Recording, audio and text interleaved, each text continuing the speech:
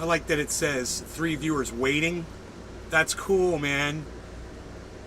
It's got to take 1 minute, and then that should go to 3 viewers watching. There go the notifications.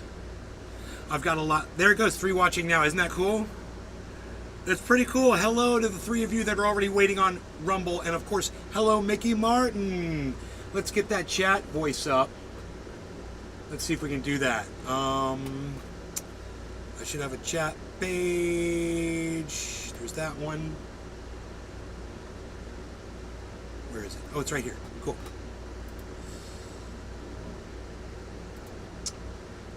Could have text chat here, maybe. Patrick John Welder. Let me refresh this page here. I'm Bigga. Hey, I'm Bigga. What's up? Okay, let's see if that voice chat works. Mickey Martin. Hey! Grand Rising, all smash that like button on your way in. Thank you so much, Mickey Martin. Yes.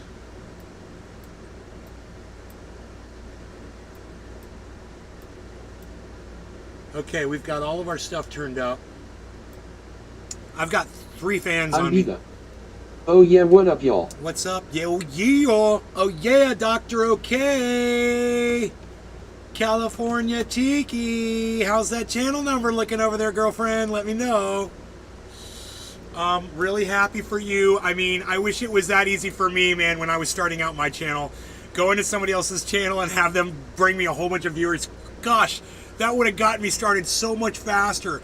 And so I realize, as someone who has a little bit of a following now, it really, it's a wealth to share with somebody else, that you can have people go over and watch them too. Fosho, let's toke, finish yourself. Fosho, I'm bigger. Fosho, let's toke. Finish yourself. Finish him. All right, hold on. Let's turn the fans down here. Turn all the fans off. Let me get a grape. Good grapeness.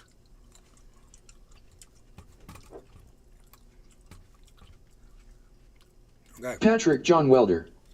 So hurricanes hitting LA, California, scorched earth in Hawaii. Yeah, you're right, Nay. The end is near. Pretty good, right? That's pretty good. And we talked about this for the last 5 years. And we knew, I was like, man, wait till 5 years, 10 years. Come back and talk to me and you tell me how things are looking. I bet Finns make finish him jokes. I bet Finns make finish him jokes. I bet Finns... I'm Biga. You know Finns the finish. I bet finish. I'm Biga. Finish asterisk. Are you Finnish? Finish him? That's hilarious, bro. Whatever. I don't care. You're hilarious. Hold on a second. Let me get rid of some of these extra windows. I select so many windows for this show throughout the day. And then I have to go through Sean the Orca guy. and get rid of all of them. Good afternoon, Nay. Hey, Sean. How's it going, buddy?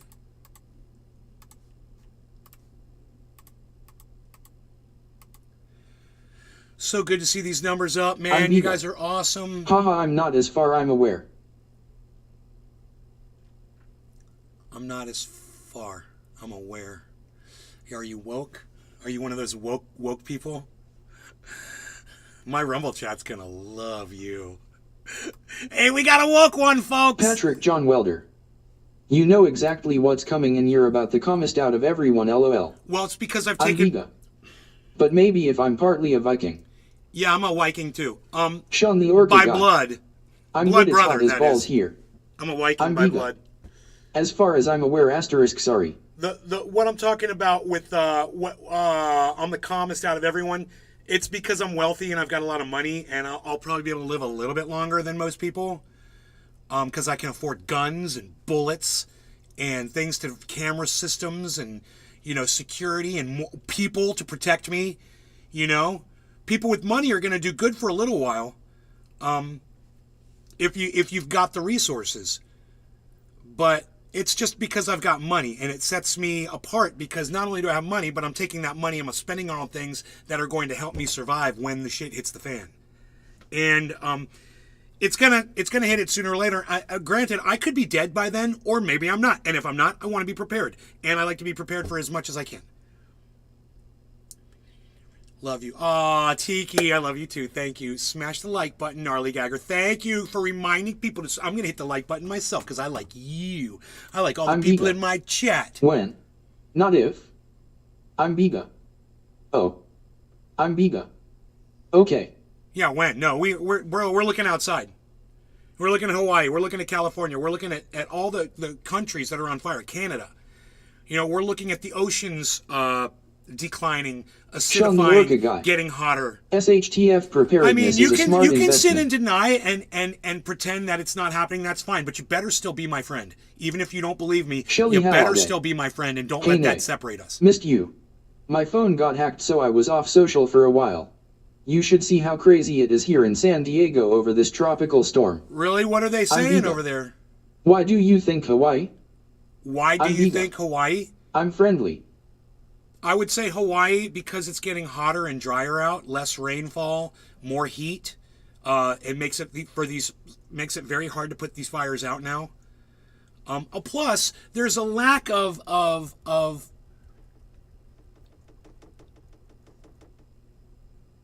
common sense among our leadership. Like, for instance, that guy that was supposed to pull the alarm. It was 82. That guy that was supposed to pull the alarm, he was our leadership. That's one of the people that our leadership put in charge of pulling the alarm. There's a problem, and it's with our leadership. And you know the other thing I noticed about that group of Hawaiians that were standing there with their arms folded, acting like, how dare the press question the man who wouldn't pull the alarm, and he looked Hawaiian too. They all looked Hawaiian. They were all backing each other up. Seemed kind of racist to me, and it also seemed like any other person of any other race would have done a better job than that guy. Shelly Halliday. But he was Hawaiian, so... No water at the Osuri stores. You know, we better hire him because he's one of us. Gas is up to $6 a gallon again. It's weird because I'm from Florida, that's but it is a lot racism. diff out And here that's when what we get racism rain. costs Do you know Hawaii. that? They're racist. Yeah, they're racist. So that was it. They hired someone based on the color of their skin. They weren't good at their job, and the color of their skin didn't make them a good person or make them a better candidate. Wow. That was one thing that I agreed with that woman from last night on. You remember this? I agreed that when she said the librarian was hiring people based on the color of their skin, I was like, well, that's racism. I totally agree with that. We could have had a conversation about that and found a place where we agreed with if she wasn't so hell-bent on banning every single person that ever said that she was wrong about something. And, oh, by the way, she's wrong about a whole bunch of stuff, everybody. It's unbelievable. She has 125 people watching her on YouTube last night. I couldn't believe it. I was like, wow, 125 people that are just sitting there completely rationalizing every time she says something that doesn't make sense to them, and they rationalize it away. Wow. Is the weird audio delay just me? Sean the Orca guy. That jackass literally had the nerve to talk about water. Okay, sound is going to sound a little different right now, I think. Going to turn it down a little bit here. Turning it down. Okay, am I loud enough for you guys? Am I loud enough for you guys to hear? And I don't want to be distorting, but I want to make sure I'm loud enough for you guys to hear. How's that sound? This is my average volume right here. Is this good? Are we good? How's it sound? Let me know on the YouTube you're faster than Rumble. Let me know on the YouTube you're faster on Rumble. Let me know on the YouTube if the sound is better. Anybody, let me know. I know you guys are hearing this. The Rumble takes them a whole minute. Just answer me. Sean the Orca. Okay, thank you, Sean. God. I hear you good. God, work with me, folks. Work with me here. Excellent. I'm Biga. To see if there a delay. Bonsai House Billy, what's up, buddy? We had so much fun watching that show last night. My girlfriend and I watched back, which I generally tell my audience I can't even watch myself because I'm so mean and rude and obnoxious and I scream and yell and I don't like watching it. It makes me feel uncomfortable. That's why I was like always questioning my audience before. I was like, how can you stand me? But now I have changed. And we were watching it and I didn't yell. I didn't freak out. You know, Nick Brown. We had so much fun. Good afternoon. And I realized, I said to my girlfriend, I was like, oh my God, I can watch my show again. She's like, why? I'm like, because I'm not yelling and screaming and carrying on and letting people troll me. I block the trolls as soon as they come in and we have a great conversation. And there's a lot of love and there's a lot of information and there's them growing, there's me growing, we're all learning. Oh, okay. I was like, this is fun. Everything. We had a good time. Oh, okay, question everything. You talk a lot. You say a lot of things, Bigga. You like to hear your voice over my chat, don't you? All right, not telling us here. Shell of it. Oh, my girlfriend loved your name for the shell of it. She laughed and laughed. We had a lot of fun. Hey friends, my daughter opened a Rumble account yesterday. It's all about her one-eyed cat. She needs followers. I'm Biba. California Tiki. I gotta leave in about 10 minutes, so is it cool if we troll but not a troll? Yeah, it's cool if you troll me. That's why you're still here. Because you're trolling the shit out of me and you can keep trolling me. It's okay. It's just don't be inappropriate. If you want to get blocked, say something inappropriate and I'll block you. You troll me politely and I'll be your best fucking friend. Billy Ballantyne comes in here and trolls me all fucking day. We laugh and we laugh and we laugh. It's great. Nick Brown, hello. If I've missed any of you saying hello to you, I'm sorry. I want to say hello to each and every one of you. For the shell of it, hello. Ramus, 2741. You were great last night, Ramus, by the way. Humans have zero effect on climate except the shit our governments are doing on purpose. Well, Ramus, then that would mean that humans are having an effect on climate. Yeah, you just completely negated your own statement. It doesn't even make sense. Unless the governments aren't composed of human beings. Really, but Black the Ripper. Come on, Ramus, read what you just said to me. Ramus, read this. Humans have no effect on climate except the shit our governments are doing on purpose. So our governments aren't composed of humans? Think, Ramus, think. And then when you're thinking, talk to me again. Once your brain is working, drink some coffee. Do what you got to do to get your brain going, and then come and talk to me again. And the first thing I want to hear out of your mouth is, you're right, Nay. That thing I said made no sense at all. If the governments are affecting the climate, and the governments are composed of humans, then humans are affecting climate. Oh, snap. Welcome to Nay's Garden, everybody. It's a rude awakening for some of you, I know, but I want to be your friend. I want you to love me as much as I love you for being here. I want you to love me for my information that I give you, and I want you to look at what I just told Ramus, and I want you to go, Nay, you just nailed that. Nay, you nailed that. But what if? That does make total... Nay, what you just said, that totally makes sense. That totally makes sense. Yes, if the governments are controlling the weather and the governments are made up of humans, then the weather's being controlled by humans, right? That's just doing this. Come on. But not the narrative they're spinning. Well, they're a bunch of liars, Ramus. Of course, they're always going to lie to you. The government's always going to lie to you. But what if they're reptiles? Oh. Laura Violet, love you, Nate. You're awesome with trolls. I'm a troll. You guys saw how I acted on that girl's stream last night. I was the biggest troll in there. I like to troll. But, if you can take my trolling, you're going to grow and you're going to learn and you're going to be a better person, because when I troll you, I'm trolling you about your own bullshit. That's what I troll about. I'm like, oh, I'm going to call you on your own bullshit and see how you deal. Because you're not going to like it. I'm going to hold up a mirror. You're going to look in the mirror. You're going to see yourself and you're going to block me. And I was like, boom. Message heard loud and clear. But not the narrative they're spinning. Okay, we can all eat the bugs, own nothing, and be happy. Yeah, I don't know who's telling you to own nothing and eat bugs. I mean, this sounds like a right-wing conspiracy fucking nut job narrative, Ramus. You got to grow past that narrative that you think that the Democrats want you to eat bugs? Do you think that the Democrats want you to own nothing? Is that what you're saying? I'm assuming you're attacking the lefts, right? This rhetoric doesn't help you, Ramus. This doesn't help you make friends. It helps you make enemies, and it makes people look at you and question where you get your stupid information from. Yeah, you're talking about the Democrats? Well, you're dumb, dude. They don't want you to eat bugs. There might be people out there who are working on that. Crickets were put in food in Australia, food in school, dollar. Whatever. They might be, there might be bad actors out there, but you're going to blame schools. You're going to blame the whole Democratic Party for you eating bugs? You're not thinking clearly. So I'm here to uncloud your brains, everybody. Take a bong rip with me and get smart. Because you're obviously not thinking outside the box yet. And Ramus, I need you to take a walk with me down the path of sanity for 5 seconds. Okay, you ready? Here we go. Who is telling you you're going to have to eat bugs and own nothing? Go. Ramus, it's all on you. Give me the Democrat, give me the lefty, give me the liberal that's telling you that you got to eat bugs and own nothing. Go. I want to see that right now. Own nothing, eat bugs. That's a hell of a narrative, Ramus. So let's go with that. Okay. Who's the Democrats in charge telling you you're going to eat bugs? And I just hate this kind of bullshit talk. You guys get on the internet and you start saying shit like this. Don't you think that I'm smarter than that? I mean, this insults my intelligence. This was like when that woman, who I have no problem with anymore, she asked me how I felt about something that was very offensive. And I was like, you're insulting my intelligence here. You're insulting my whole audience's intelligence, right? So when you say, okay, we can all eat the bugs, own nothing, and be happy, you're being ignorant as fuck, dude, and you can't look. NLRC cheers trendy and you're savage Vice President Harrison Biden. Now you're a fucking liar. Now you're a fucking liar, Ramos. So now you're a liar. And I fucking hate liars. You're going to sit here and lie to my face and that Kamala Harris and Joe Biden told you, eat bugs and own nothing. Find it. Find the fucking video, you fucking liar.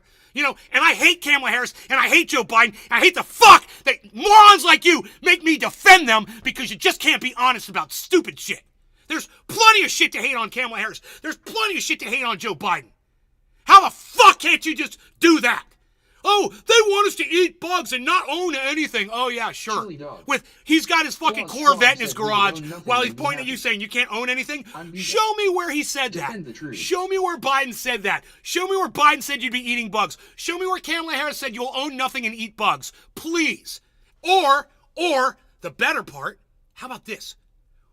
Why don't you say, nay, I'm sorry, you're right. You proved me wrong. Neither of them ever said that. It's bullshit. And I don't know where I came up with that flight of fancy. And I apologize to you and your audience for assuming that you guys are a bunch of fucking idiots like I am. I'm right here, Ramos. I'd love to hear that. Look, we can argue on things. We can have different frames of mind and whatever. But you can't fucking piss on my leg and tell me it's raining, Ramos. It's not going to work in here. Okay? It's actually not raining outside. So great. There you go. It was raining earlier. I'm hot, bitch. Look how hot you made me. Ramos, this is your fault. I gotta turn on all my fans now. It's 4:20? Okay, it's 4:20. I gotta smoke. I'm so sorry, guys. But, you know, if any of you, Grandpa's fans, anybody from the YouTube, Facebook, I don't care, could chime in on this and say, wow, Nay, I never heard Biden or Harris say that. I never heard Kamala Harris say we'd eat bugs and have nothing. Happy 4 feet 21 inches. What did she say? She said we've got wonderful sanctions that we're going to put on Russia and impose on the rest of the world, and then they're going to sanction us, and it's going to fuck us up. That would be something you could criticize Kamala Harris on. You could also criticize her on calling herself African American, which she is not. She's mixed race, as mixed as Barack Obama is. She's not black. You could attack her on being a liar about that. You could attack her on her cackle. That's fucking obnoxious. Yeah, that would be way better than you just making shit up. Nick Brown. Be more like me, Ramos. Be more like me. Things, but never heard that one. They've said a lot of it. No, of course you've never heard that because they never said it. And Ramos is a huge fucking liar, and he needs to apologize to everybody. Or she. Happy 422. 422 is for 22. Whatever, we call it 420. You call it whatever the fuck you want. How's that? Got a little worked up here today. Now I'm not going to be able to watch this because you got me yelling about your fucking lies because you came in here, Ramos, and you lied to my face. You're a fucking liar. Now, I'll take it back when you apologize and you say, you know what, I'm not going to spread that filth anymore because you proved me wrong. I went on the internet and I tried to find Kamala Harris and Joe Biden saying, you'll eat bugs and have nothing. And you know what, Nay? I Googled those exact words and they never came up. Happy 423. Hopefully we're all So go ahead, Ramos, make my day. Right now, make my day. Make me a happy guy. You know, and just tell me that you're going to research your own bullshit and prove yourself wrong. I'm Biga.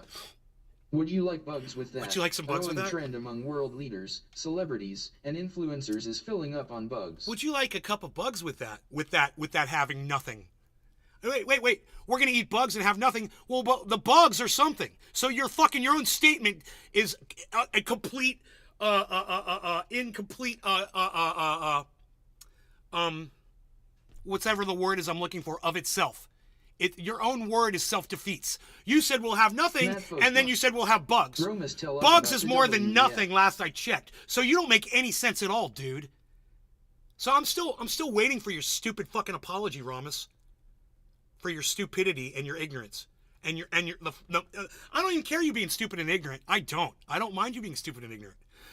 I mind you fucking lying to my fucking face. Mealworms Ugga. That bothers me. You're a fucking liar now. Okay? Don't lie to my fucking face.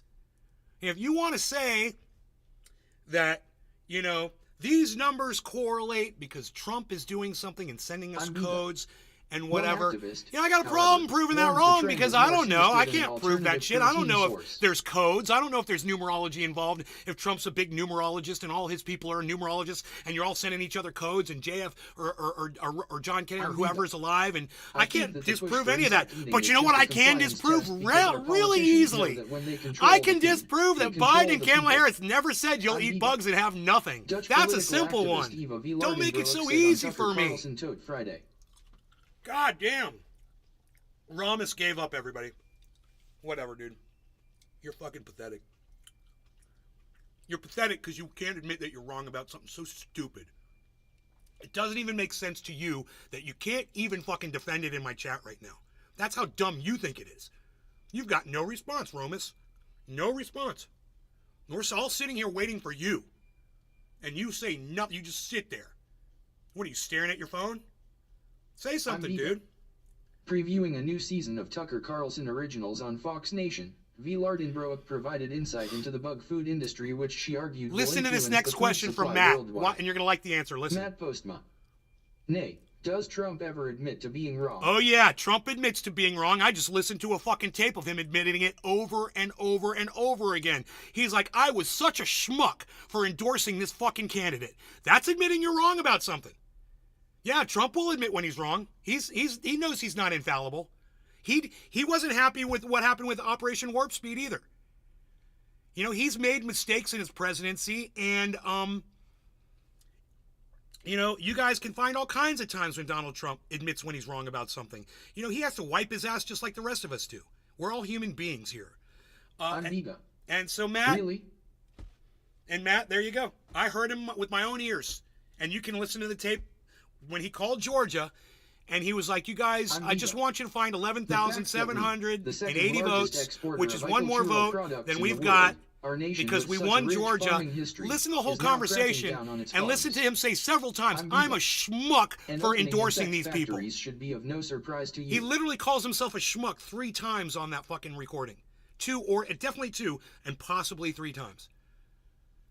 So, now what do you got to say, Matt? Donald Trump admits when he's wrong about some things. He doesn't admit when he's wrong about other things. But yeah, he admits when he's wrong about certain things. Matt Postma. Trump ever apologize for anything? Does it matter if he's ever apologized? This is not something that is just going to affect the food Did supply Barack of the Obama Netherlands. ever apologize Like for I anything? said, Did we're the Hillary second Clinton largest ever exporter of apologize for agricultural anything? products in Did the world anyone after on the America. left, does any senator from the left ever fucking So this will apologize for influence the food anything? supply Ever? worldwide. And we've spoken Who to farmers cares, who bro? said, Why are you well, trying to this could fucking lead to divide actual and separate, starvation if man? we're not That's careful, all I'm getting she from you said. right now. All I see from you is you're trying to Global attack the leaders right. have championed the And it's not opportunity working bugs for you right provide now, to is it? combat climate change. Because everything you say doesn't even fucking matter right now, Matt. It doesn't even matter. It doesn't even pertain to the conversation we're having. At all. So what's the point? Who cares if he's never apologized for anything? Who fucking cares? It's got nothing to do with, he's a leader. Most leaders don't apologize for their things because, you know, when they apologize, other people are like, oh, but gotcha with you. Oh, gotcha. So they're like, well, fuck you. I'm not going to admit when I'm wrong anymore, and then you can't play gotcha with me. I'm going to double, triple, quadruple down on your At the ass. World Economic Forum, voices like founder and executive chairman Klaus Schwab made climate change a focal point of the conversation surrounding the global economy I cannot and future stop sweating policies. right now, and I haven't even smoked yet. Warnings like an extinction of large parts of our global population were shared from center stage, and bugs have duly been championed as one solution to the climate crisis. Matt Postma. I think it does because his followers much like him lack humility. Bonsai House. What the fuck is an insect factory? Biga has a mouth the size of Elton John's asshole. You want me to block him? Or Bill, you want to get rid of him? Is he on your channel? Feel free. Feel free. If he's pissing you off, feel free. You're way more important to me, Billy, than a troll. That's why you got Bonsai House. Oh, no? Nah. Okay, cool. All right, that's up to you. You were complaining, so I'm just giving you that option. It's there for you. Yay, let's smoke. Our VP, Harrison Biden. Yeah, whatever, Ramos. Ramos ran off. Tail between the legs. Look at that, guys. Not a single response to this. Ramos has no response, no reply. Professor Arnold van Heus at Wageningen University argued that it is absolutely necessary to adopt bugs into the food system. I think there is no other way, he said on the Fox Nation show. Yeah, how is that the Biden administration? How is that Kamala Harris and Joe Biden? That's Professor Arnold van whatever the fuck at wherever the fuck. And hey, guess what, guys? People all over the planet eat insects anyway. It's a fact. So, and guess what? All of us do too. Yeah, you've eaten bugs before. All of us have. I have, you have, we all do. Bugs are in our food, man. You know, you're not going to stop it. You have tiny microscopic roaches and fly larvae, gnats get in your mouth and you swallow them. You fucking don't know what the fuck you've eaten. Legs of roaches and shit. You know, you don't know what the fuck you're eating, so don't give me that shit that you know, you've never eaten bugs before. The second thing is... What's up, Nay? I eat bugs. You know, we do unconsciously we eat bugs, but that's not even my point here. My point here is, still doesn't prove this motherfucker's point. He's trying to make it look like the left. Oh, it's the left. It's the Democrats. Oh, all the Democrats want us to eat bugs and have nothing. Really? You're going to have to show me that. And if you can't show me that, you're going to have to shut the fuck up, because until you show me that, you're a fucking liar until you do. And still, nothing. No answer. No reply. Nothing. So, you know, I hate to be right and make you feel bad. Tom Wood. Yo. But the fact is, as soon as I call you out on some bullshit like that, you should say, well, you know what, Nay?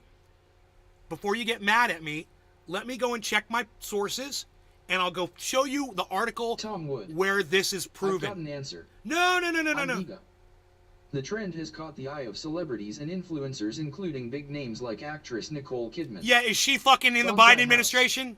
Yup. Is she Joe Biden? The FDA actually allows for so much insect and rat material in our food. Try running a sugar factory with no rats or roaches. It's either that or rat poison. They should make the sugar Tom factory Wood. in the ocean. Yo, Nay. I'm Biga. I have to swim to that motherfucker. But yeah, you said you are also a troll, lol. I'm Biga. Emerging on the scene are also chefs and culinary experts trying to make the bugs more appetizing. Chef Joseph Yoon is an edible foods ambassador for Brooklyn Bugs Works. I got this motherfucker, Billy. I'm Biga. Since you didn't want to get rid of him. To create recipes with the creepy Whatever, crawlers. dude. You're fucking blocked. Shut Tom up. Wood. Why are you so far away from your comp? Tom Wood. I swim. Why are you Tom so Wood. far away from your computer? In the ocean. Why are you so far away from your comp? What? Yo, Tom, I don't know what you're trying to say. Anyway, Klaus Schwab is the guy talking about bugs. Oh, but that wasn't Joe Biden or Kamala Harris, was it? It wasn't the Biden administration, was it? It wasn't all the Democrats, was it? It was one dude, or even it was a group of people. You guys make it sound like it's every fucking Democrat you've ever met. Oh, they're gonna force bugs down my throat and take all my stuff away. I'm not gonna have a cell phone. I'm not gonna have my PlayStation. You're far away. He thinks your camera is your PC screen.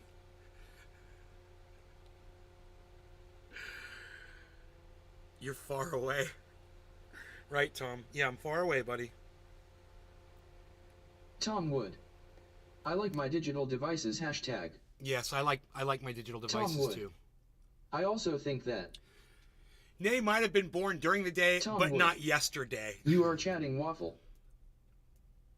At the Davos meeting, Klaus Schwab. It was Klaus Schwab who said it. Yeah, who fucking cares? Who fucking cares who said it? He didn't say you'll have nothing and eat bugs, did he? He said, well, looking at climate, we're going to have to look into fucking using bugs as a staple. Oh, that doesn't sound like you'll eat bugs and have nothing! Don't speak about waffles lest they're blue. It doesn't matter. Klaus Schwab, I don't know who the fuck Klaus Schwab is. I guess I should know. But whoever the fuck he is, he's not the Democratic Party. You know, last I checked, he wasn't the Biden administration. You know, and that's what's so funny about this is you guys are literally going tit for tat with me in the chat over this? Really? At what point are you guys going to realize you have nothing? Show me a fucking quote. Show me the quote. Let's read it. Unlike that woman that we were watching last night, who seems to have a problem with deciphering things that people tell her, and she fucking in the ear and then out the mouth. From here to here, it gets fucking changed. Tom Wood. For me, what you own about. All you got to do, bring me the goddamn fucking quote right now. Bring me the fucking quote that you read. Show me the source, and we'll go over it. None of you have done this. All of you said, oh, Klaus Schwab, DeVos. Yeah, great. What did he fucking say, and who the fuck is he? We work to raise awareness and appreciation for sustainable forms of protein, Yoon said on Let Them Eat Bugs. How can we sustainably feed the owing population around the world? I'm the Big Amon. Who's the WEF? World Economic Federation? How do we add all right. California Tiki. All right, I'll check it out. For solutions for the on future. TS, right? They're incredibly nutritious. Thank you. Tom Wood. Why you so any? I'm the Big Amon. They're sustainable, but most importantly, they can be prepared absolutely deliciously. I'm the Big Amon. Carlson tried some of Yoon's creations, including a chocolate-covered cricket caramel corn, and even a cricket burr on Tucker Carlson Toad Friday. Oh, great reset. You guys, you're getting this from News Wars. I'm not even going to read. I'm not going to read anything from News Wars. Why are you so and why? You sent me an article from News Wars and you expect me to read that? I'm not even going to read it. You know why? News Wars, fucking right-wing nut job fucking, a lie factory. Give me some legitimate, give me the goddamn video of the guy speaking. How about that? Give me the video of the man speaking. And don't give me some News Wars bullshit. Bonsai House. God damn. I used to love those tequila suckers from Blockbuster. With the worm in it. Restream.io. Congratulations. You've received 100 messages today with Restream chat. Tom Wood. Cuz you're a pedo. Yeah, I fucked your mom. Tom Wood. Get over it. What you even own about. I'm the Big Amon. While new recipes may be making the trend more easily digestible, critics like V. Lardenbroek remain skeptical of the big bug business.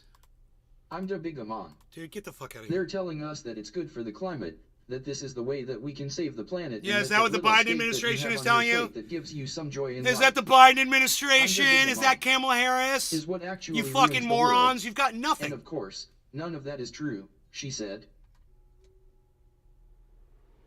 Yeah, none of you can produce a single thing from the Biden administration, which is what dumbass came in here and told me. None of you can produce it. Not a single fucking shred of evidence that says the United States administration currently is going to force you to eat bugs and have nothing. And that was the statement, and none of you can defend it.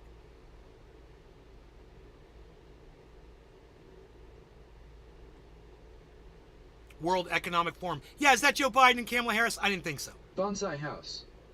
All these dudesing around and finding out. Well, Tiki, you don't need to search the internet today because you're not going to find anything on the internet anywhere from Kamala Harris or Joe Biden telling you you will eat bugs and you will have nothing. That was the fucking line that he said. Or she, whoever that person is. And then they fucking pussed out and left. They have no response. So I'm giving them every opportunity here to go get me the information that proves that they're not a fucking liar. And if they want to come back, thank you, Not Telling. Not Telling just said the Biden administration didn't say anything. Well, why the fuck is that moron telling me the Biden? Why don't you come in and say you're right? Nay, I lied. I was wrong. I made that shit up or I got it wrong. I misread it. Whatever the fuck. What about feeding cattle hemp? Eating hemp seeds directly? You think an administration on thin ice right now that's running neck and neck with Donald Trump is going to risk telling you you'll have nothing and eat bugs? Oh, please. You got that on newswars.com. You know, that narrative, you got it from News Wars. You're reading right-wing nutjob bullshit rag. And what do you fucking expect? Argued that wild bugs may not only be an issue to bring into a diet. I'm the bigger person. It is the politics behind the insects that raise... Shut the fuck up, you stupid cunt. Let's go to the Rumble chat.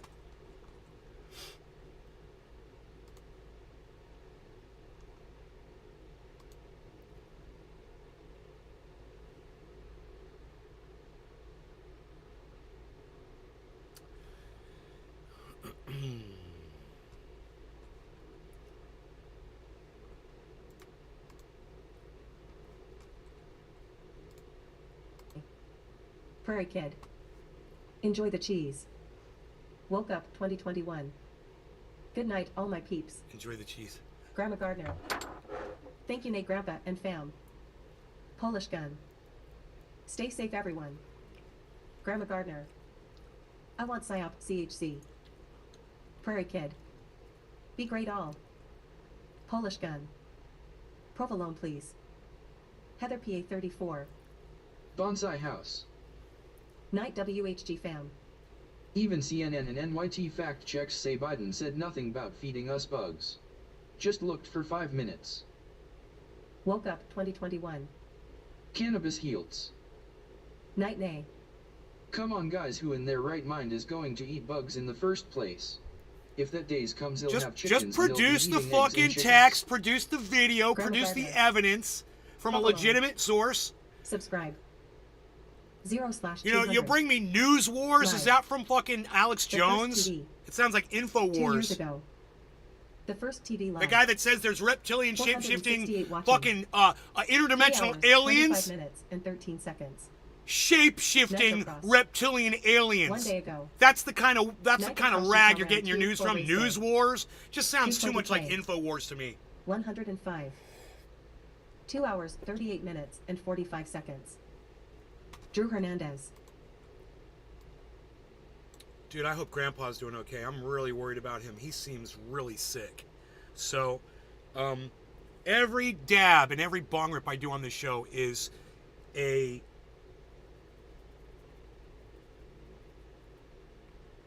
in support of Grandpa getting better. I just, God, man, I just hate that he's so sick. It sucks. I've just been getting over my own little virus, man. Matt Post. Being sick sucks. I thought the new Nate was a little more chill. I you up around too much violence and find the yelling and name calling trig my PTSD. I hope you value me as a viewer enough to hear me and not block me. No, bro, I won't block you for saying that. I find my own yelling and screaming triggering. I was watching my show from last night where I was very calm and easygoing. Even though we were getting into it and trolling, I still stayed calm, and I really enjoy it a lot better when I'm not yelling and screaming. The thing that got me really worked up about this guy was he fucking lied to my face over something so dumb that could be so easily disproven.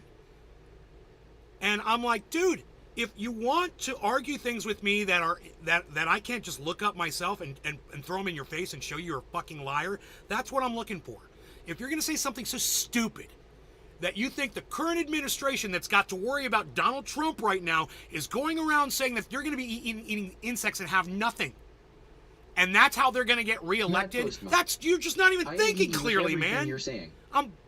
I'm dusting the fucking cobwebs off some of these people's brains. And, you know, there were a few people that tried to double down on what that guy said about the bugs. And they were, oh, it's from this, I don't fucking care. It's not the goddamn president of the United States saying it.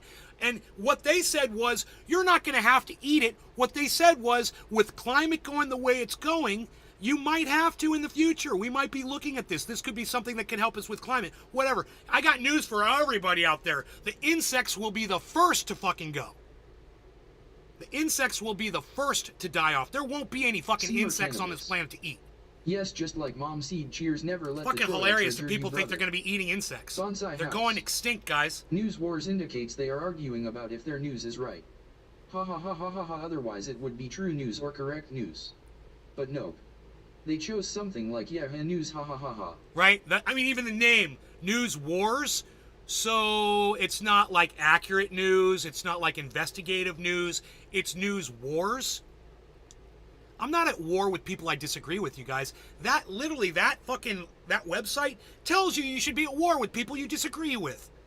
I mean, just the name, News Wars? This is common sense shit, guys, and that's why you're watching, I hope. I hope you learn shit from this. You can get your information from anywhere you want. Just look into it, man. Look and see who the people are and what they're News Wars. Just like that woman last night. She was News Wars too. You know, it's a great term. I'm probably going to use it all the time now. Good night, Nay. Heather, good night. Thank you, Nay. Lots of love. Okay, Savo. Good night. Wait, what am I looking at? I'm looking at the wrong chat. Dude, was I reading the chat from last night? That is so funny. Cannabis. Oh my god. Sounds like fake news. Dude, I just Read the wrong chat. I'm sorry. WHGrampa has fell ill and IME for a chill pill. Okay, here we go. Laura, California Tiki. Am I the only one in chat, or is my Wi-Fi slow? you have slow Wi-Fi. You were User complaining about it last night too. Bonsai House. It's just talking about the benefits of using bugs as a good source.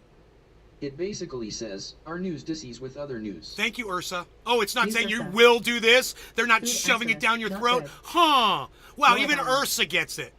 Get well Ursa soon, wins. We love you. Get well Token soon, Tony Z. Grandpa. Cheers to Grandpa's recovery. Cheers to Grandpa's recovery. Nick the Stick 01. Get well soon at WHGrampa. Pine Rat. Yes. WEF implies that you will have nothing and be happy. Laura Violet. No, Interact, Yes, it no. is on the No, they WEF don't. website. They don't imply that at all. Pine Rat. WEF implies that all the changes they want to do to the world is about control, resulting in you will own nothing and be happy. No. You're just, Use Ursa. you're misreading it. Going to You're know the listening to yard. people who are Have a idiots great day, Patriots. that lie to you. Laura Violet. Love you at Use Ursa. Subscribe. 0/200. 18 hours, 12 minutes, and 15 seconds. Seamer Cannabis. NLRC, can we get high up in this sitch for new fun land? 18 hours, 12 minutes. Going to mow the yard. Have a great day, Patriots.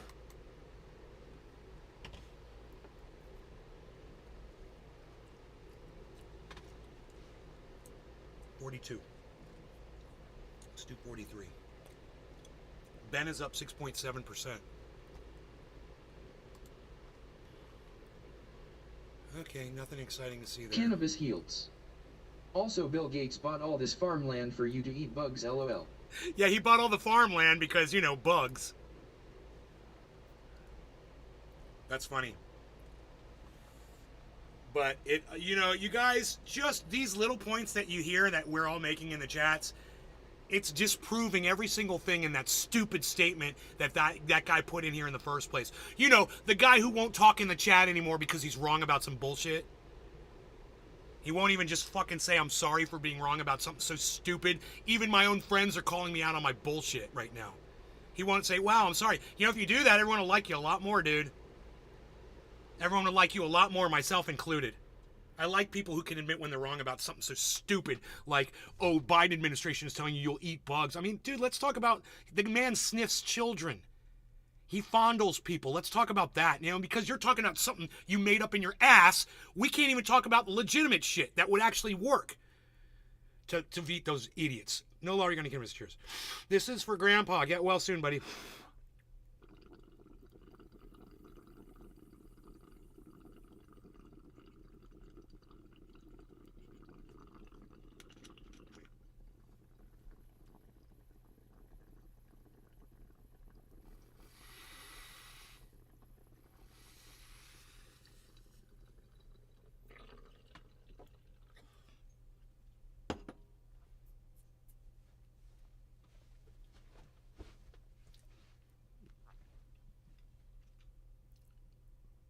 You guys need to lower your narrative thresholds, man. Some of you do. Bonsai House. So my cat that disappeared a year just showed up on my patio chugging water from my fountain. Some Stephen King shit is afoot. You gotta widen your blinders a little bit. You gotta look at more sources. You gotta trust more people that you would normally disagree with. I mean, do any Seamer of you Cannabis. think? Cheers at WHGrampa. Do any of you think that the whole reason I'm here is to hurt you? Get well soon.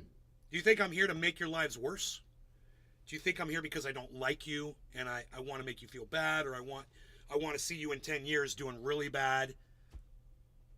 Is that why you think I'm here? Is that the kind of person I strike you as? And I'll answer that for you. Of course not. Of course not. Do you think I want you all to eat bugs and have nothing? Of course not. Why did I tell you how to invest in crypto last night? You know, why do I tell you how to, try to get ready for when shit hits the fan? Why do I talk about climate change with it? If I'm right about it and you're wrong about it, you're going to end up suffering. Your kids are going to end up suffering. Your parents are going to end up suffering. Your grandparents are going to end up suffering. Your neighbor's going to end up suffering. You're going to die. You're going to die in the heat. Is that how you want to die? I mean, I'm sitting here sweating profusely, guys, and it's not from the dab. And this is the most uncomfortable I've ever been in my entire life. I've been in several states around the country, but man, this right here, this is not fun. I am sitting in my own sweat. And, you know, my dog is sitting in front of this fan. And if I don't have a fan blowing on me, I just start sweating. That's not normal, guys. At what point are you going to realize that this is happening now? Right under your fucking ignorant nose. You know, your air conditioner must be 1,000 times better than the 3 giant systems we have on this house. They must be way better. Because I don't understand how people can live in denial about this shit while I'm sitting in my own sweat after I just took a shower. You know, shit like that, man, you guys need to get on board, bro. You need to get on board with the fucking truth. And stop with the whole narrative idea. Oh, well, all my friends in my group believe this. Well, that might be a problem. You need to be an independent thinker. And sometimes when you're an independent thinker, your thoughts are going to differ from other people's. You can't all think the same because guess what? Some of that shit's wrong. You're getting some of your shit wrong. We've already proven that in this fucking chat. Multiple times. Many of you have come on board and said, you make some sense there, bro. I mean, I never really looked at it that way. I never really thought about it. But then you explained it, Nay, and now, oh, God, why didn't I see that? Because you don't want to see it, man. You don't want to see it. You only want to see winning, winning, winning.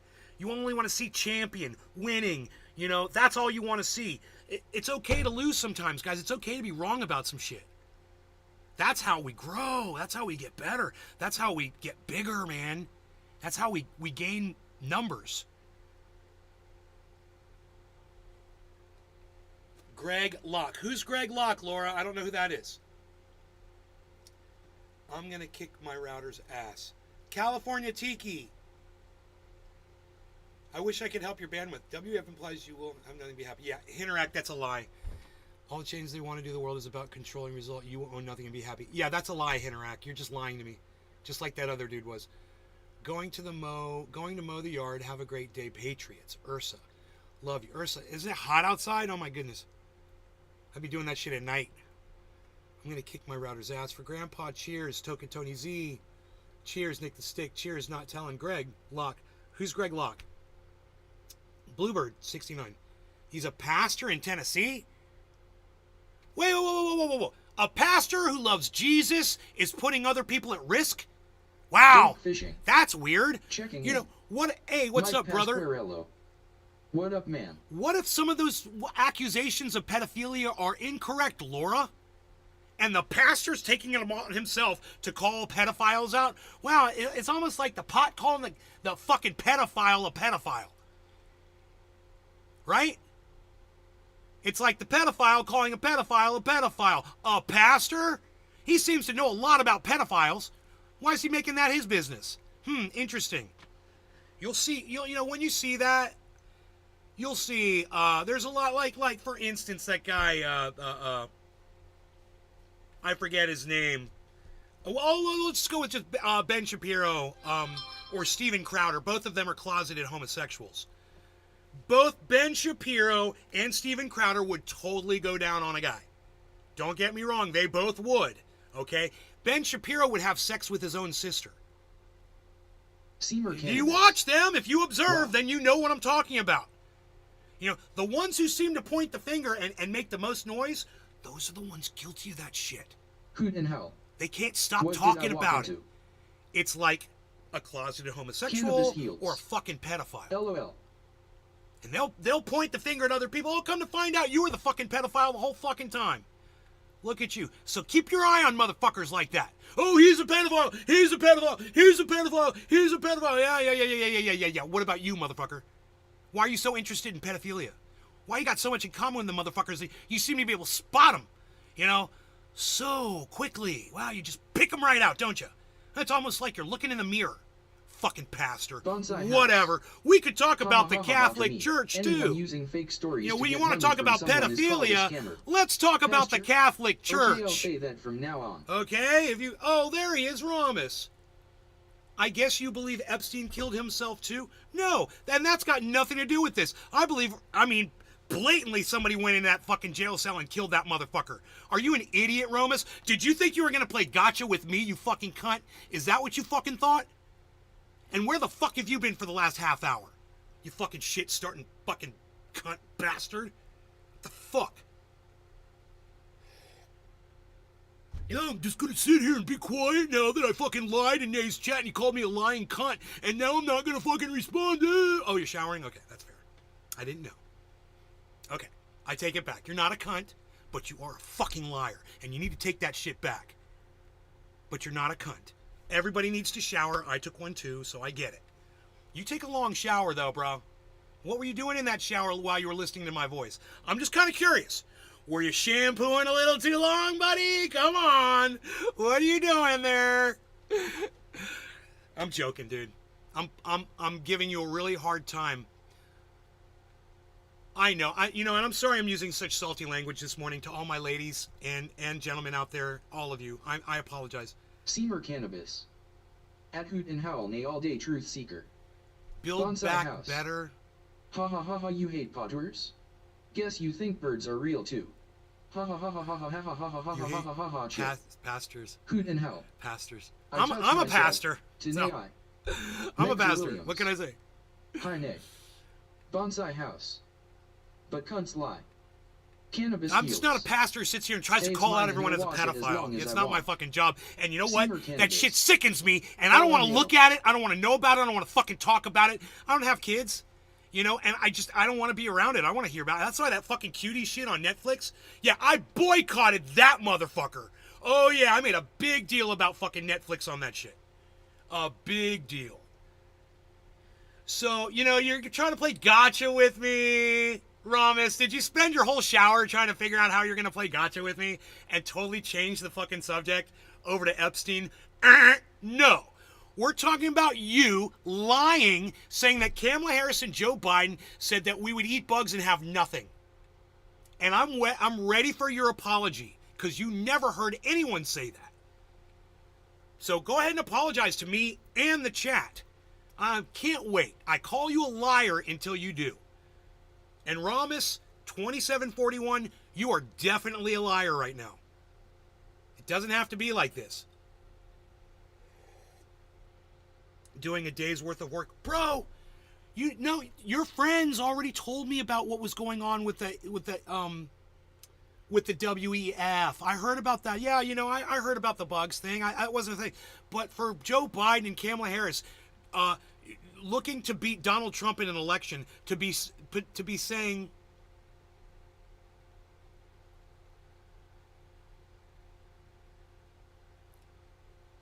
dude, Grandpa needs to see this person fucking impersonating me in the Rumble chat. Somebody's literally impersonating me on Rumble right now. That's so funny. If you don't think they're Bonsai trying to House. serve us bugs, you're smoking We crack. are ordained, not pastors, I think. Dude, come back with a Universal normal Life name, Church. and Built I'll to be talk to holy. you. But I'm Sums not. up religion in a I'm not gonna nutshell. fucking talk You to got money? myself. Okay, You you are douchebag. safe. So come back with your name, you fucking pussy.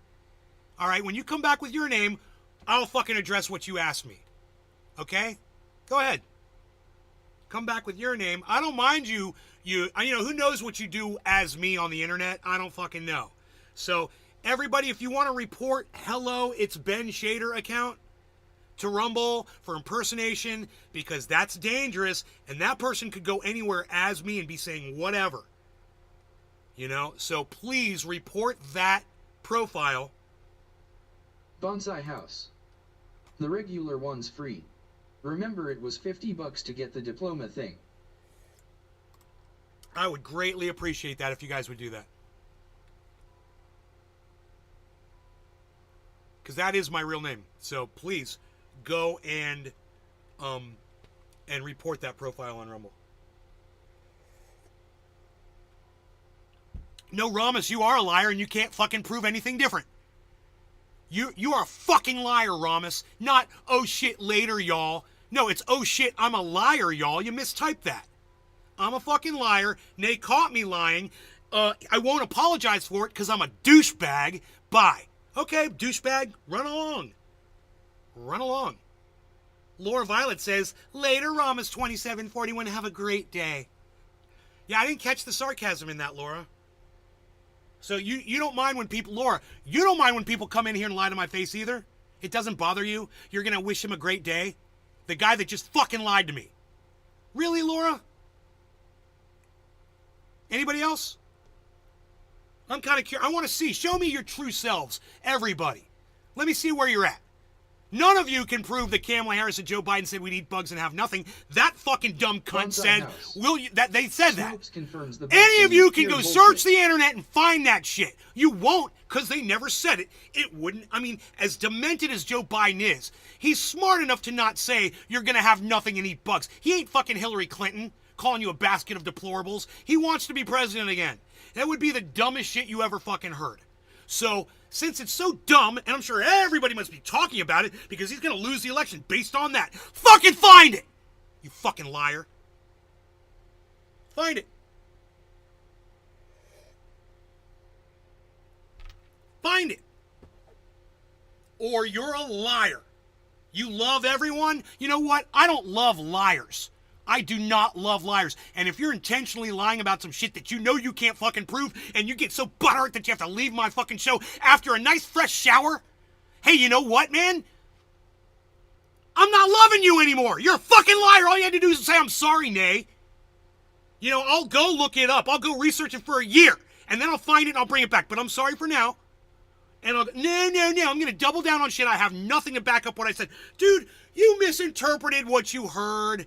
You thought that WEF was the goddamn, you know, the United States of America for whatever reason you fucking thought that. Show me what you fucking said. You come in here with some bullshit that's so stupid and easy to prove. We're doing this today as basically just a course in how to bring something to the table with me. Do you attack me for what I say? Bluebird69, do I lie to your face? What have I lied about? Bonsai house. Here you go. Easy. Bonsai house. Bye, Bluebird. Dude, if you say something, and I say something, and you say something, and I say something, I'm fine with that. Until I go, wait, dude, that's not true. I'm going to look it up. I look it up or whatever. Of course I know that's not true. I don't even have to look that bullshit up. It doesn't even fucking make sense. Right? I call you on your bullshit, and then you double down on me and you fucking lie to my face? No! I'm not bending over for you, Bluebird. I'm not bending over for that moron Ramos either. I don't fucking bend over. It's the truth Bonsai or house. nothing. Disproved it in 5 seconds.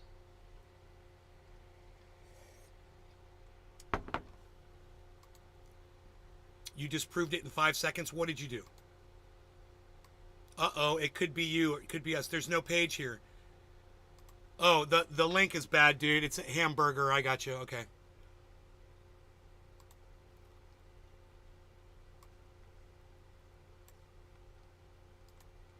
Dude, if I was lying to you, you guys could fucking scream at me all you wanted.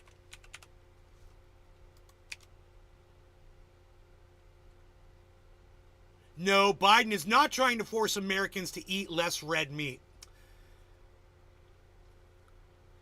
You guys should eat less red meat. It's bad for you. You know, you should eat some, but you shouldn't fucking be going crazy on it all the time. It's not the healthiest thing to eat. Hey, Prairie Kid, how's it going, brother? Hoot in hell.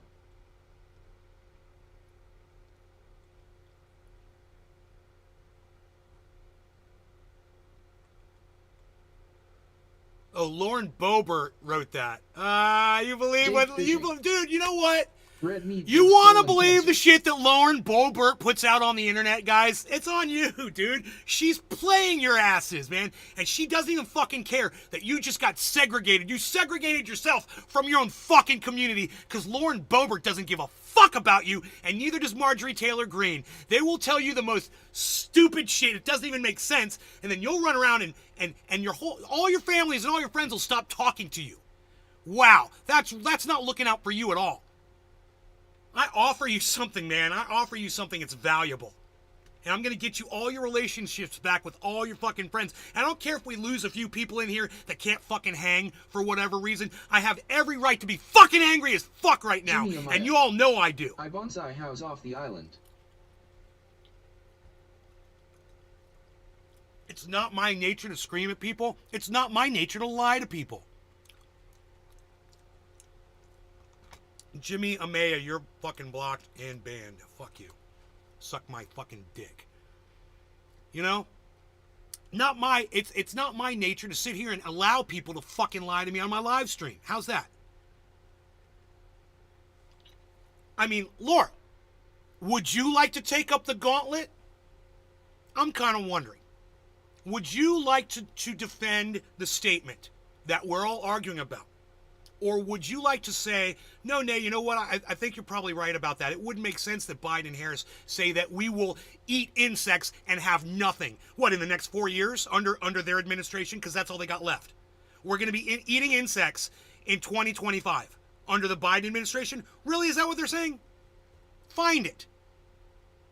Find it. Since you love them so much, love them enough to go find. Oh, you're not going to be able to find the information. I love you enough to tell you it's a waste of your fucking time because they fucking lied and they're turning you into a fucking liar too. It's not worth it.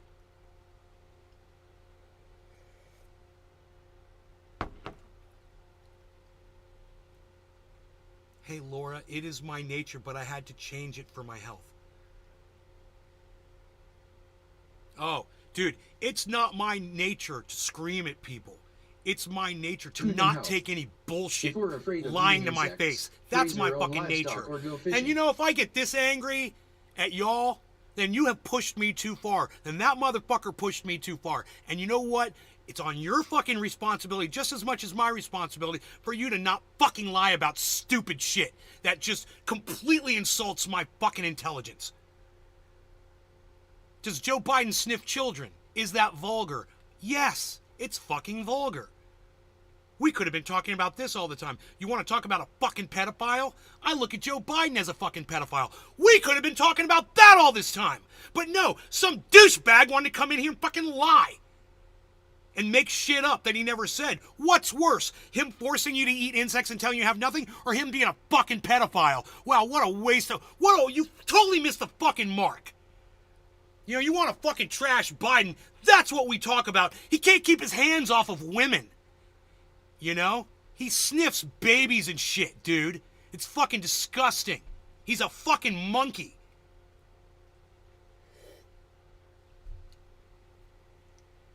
Who does that? Probably the same fucking cunts that pat pregnant women on their bellies. I'd like to fucking...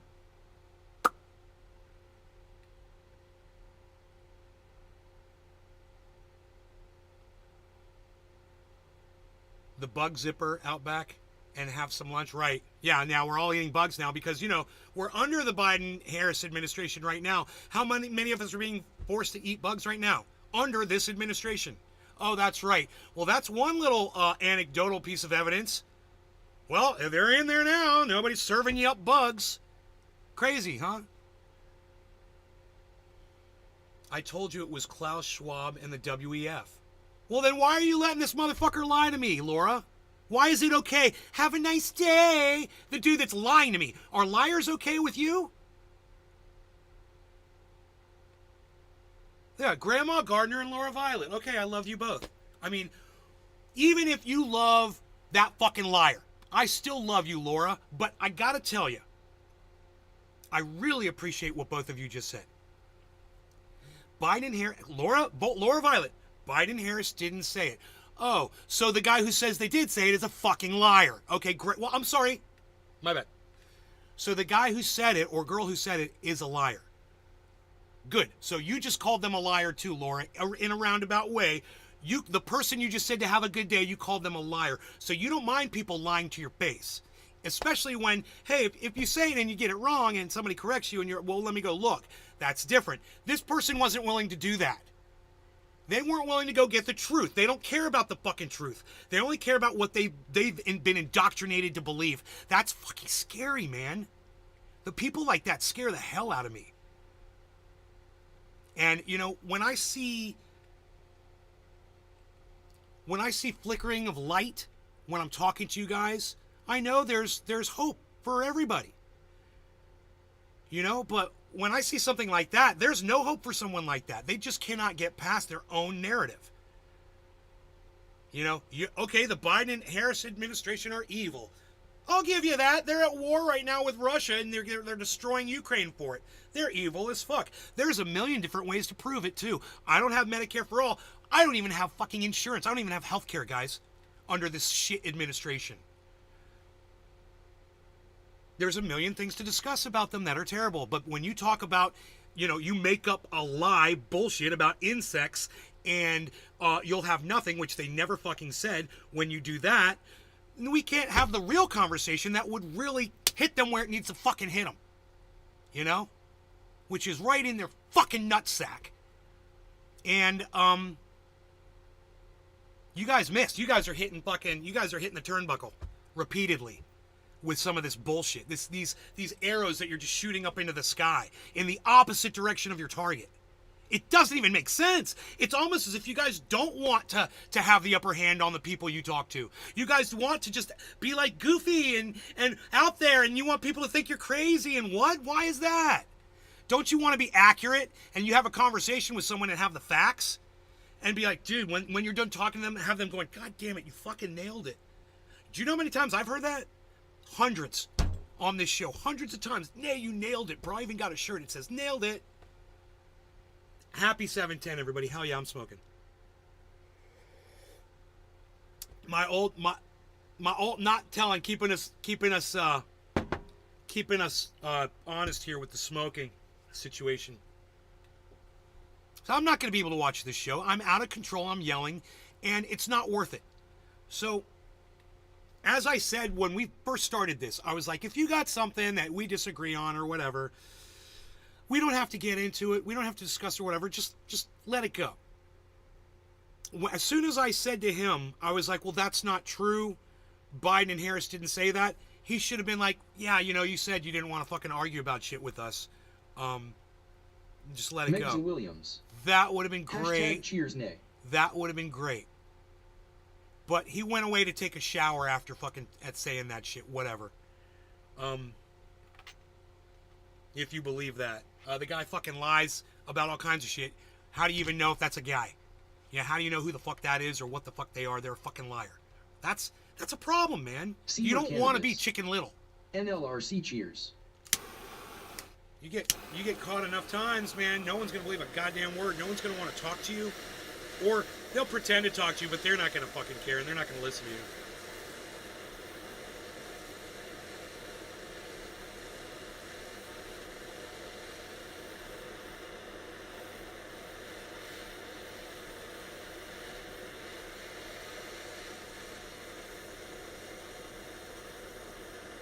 Coleslaw tiki.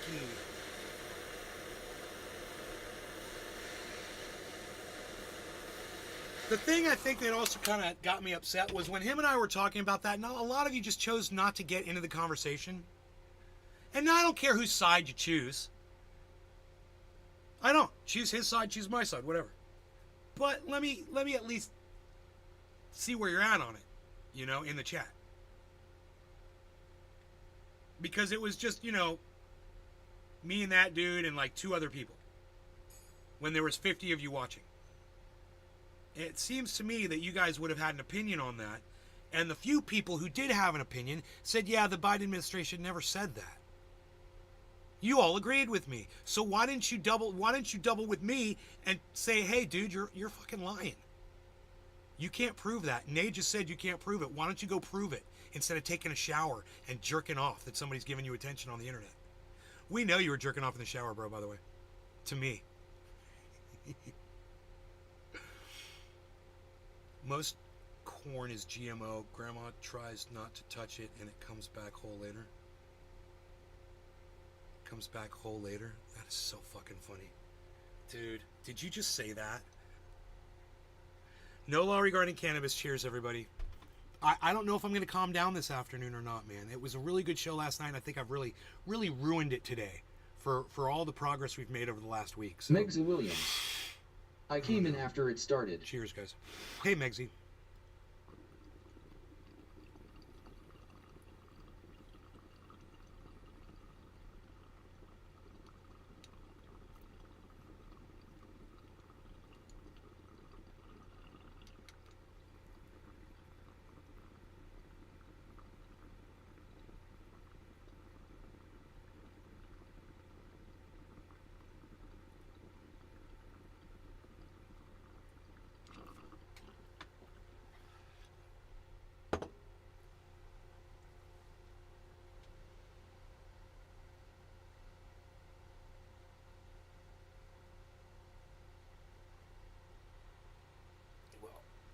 I'm laughing, Grandma.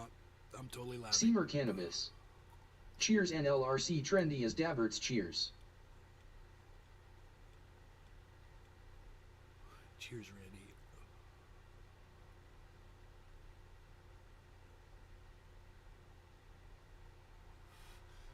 So, if you all want me to stop yelling at you,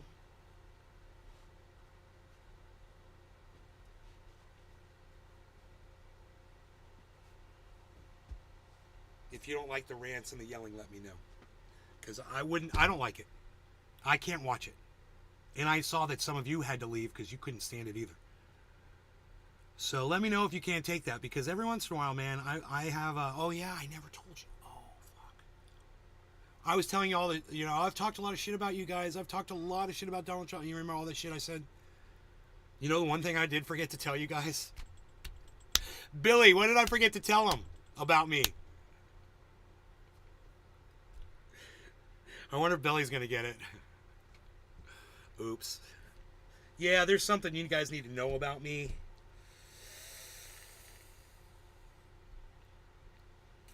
Which will explain a lot to you. I think. Get you to change the subject. We love you. I'm changing the subject right now.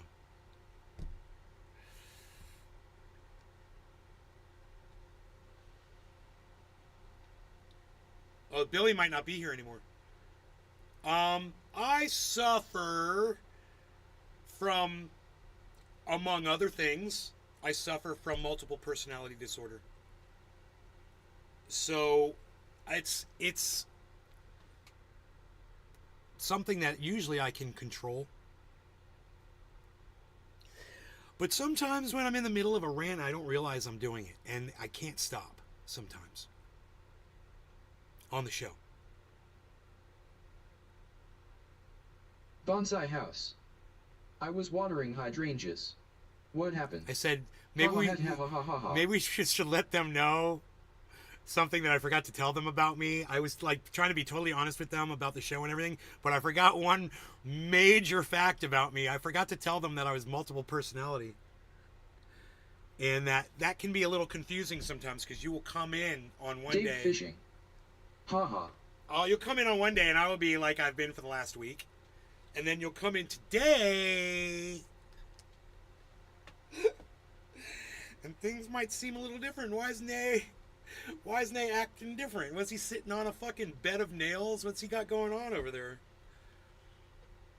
I'm quite comfortable. It's the sweat. And you know what? I feel really good. I've cooled down a lot now. I don't know why it was so hot when I first came in here. This fan blowing on me is helping immensely. He deserves a rib. Oh. I think you told us, Nay. I did not know that, Nay. I think you mentioned the first drop in about PTSD. Not PTSD. I don't suffer from PTSD. And I have had it before.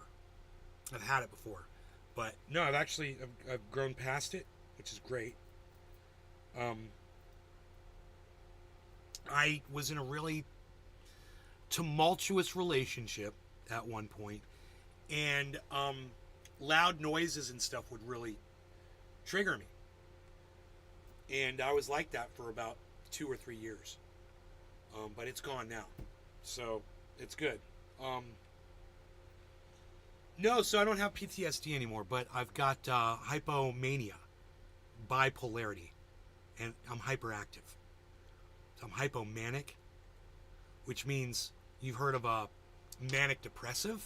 Well, I'm a manic happy guy for the most part, but it's manic, which means I just fly off the handle like a kid sometimes, you know, just hyperactive like on sugar, you know?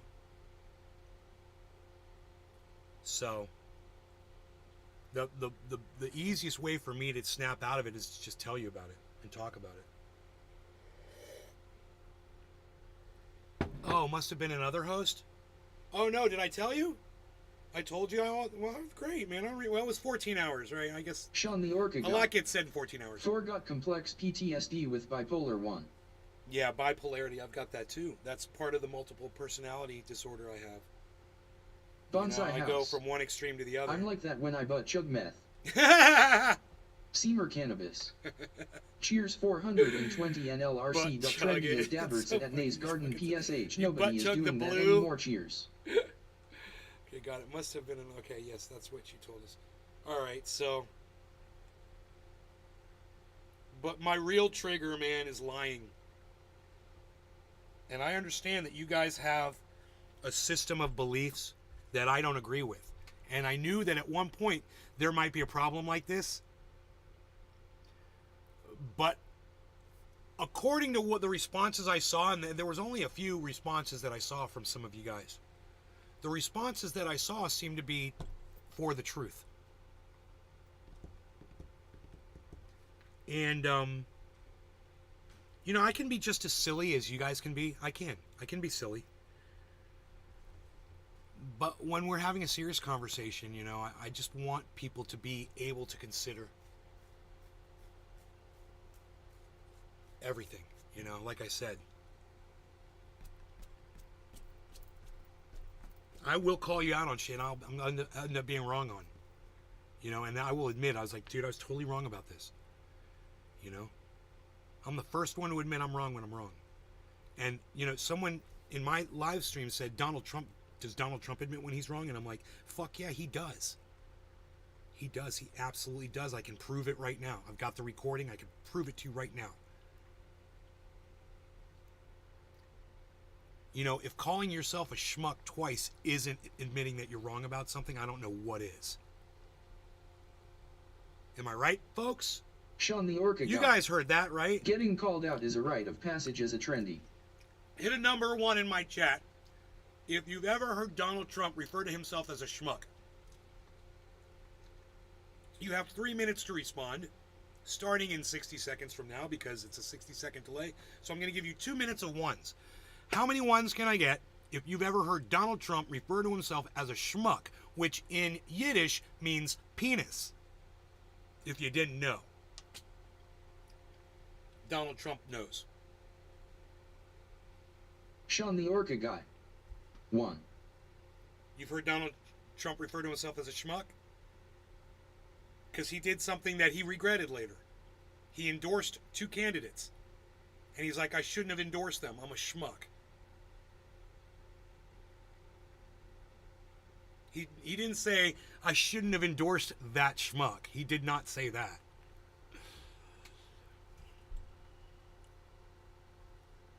Token Tony Z.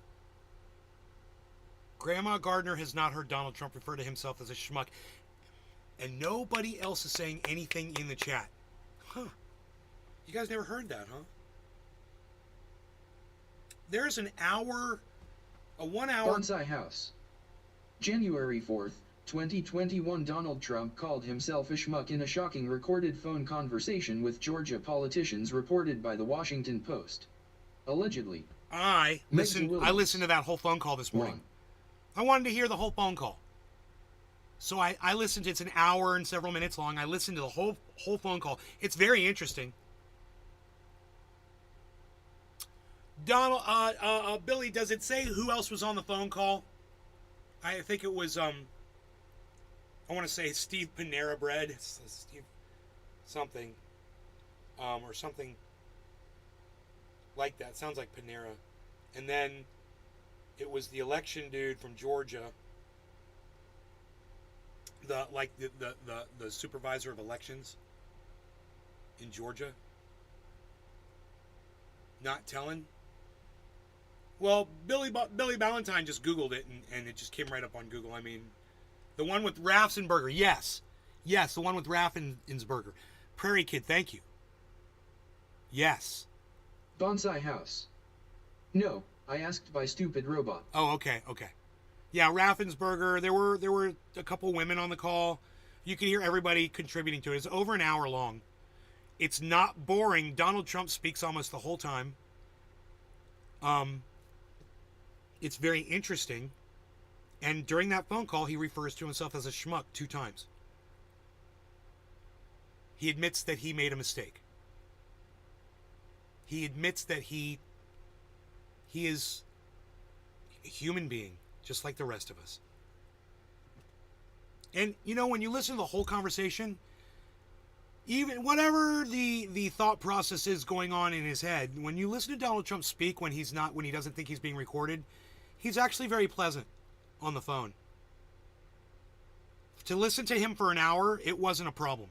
Bonsai House. He was being very polite, very professional. Call it stupid? Maybe, I don't know. Uh-oh. Are we losing? Dropping frames? We're dropping frames. Are we back? I hope we're back. If we drop some frames, we're looking good. We're good. We're good. We're back up. Okay. The perfect phone call. It was a perfect phone call, dude. That phone call was fun. If you want to say he got I'll tell you why it's a perfect phone call. He conveyed his feelings to Georgia without incriminating himself one bit. He didn't incriminate himself at all. Every single vote he wanted to find, he had a legitimate excuse for every single vote he wanted to find. You know, he didn't say, I want you to make up fucking 11,780 votes. It's fine here, no frames dropped. He didn't say that. And if you listen to the whole conversation, he says, well, we found 2,000 votes here, we found 10,000 votes here, we found this here, and he gives reasons for all of it. And he's like, I just want you to take the votes that we found and acknowledge them and certify them. And the guy was like, his response was pretty legit. He was like, President Trump, he said, we have 2 times recounted all the votes for you in this. He said, our percentage rate off is like 0.01% off in count. It's not even, it's negligible, right? He said, when we'll have a meeting with you and you come meet with us and we will show you all of our evidence and we'll explain to you why you did not win in Georgia. And, his guy, Podesta, it was John Podesta, that's his name. Podesta says, hey, can't we meet so we could try to convince you otherwise? And the dude was like, we can meet so we can show you why you're wrong. That's what the guy said to him. And Trump was so respectful about it. He really was. All the way up to the very end, he thanked everybody very professionally. He thanked everybody individually. You guys want to listen to the conversation? It's an hour long, but it's Donald Trump speaking the whole time, talking about, why he feels that he won the election. And I think it's worth listening to, but you might find it boring because it's so long. But I got a lot of value out of it because I got to listen to Donald Trump speak for over an hour privately where he didn't realize other people could listen in. And I was impressed with the way he handled the whole... when he says it's the perfect phone call, I totally fucking agree with him. It was the perfect phone call, guys. But I thought when he was saying the perfect phone call, I thought he was referring to Zelensky. When he said the perfect... He was referring to the Georgia call, huh? I got that wrong. Delbert Grady. What you chiefing today, Nay? Dude, I am chiefing, son. We are in. We are doing it. We got the OG Kush on the dabber, and we're getting down and we're dabbing out, son. That is what's up. It's time.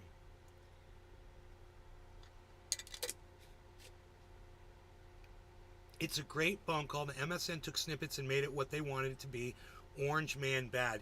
Hey, you know who the new orange man is?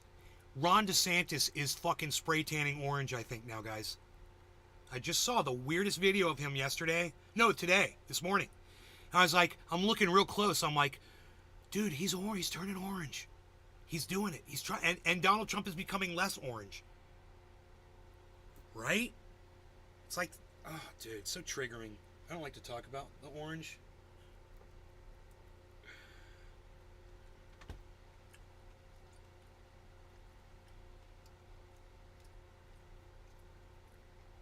So this is interesting. 34 Trump supporters. I give you an opportunity for all of us as a group to sit and listen to this hour-long phone call of Donald Trump. I call it the perfect phone call. He doesn't incriminate himself at all in this phone call. And I'm giving you the opportunity to hear something you've never heard before by someone you claim to love, and that he is, you know, when you watched a show this morning, he refers to him as the boss, and you love that, and you look at Donald Trump as the boss. Not a single person in the Rumble audience, really?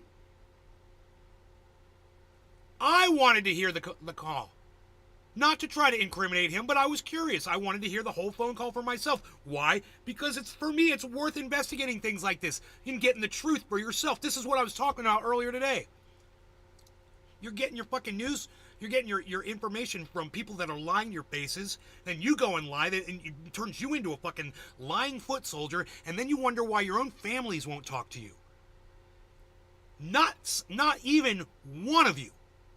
Even now, to this very second, I am blown away. There's not a single person in the chat that said they wanted to hear the 1-hour phone call of Donald Trump speaking about the election. Not one person. Okay, Prairie Kid is the only person. Okay, Token Tony Z, 2 people out of 43. 2 people. Let's cut 43 into say it's 11. Let's say there's 11 people here. Tiki not responding. Sure. Okay. Grandma Gardner. Yeah, there is a 1-minute delay. I understand that. Nick the Stick wants to hear it. Good enough. Okay, that's enough. Out of 11 people, bro, 4 is huge.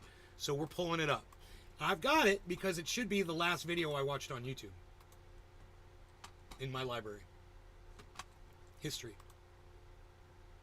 Yep, it's the very first thing in my history. It's the last thing I listened to. Everybody is on the line. It's just a picture of Donald Trump, but listen, and I'll be right back. So we all are aware. This is it is a perfect phone call, everybody. On the line is Secretary of State and 2 other individuals, Jordan and Mr. Germany. With him, you also have the attorneys that represent the president, Kurt and Alex, and Cleta Mitchell, who is not the attorney of record but has been involved, myself, and then the president. So, Mr. President, I'll turn it over to you. Okay, thank you very much. Hello, Brett and Ryan and everybody. We appreciate the time and the call. So we've spent a lot of time on this, and if we could just go over some of the numbers, I think it's pretty clear that we won. We won very substantially, Georgia. You even see it by rally size, frankly. We'd be getting 25,000, 30,000 people a rally, and the competition would get less than 100 people, and it never made sense. But we have a number of things. We have at least 2 or 3, anywhere from 250 to 300,000 ballots were dropped mysteriously into the rolls. Much of that had to do with Fulton County, which hasn't been checked. We think that if you check the signatures, a real check of the signatures going back in Fulton County, you'll find at least a couple of 100,000 of forged signatures of people with who have been forged, and we are quite sure that's going to happen. Another a tremendous number. We're going to have an accurate number over the next 2 days with certified accountants. But an accurate number will be given, but it's in the 50s of thousands. And that's people that went to vote. Don't forget to dab. And they were told they can't vote because they've already been voted for.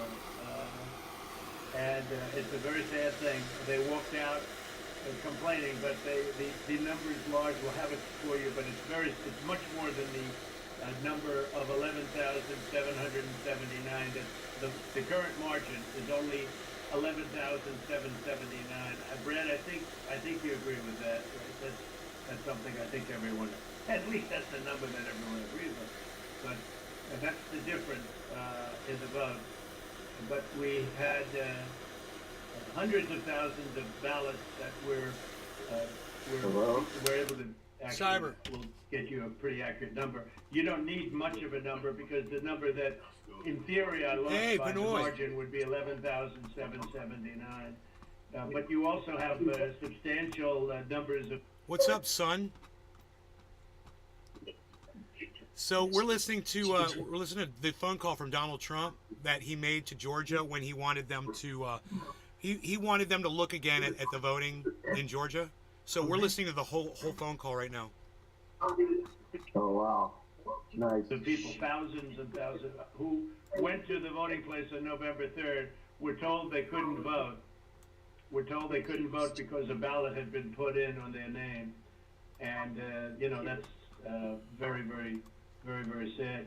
We had, I believe it's about 4,502 voters who voted, Dave but Fisher. weren't on the voter Cheers. registration list. So Cheers, it's bro. 4,502. Cheers, who voted, but Pinoy. they were not on the voter Cheers, everybody. registration roll, which they had to be. You had 18,325 vacant address voters. The address was vacant, and they're not allowed to be counted. That's 18,325. Smaller number, you had 904 who only voted where they had just a PO, a post office box number. And they had a post office box number, and that's not allowed. We had at least 18,000, that's on tape. We had them counted very painstakingly. 18,000 voters having to do with Ruby Freeman. She's a vote scammer. Okay. A professional vote Yeah. scammer. Okay. We got to stop there at Ruby Freeman. That part is bad. Now, it might not be illegal, but Ruby Freeman can now sue Donald Trump for defamation of character. And I don't know if she already has. He says some really bad stuff about her. It's obviously not true. I mean, we could go back and forth on that. You believe what you want. You're going to hear the evidence, and it will be in this phone call. You will hear it about Ruby. But he says she's got a lovely daughter. He makes a very nice comment, too, about her daughter. But he makes up some stuff about it must be true because the whole internet says so. And that doesn't make any sense at all. But it's not illegal. He can have an opinion about Ruby if he wants one. He can talk shit about Ruby if he wants to. He totally can. He just has to be careful about being sued by her. But I don't think he's got anything to worry about. One more reason why I feel this is the perfect phone call. Because he's like trying to shift blame onto somebody that he's like, this is something you can look at and investigate. But Megzy Williams. all he's opening himself up to Cheers. is maybe a lawsuit, but not a charge for anything at all. So, and I think that's when you say perfect phone call, that's the Ruby most important Freeman, thing. That was the tape that's been shown all over the world that makes everybody look bad.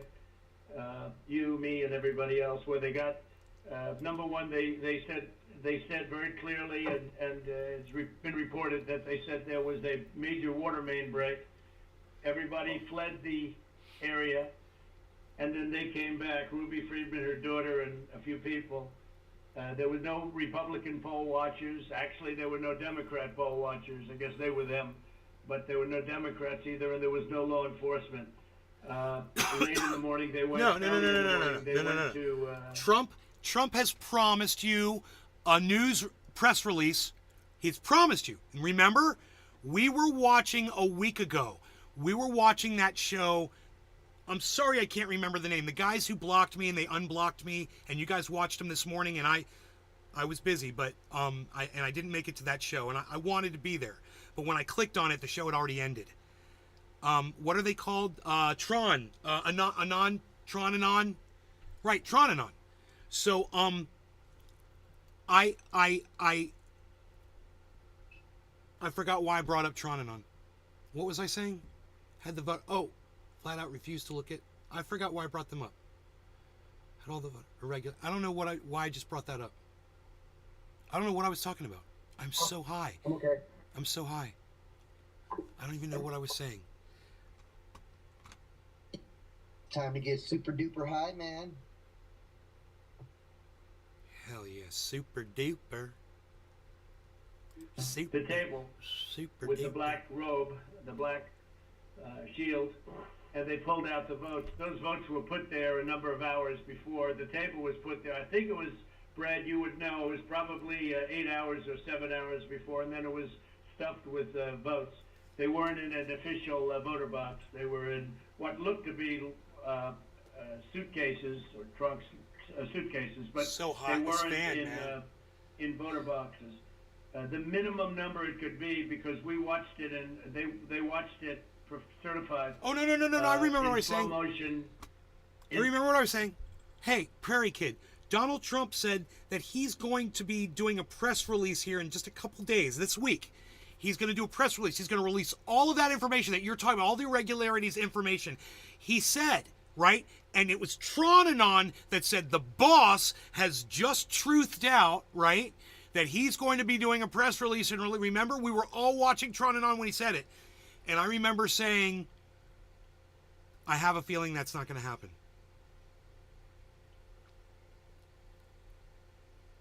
I don't think he's going to do it. I think he's just saying that, but I don't think it's going to happen. I don't think there's going to be a press conference. And you'll hear why in this phone conversation, right? You'll hear why. Instant replay, if you can believe it, but it had slow motion and it was magnified many times over. And the minimum it was 18,000 ballots, all for Biden. You had out-of-state voters. Laura Violet. They voted in Georgia, Oh, but they were from out-of-state. look at that. 4,925. You had absentee ballot sent to vacant. They were absentee ballots sent to vacant addresses. They had nothing on them about addresses. That's 2,326. And you had drop boxes, which was very bad. You had drop boxes that were picked up. Bro, it looks like we're sitting side by side. Photographs, and we have affidavits from many people. I don't know if you saw the hearings, but Fist you bump. have drop boxes where the boxes Hanoi, picked fist up bump. and not No. delivered for 3 days. To your So all right. sorts of things could have happened to that box. To your right. Putting in the To votes if you your wanted. right. So there are many Fist infractions. bump. Yes. The bottom line, many times the That's cool. 11,779 margins. that That's they so said we funny. lost by. We'll play right into that shit. What's up, bro? We had Oh, look at you standing up. Oh, look at that. turmoil, over this. And I know you would like to get to the bottom of it, although I saw you on television today and you said that you found nothing wrong. I mean, Listen. and I didn't lose Listen. the state bread. This is amazing the way Donald Trump speaks to this man. Because Donald Trump watched him on TV, and that guy, I watched it. It was scathing what that guy said. He said, basically, what he said on TV that day was Donald Trump is lying to you. Basically. Right? And Donald Trump is being so polite and professional right now. Listen to this, because this is the guy he's speaking to.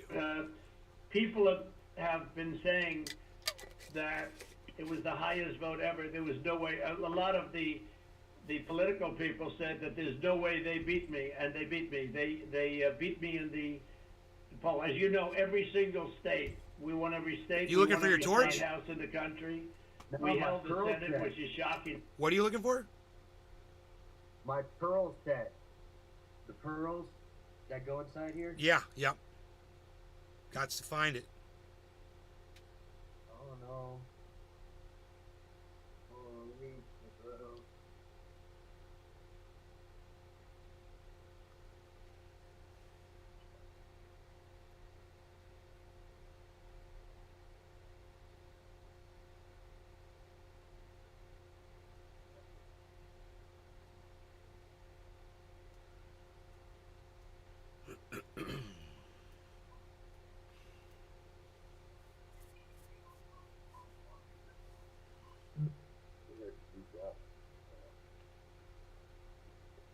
Oh yeah, I can use that one. Cool. Cool.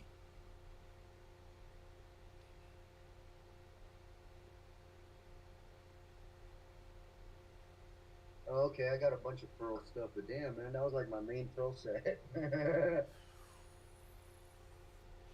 Is it a real pearl, bro?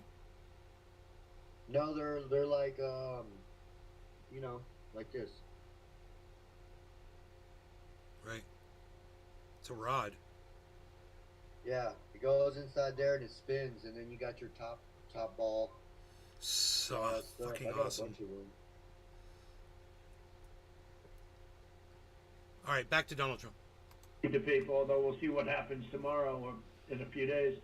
Laura Violet And liked our fist bump. We won the House, but we won every single state house, and we won Congress, which was supposed to lose 15 seats, and they gained, I think, 16 or 17 or something. I think there's now a difference of 5.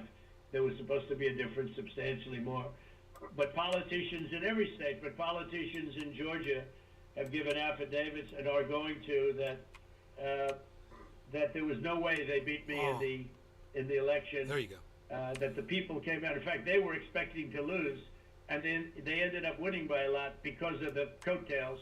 And they said there's no way that they've done many polls prior to the election. There was no way that they won. Ballots were dropped in massive numbers, and we're trying to get to those numbers, and we will have them. They'll take a period of time, certified, but they're massive numbers and far greater than the 11,779. The other thing, dead people. So dead people voted, and I think the number is in the close to 5,000 people. So he says close to 5,000. This is what's important, okay? This is going to answer a lot of your questions.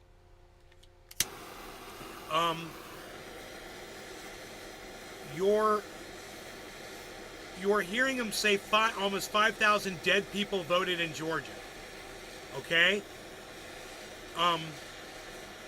When he goes, if he was going to do a press release, that would be one of the things that he would say. He would be 5,000, almost, our numbers show almost 5,000 dead people voted in Georgia. Listen to the response he gets to that number. The Willie Bragg Show. Hey, Willie. Dirtbag leftist. At Nays Garden.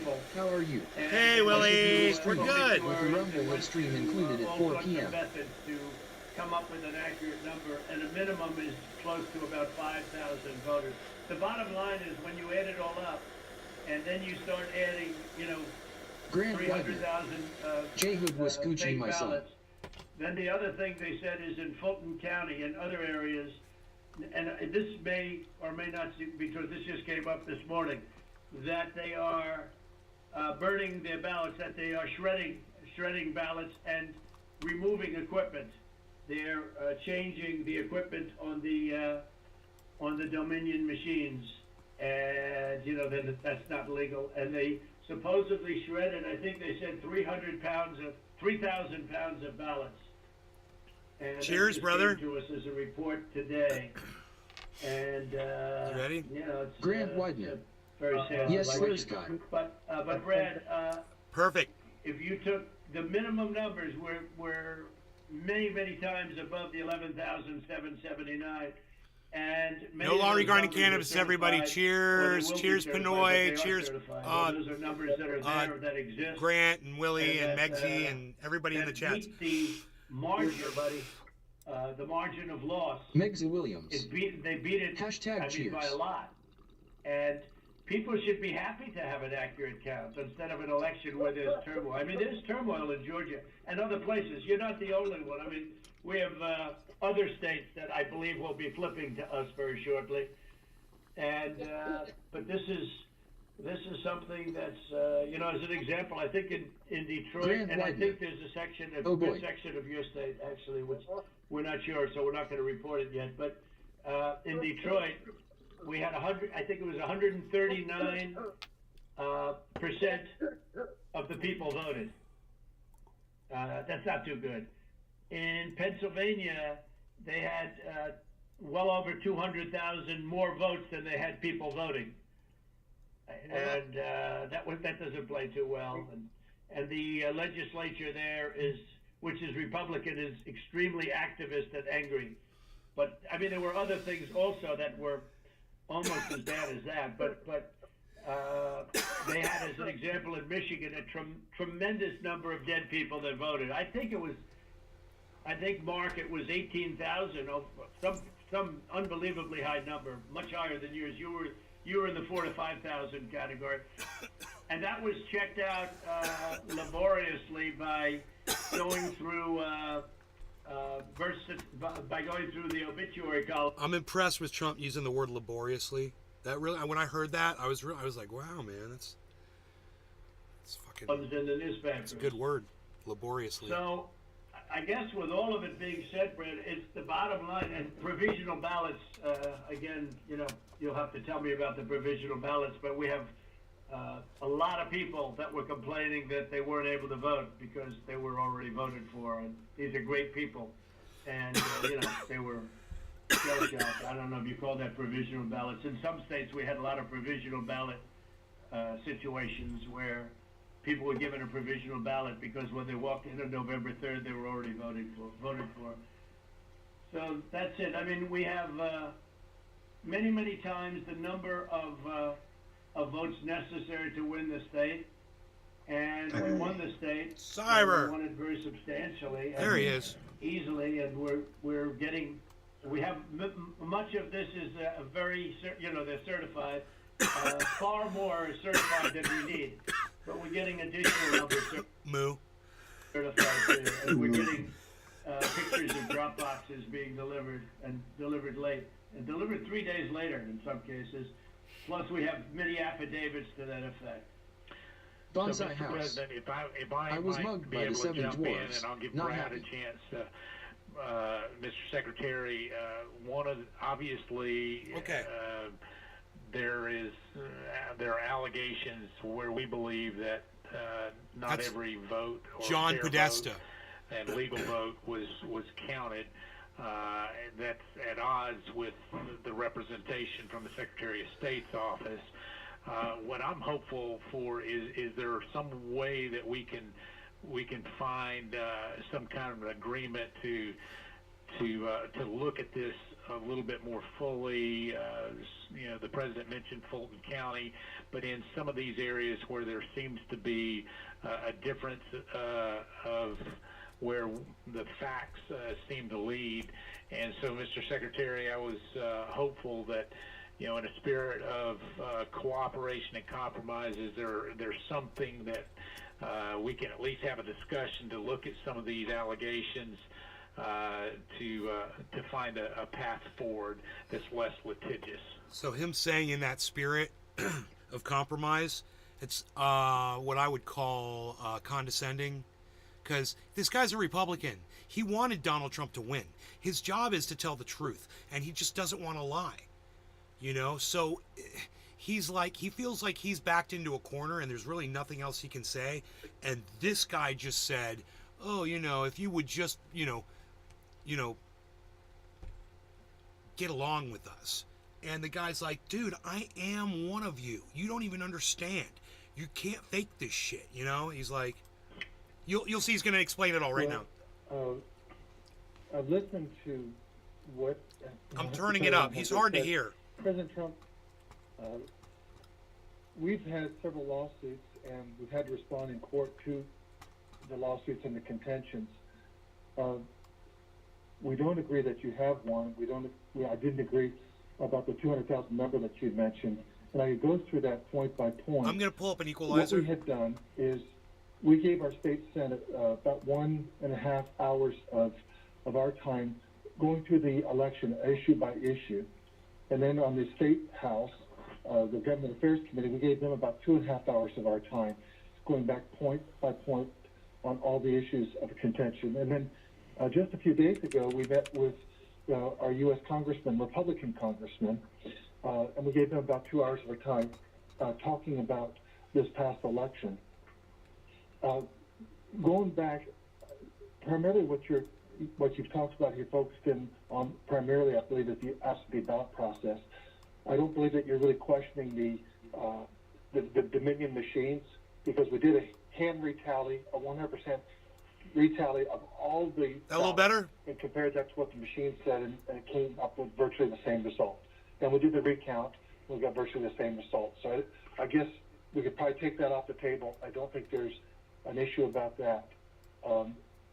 I think what you were Well, Brad, not that there's not an issue, but because we have a big issue with Dominion and other states, and perhaps in yours, but we haven't felt we needed to go there, and just to maybe put a little different spin on what Mark is saying, Mark Meadows. I'm sorry, it wasn't John Podesta, it was Mark Meadows. My bad. We don't really need to. We have My all bad. the votes we need. We won the state. If you took, these are the most minimal numbers, the numbers that I gave you. Those are numbers that are certified. Your absentee ballots sent to vacant addresses. Your out-of-state voters, 4,925. When you add them up, it's many times the 11,779. No. This wasn't a trap. We have not gone through your Dominion. We can't give them fucking blessing. dude. Donald Trump is savvy as fuck. When you listen to this phone call, and he calls it a perfect call, Prairie Kid, you say, it's a trap. To fucking Trump, it was just he just skipped right over a puddle of water. Like it was nothing. He knows what he's doing. He knows how to speak. He knows how to represent himself. Matt,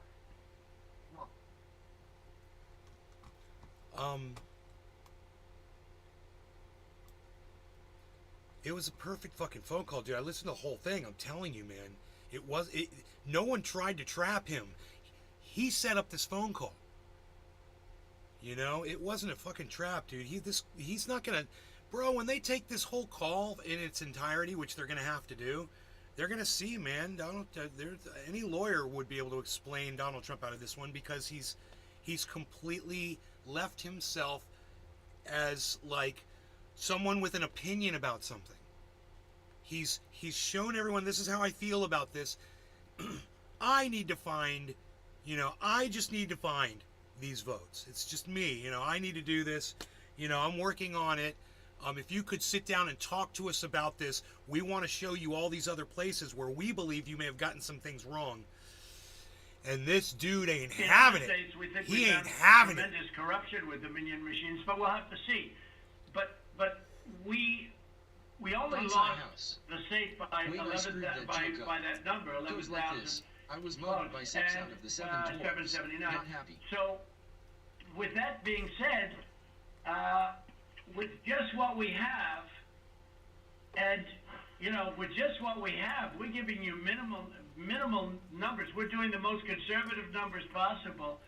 We're many times above the margin, and so we don't really have to mark. I don't think we have to go through ratings because what's the difference between winning the election by two votes and winning it by 500,000 votes? I think we probably did win it by 500,000. One of the things that happened, Brad, is we have other people coming in now from Alabama and from South Carolina and from other states, and they're saying it's impossible for you to have lost Georgia.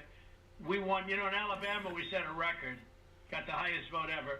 In Georgia we set a record with a massive amount of votes, and they say it's not possible to have lost Georgia. And I can tell you by our... So a lot of what he's doing right now is straw manning his argument by just throwing facts out there, or what he may have heard people say out there, and that's a fact. If he heard someone say something, then that's a fact, and he's on the internet. He talks about it. And he sees what people are saying, so he can just grab these things, and he has this amazing ability to spout all of this stuff to bolster his viewpoint, and almost everything he says is really, if you take it one thing at a time, it's really not building his case.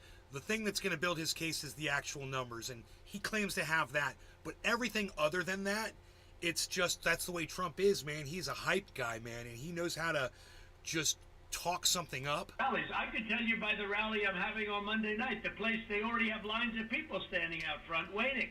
It's just not possible to have lost Georgia. It's not possible. When I heard it was close, I said, there's no way. But they dropped a lot of votes in there late at night. You know that, Brett.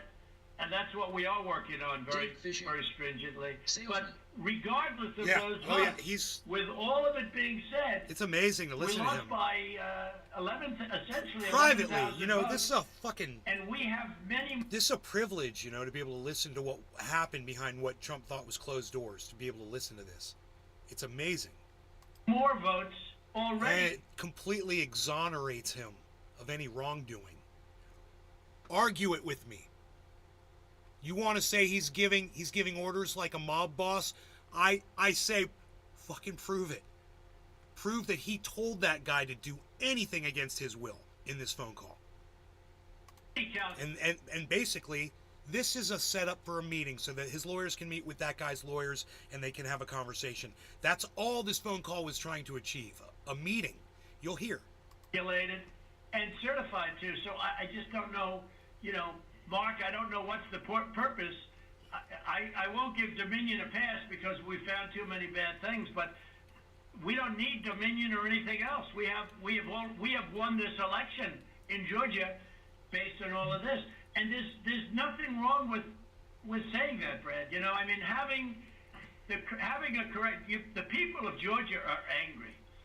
And these numbers are going to be repeated on Monday night, along with others that we're going to have by that time, which are much more substantially.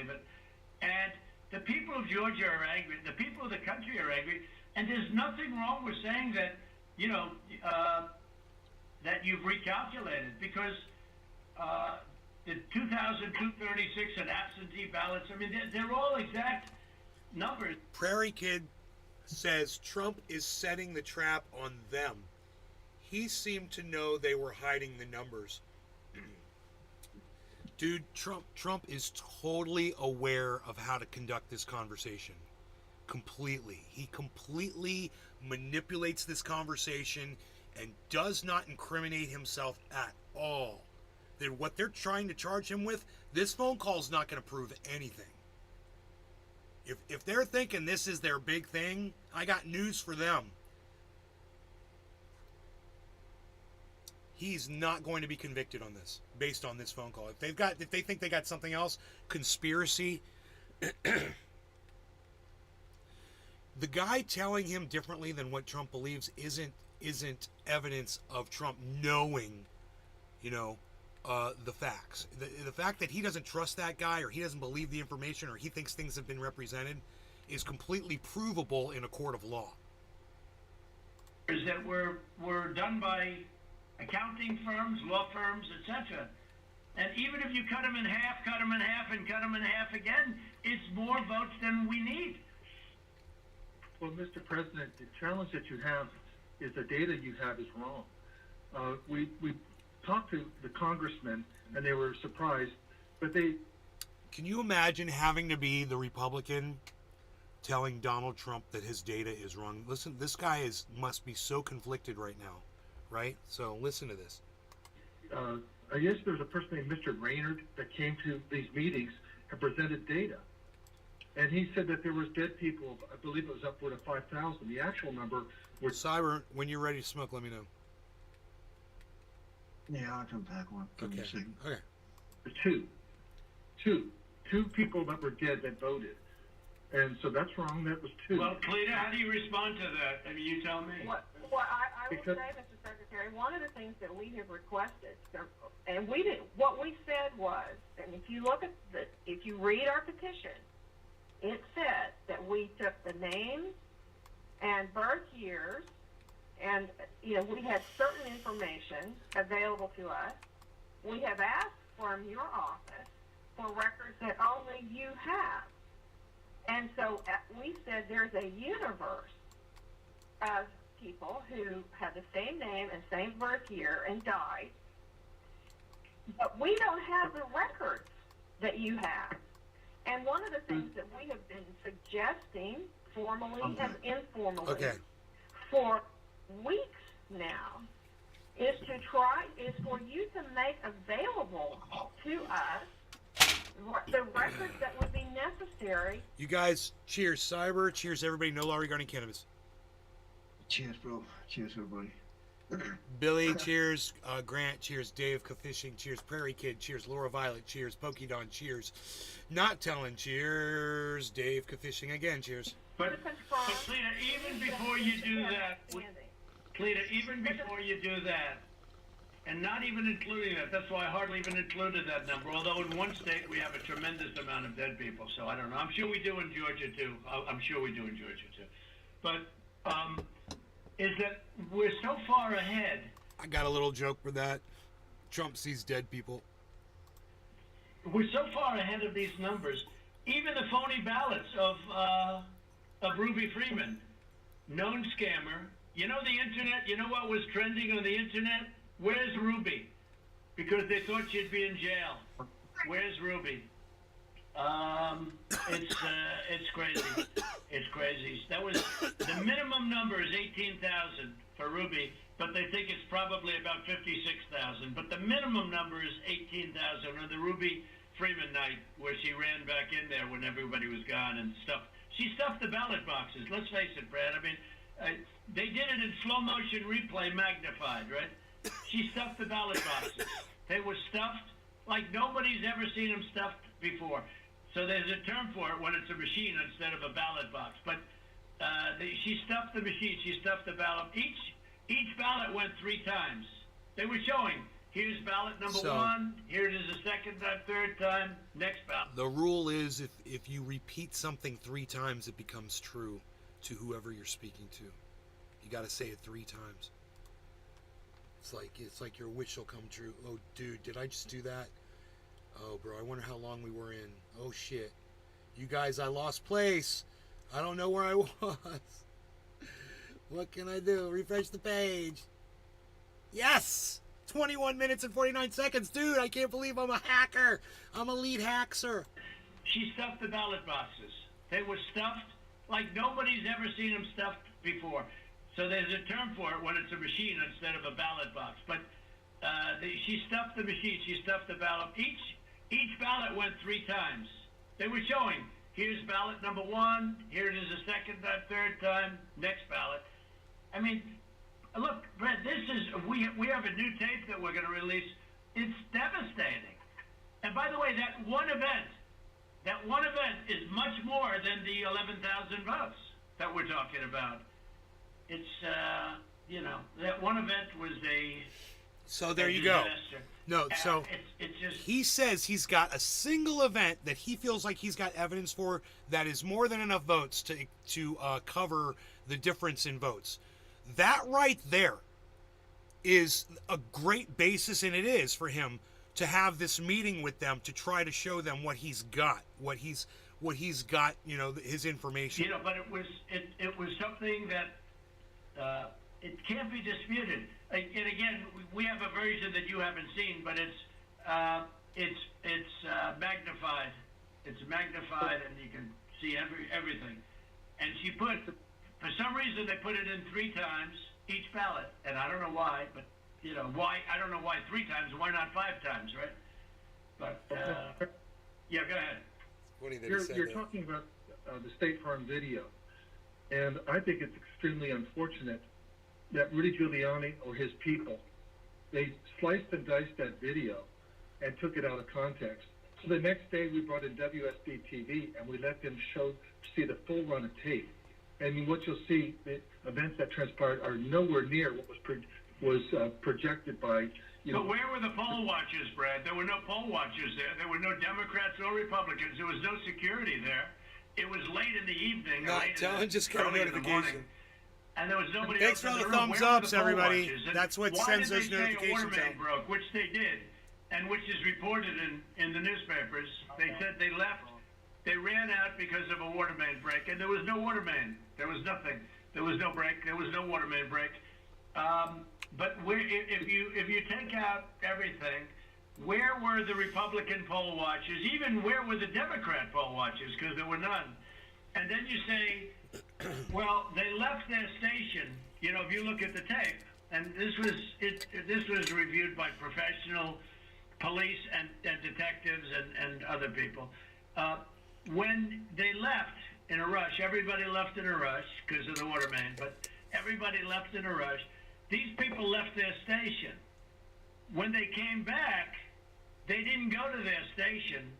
They went to the apron wrapped around It's almost the table, 7:10. under which In 1 were minute, it's 7:10. thousands and thousands of ballots in a box that was not an official or a sealed box. And then they took those and they went back to a different station. So if they would have come back, they would have walked to their station and they would have continued to work. But they couldn't do even that because that's illegal because they had no Republican poll watchers. And remember, her reputation is devastating. She's known all over the internet, Fred. She's known all over. I'm telling you, where's Ruby was one of the hot items on the Ruby. They knew her. Where's Ruby? So, Brad, you know, there can be no justification for that. And I give everybody the benefit of the doubt. But that was, and Brad, why did they put the votes in 3 times? You know, they put them in 3 times. Mr. President, they did not put that. We did an audit of that, and we proved conclusively that they were not scanned 3 times. Well, where was everybody else at that late time in the morning? Where was everybody? Where were the Republicans? Where were the security guards? Where were the people that were there just a little while before when everyone ran out of the room? How come we had no security in the room? Why did they run to the bottom of the table? Why did they run there and just open the skirt and rip out the votes? I mean, Brad, and they were sitting there, I think for 5 hours or something like that, the votes. But they just all happened to run back and go, you know, Brad. Yeah, Mr. President, we'll send you the link from WSB that does. I don't care about a link. I don't need it. I have a much better link. I will tell you, I've seen the tape, the full tape. So has Alex. We've watched it. And what we saw and what we've confirmed in the timing is that they made everybody leave. We have sworn affidavits saying that. And then they began to process ballots. And our estimate is... No law regarding that cannabis, roughly man. 18,000 Cheers. ballots. We don't know that. If you know that... It was 18,000 ballots, but they used each one 3 times. Well, I don't know about that, but I know... Well, I do, because we had ours magnified. Cheers, Cyber. out. So each one magnified out I've watched the entire Wait, thing. release Cyber. But, you know, but nobody can make a Cyber, you ready? Yeah, cheers. Cheers. case for that, Fred. Nobody. I mean, look, you'd have to be a child to think anything other than that. Just a child. I mean, you never attorney How many there. ballots? How many ballots, Mr. Secretary, are you saying that were processed in? We had GPI certainly investigate that. This is Ryan Germany, we had our law enforcement officers talk to everyone who was there after that event came to light. The GBI was with them as well as FBI agents. Well, there's no way they could find. Then they're incompetent. They're either dishonest or incompetent. Okay, there's only 2 answers: dishonesty or incompetence. There's just no way. Look, there's no way. And on the other thing too, there's no way. I mean, there's no way that these things could have been. You know, you have all these different people that voted, but they don't live in Georgia anymore. What was that number, Toledo? It was a pretty good number too. Yeah. Well, the number who had registered out of state after they moved from Georgia. And so they had a date when they moved from Georgia. They registered to vote out of state, and then it's like 4,500. I don't have that right in front of me. And then they came back in and they voted. And voted. Yeah. No, that was a large number, though. It was in the 20s. And, you know, the point is... Going through each of those as well, and those numbers that we got, that Ms. Mitchell was just saying, they're not accurate.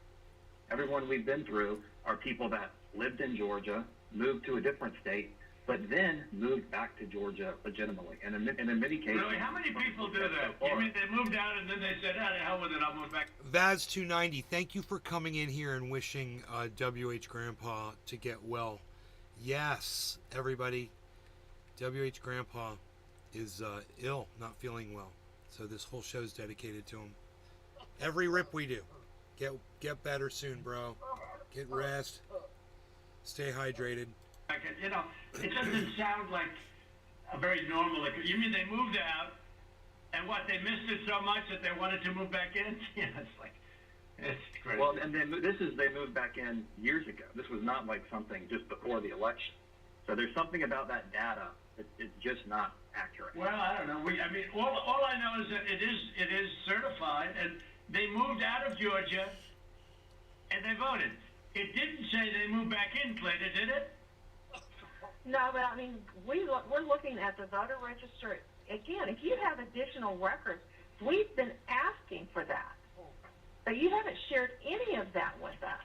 You just keep saying you've been... But a lot of it you don't need to be shared. I mean, to be honest, they should share it. They should share it because you want to get to an honest election. I won this election by hundreds of thousands of votes. There's no way I lost Georgia. There's no way. We won by hundreds of thousands of votes. I'm just going by small numbers. When you add them up, they're many times the 11,000. But I won that state by hundreds of thousands of votes. Now, do you think it's possible that they shredded ballots in Fulton County? Because that's what the rumor is. And also that Dominion took out machines. That Dominion is really moving fast to get rid of their hundreds of millions. machinery. Do you know anything about that? Because that's illegal. Ryan Germany.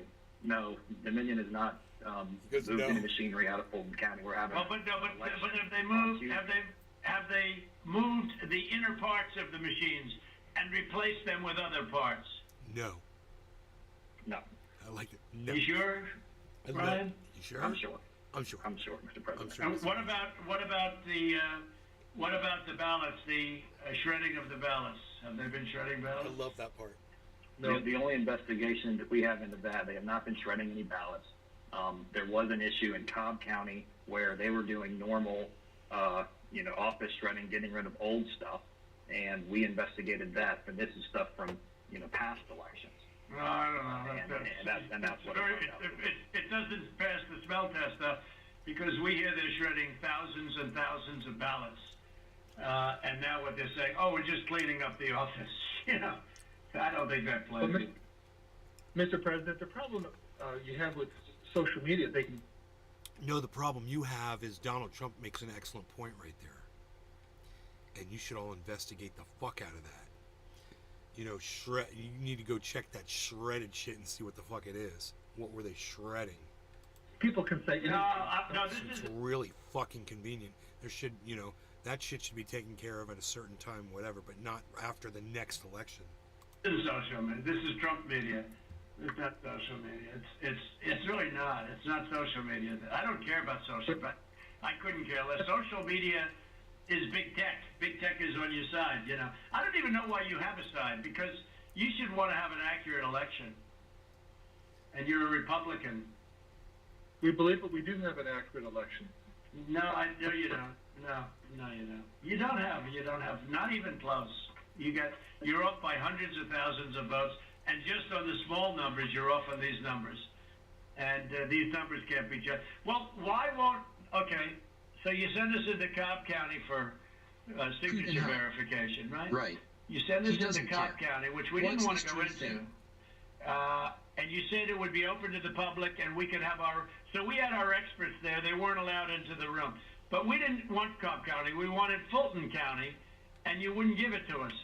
Now, why aren't we doing signature, and why can't it be open to the public, and why can't we have professionals do it instead of rank amateurs that will never find anything and don't want to find legitimate. anything? They don't want to find. They don't want to find legitimate. anything. He wants to see that Someday certain you'll county. tell me the reason why, because I don't understand your reasoning. Tell me but why I someday can't you'll see tell the me numbers from that reason why. specific county. But why don't you want to we find chose Cobb County. Why don't you want to County?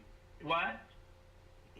Sorry, go ahead. Yeah, okay, so why did you do Cobb County? We didn't even we requested Fulton County, not Cobb County. Well, Mr. President, we did have our election content. Go ahead, please, go ahead. We chose Cobb County because that was the only county where there's been any evidence submitted that the signature verification was not properly done. Well, no, but I told you, but we're not saying that. We are we're the aggrieved party. Fulton County, look, Stacy, in my opinion, Stacy is as dishonest as they come. She has outplayed you at every heart, at everything. Stacey Abrams, got you to sign a not on totally the call. unconstitutional agreement, which which is a disastrous agreement. You can't check signatures. You can't do that. I can't imagine you're allowed to do harvesting, I guess, in that agreement. That agreement is a disaster for this country. But she got you somehow to sign that thing, and she's outsmarted you at every step. And I hate to imagine what's going to happen on Monday or Tuesday, but it's very scary to people, you know, where the ballots flow in out of nowhere. It's very scary to people. That consent decree is a disaster. It's a disaster. A very good lawyer who examined it said they've never seen anything like it. And when was the date of this call? Harvesting is still illegal in the state of Georgia, and that settlement agreement. Why does it say the date and time Well, it's it's not a called in? settlement agreement. It's a consent decree. It even says consent decree on it, doesn't it? It doesn't fucking say the date of the call. It uses the term consent decree. It doesn't say settlement agreement. It's a consent decree. It's a disaster. It's a settlement agreement. What's written on top of it? Ryan? I don't have it in front of me, but it was not entered by the court. It's not a court order. No, it's called, but Ryan, it's called the consent decree. Is that right? Dude. This was on January 3rd, bro. This was posted January 3rd, 2021, bro. When this went up. So he said, did you hear what he said, man? 3449. Here we go, 3147. I mean, you don't have, not even close. You're off by hundreds of thousands of votes, and just on the small numbers, you're off on these numbers. And these numbers can't be just. Well, why won't, okay, so you send us into Cobb County for signature verification, right? You send us into Cobb County, which we didn't want to go into. And you said it would be open to the public and we could have so we had our experts there. They weren't allowed into the room. But we didn't want Cobb County. We wanted Fulton County, and you wouldn't give it to us. Now, why aren't we doing signature, and why can't it be open to the public, and why can't we have professionals do it instead of rank amateurs that will never find anything and don't want to find anything? They don't want to find, they don't want to find anything. Someday you'll tell me the reason why, because I don't understand your reasoning, but someday you'll tell me the reason why. But why don't you want to find? Cobb County. Why don't you want to find? What? Sorry, go ahead. Yeah, okay, so why did you do Cobb County? We didn't even we requested Fulton County, not Cobb County. Well, that's right, we did have May have a been one before contact. that. Yeah, go ahead, please, go ahead. May have been before this. We chose Cobb County because that was the only county where there's been any evidence submitted that the signature verification was not properly done. Well, no, but I told you, but we're not saying that. We are we're the aggrieved party. Fulton County, look, Stacy, in my opinion, Stacy is as dishonest as they come. She has outplayed you at every heart. It's after this. At everything. She got you to sign a totally unconstitutional agreement, which is a disastrous agreement. You can't check signatures. You can't do that. I can't imagine you're allowed to do harvesting, I guess, in that agreement. That agreement is a disaster for this country. But she got you somehow to sign that thing, and she's outsmarted you at every step. And I hate to imagine what's going to happen on Monday or Tuesday, but it's very scary to people. That's it. 3340, man. That's, I think, if anything in this phone call is a problem for him, I mean, that's not even what this fucking case is about. But he, in another case, where they're saying, he planned whatever would happen on January 6th or whatever. This is, did you hear how he phrased it? This is 3340. This country. But she got you somehow to sign that thing, and she's outsmarted you at every step. And I hate to imagine what's going to happen on Monday or Tuesday. 3350. So at 3350, which is right here, I hate to imagine. So it's kind of like just kind of like he had a feeling people were going to be really freaking pissed off, man. He hates to imagine what's going to happen. On now, I don't know what day of the week the 6th was. Step, and I hate to imagine what's going to happen on Monday or Tuesday, but it's very scary to people. Because this was, the 3rd when this went up on the internet. January 3rd, 2021. Where the ballots flow in out of nowhere. It's very scary to people. That consent decree is a disaster. It's a disaster. A very good lawyer who examined it said they've never seen anything like it. And that's the only thing I hear in the whole call that would be a problem, I think. But and that settlement agreement did not change that. But that's not what this case is about. This case is about them accusing him of trying to conspire to do something, and he never asks anyone to do anything. He never instructs anyone to do anything. He never tells anyone to do anything. He never alludes to anyone doing anything or anyway. What he does is he every time he says, I just want to do it. I want to find it. I want to do it. It's every time it's like he's a fucking evil genius, man. It's like he knew the whole time he was having this conversation. He knew exactly what to say. It's like he didn't even know he was being recorded. He didn't even know he was being recorded, man. I don't think he did. This was leaked. Yeah. Well, it's not a settlement agreement. It's and he wasn't happy about it. What, bro? Were you talking? Oh, maybe not. Consent decree. It even says consent decree on it, doesn't it? It uses the term consent decree. It doesn't say settlement agreement. It's a consent decree. It's a disaster. It's a settlement agreement. What's written on top of it? Ryan? I don't have it in front of me, but it was not entered by the court. It's not a court order. No, it's called, but Ryan, it's called the consent decree. Is that right on the paper? Is that right? He knows more than them. I don't believe so. But I don't have it in front of me. Okay. Whatever. It's a disaster. Whatever it is, it's a disaster. Look, here's the problem. We can go through signature verification, and we'll find hundreds of thousands of signatures if you let us do it. And the only way you can do it, as you know, is to go to the past.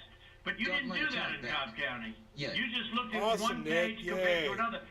The only way you can do a signature verification is go from the one that signed it on November, whatever, recently, and compare it to 2 years ago, Is 4 it years admissible ago, in 6 years court? ago, I don't know. or I would think even so, one. but I don't know. And you'll find that you have many different signatures.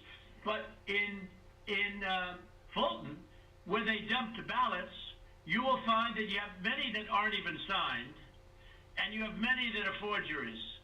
Okay? Right you on know that. Prairie Kid, You know that. Grandma Gardner, You have no doubt about that. Laura Violet. And you will be at 11,779 Not within telling. minutes, because Fulton County is totally corrupt, and so is she totally corrupt. I would think this would And be the people of Georgia They're going around released it. playing you and laughing at you behind your back, Brad. Whether you know it or not, they're laughing at you. Brad. And you've taken a state that's a Republican state, and you've made it almost impossible for a Republican to win because of cheating. Because they cheated like nobody's ever cheated before. And I don't care how long it takes me. We're going to have other states coming forward pretty good. But I won't. This is never given. We have some incredible talent. Said they've never seen anything. Now the problem is they need more time for the big numbers, but they are very substantial numbers. And I think you're going to find that they. By the way, a little information. I think you're going to find that they are shredding ballots because they have to get rid of the ballots because the ballots are unsigned. The ballots are corrupt. And they're brand new, and they don't have seals, and there's a whole thing with the ballots, but the ballots are corrupt. And you're going to find that they are, and which is totally illegal. it's more illegal for you than it is for them because you know what they did and you're not reporting it. That's a criminal offense. And you can't let that happen. That's a big risk to you and to Ryan, your lawyer. That's a big risk. But they are shredding ballots, in my opinion, based on what I've heard, and they are removing machinery, and they're moving. Did you hear what he just said there? That little thing absolves of him everything he says on this entire call. And you can't let that happen. That's a big risk to you and to Ryan, your lawyer. That's a big risk. But they are shredding ballots, in my opinion, based on what I've heard. Based on what I've heard. And they are removing machinery, and they're moving it as fast as they can. Both of which are criminal fines, and you can't let it happen, and you are letting it happen. I'm notifying you that you're letting it happen. So, look, all I want to do is this. I just want to find 11,780 votes, which is one more than we have, because we won the state, and flipping the state is a great testament to our country, because, and there's just it's a testament that they can admit to a mistake, or whatever you want to call it. If it was a mistake, I don't know. A lot of people think it wasn't a mistake. It was much more criminal than that. But it's a big problem in Georgia, and it's not a problem that's going away. I mean, it's not a problem that's going away. And we got to. This is Ryan. We're looking into every one of those things that you mentioned. Okay, that's good. But if you find them, you got to say it, Ryan. Look. Let me ask you, Ryan, if they're destroying ballots... Let me tell you what we are seeing. Go ahead. You're welcome, Grandma Gardner. What we're seeing is not at all what you're describing. Okay. And these are investigators from our office. These are investigators from GBI. And they're looking, and they're good. And that's not what they're seeing. And we'll keep looking. We'll keep looking at all these things. Well, you better check on the ballots, because they are shredding ballots, Ryan. I'm just telling you, Ryan. They're shredding ballots, and you should look at that very carefully, because that's so illegal. You may not even believe it because it's so bad, but they're shredding ballots because they think we're going to eventually get there, because we'll eventually get into Fulton. It's in my opinion, it's never too late. Little double sound act. So that's the story, fellas. Look, we need only 11,000 votes. We have far more than that as it stands now. We'll have more and more. And do you have provisional ballots at all, Brad? Provisional ballots? Provisional ballots are allowed, by state law. Sure, but do you have them? I mean, are they counted, or did you just hold them back because they, in other words, how many provisional ballots do you have in the state? We'll get you that number. Because most of them are made out to the name Trump, because these are people that were scammed when they came in, and we have thousands of people that have testified or that want to testify. When they came in, they were proudly going to vote on November 3rd. And they were told, "I'm sorry, you've already been voted for. You're engaged You've already in voted." very illegal waters, the women, and you men need to do the right started thing. screaming, "No, They I laugh proudly them off. voted till November 3rd." They said, "I'm sorry, Very but good. you already been voted for, and you have a ballot." And these people are beside themselves. So they went out and they filled in a provisional ballot, putting the name Trump on it. And what about that batch of military ballots that came in? And even though I won the military by a lot, it was 100% Trump. Do you know? I mean, 100% Biden. Do you know about that? A large group of ballots came in. I think it was to Fulton County, and they just happened to be 100% for Trump, even though for Biden, even though Trump won the military by a lot.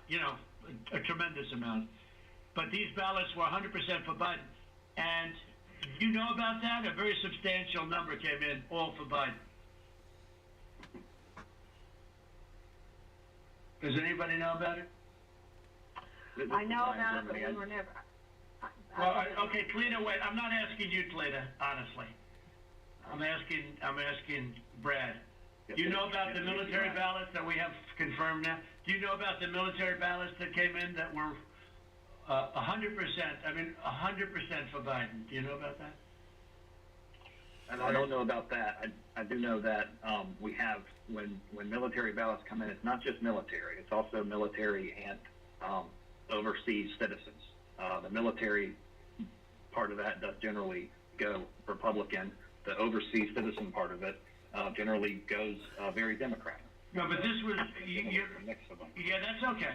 But I got like 78% in the military. These ballots were all for this. They didn't tell me overseas. Could be overseas too, but I get votes overseas too, Ryan. You know, in all fairness. No, they came in. A large batch came in, and it was quote 100% for Biden, and that is criminal. You know, that's criminal. Okay, that's another criminal. That's another of the many criminal events. Many criminal events here. I don't know. Look, Brad, I have to find 12,000 votes, and I have them times a lot, and therefore I won the state. That's before we go to the next step, which is in the process of right now, you know. And I watched you this morning, and you said, well, there was no criminality, but I mean, all of this stuff is very dangerous stuff. When you talk about no criminality, I think it's very dangerous for you to say that. I just don't know why you don't want to have the votes counted as they are. Like even you, when you went and did that check, and I was surprised because, you know, I didn't consider the check, and we found a few thousand votes that were against me. I was actually surprised because the way that check was done, all you're doing is recertifying existing votes. And, you know, you were given votes and you just counted them up, and you still found 3,000 that were bad. That was sort of surprising. That came down to 3 or 5. I don't know. A lot. There's still a lot of votes, but you have to go back to check from past years with respect to signatures. And if you check with Fulton County, you'll have hundreds of thousands because they dumped ballots into Fulton County and the other county next to it. So what are we going to do here, folks? I only need 11,000 votes. Fellas, I need 11,000 votes. Give me a break. You know, we have that in spades already, or we can keep it going. But that's not fair to the voters of Georgia because they're going to see what happened. And they're going to see what happened. I mean, I'll take on anybody you want with regard to Ruby Freeman and her lovely daughter. A very lovely young lady, I'm sure. But Ruby Freeman, I will take Freeman. I will take on anybody you want. And the minimum, there were 18,000 ballots, but they used them 3 times. So that's, you know, a lot of votes. And that one event, and they were all to Biden, by the way. That's the other thing we didn't say. You know, the Ruby Freeman, one thing I forgot to say, which was the most important. Do you know that every single ballot she did went to Biden? You know that, right? Do you know that, by the way, Brad? Every single ballot that she did through the machine at early in the morning went to Biden. Did you know that, Ryan? That's not accurate, Mr. President. Huh? What Dude, is the balls. accurate? Dude, he's a Republican.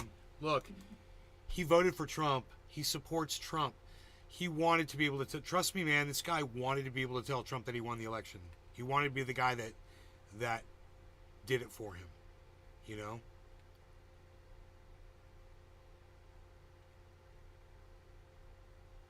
His information is different than the information Trump has, you know? You heard how far off their numbers were. The numbers that we are showing are accurate.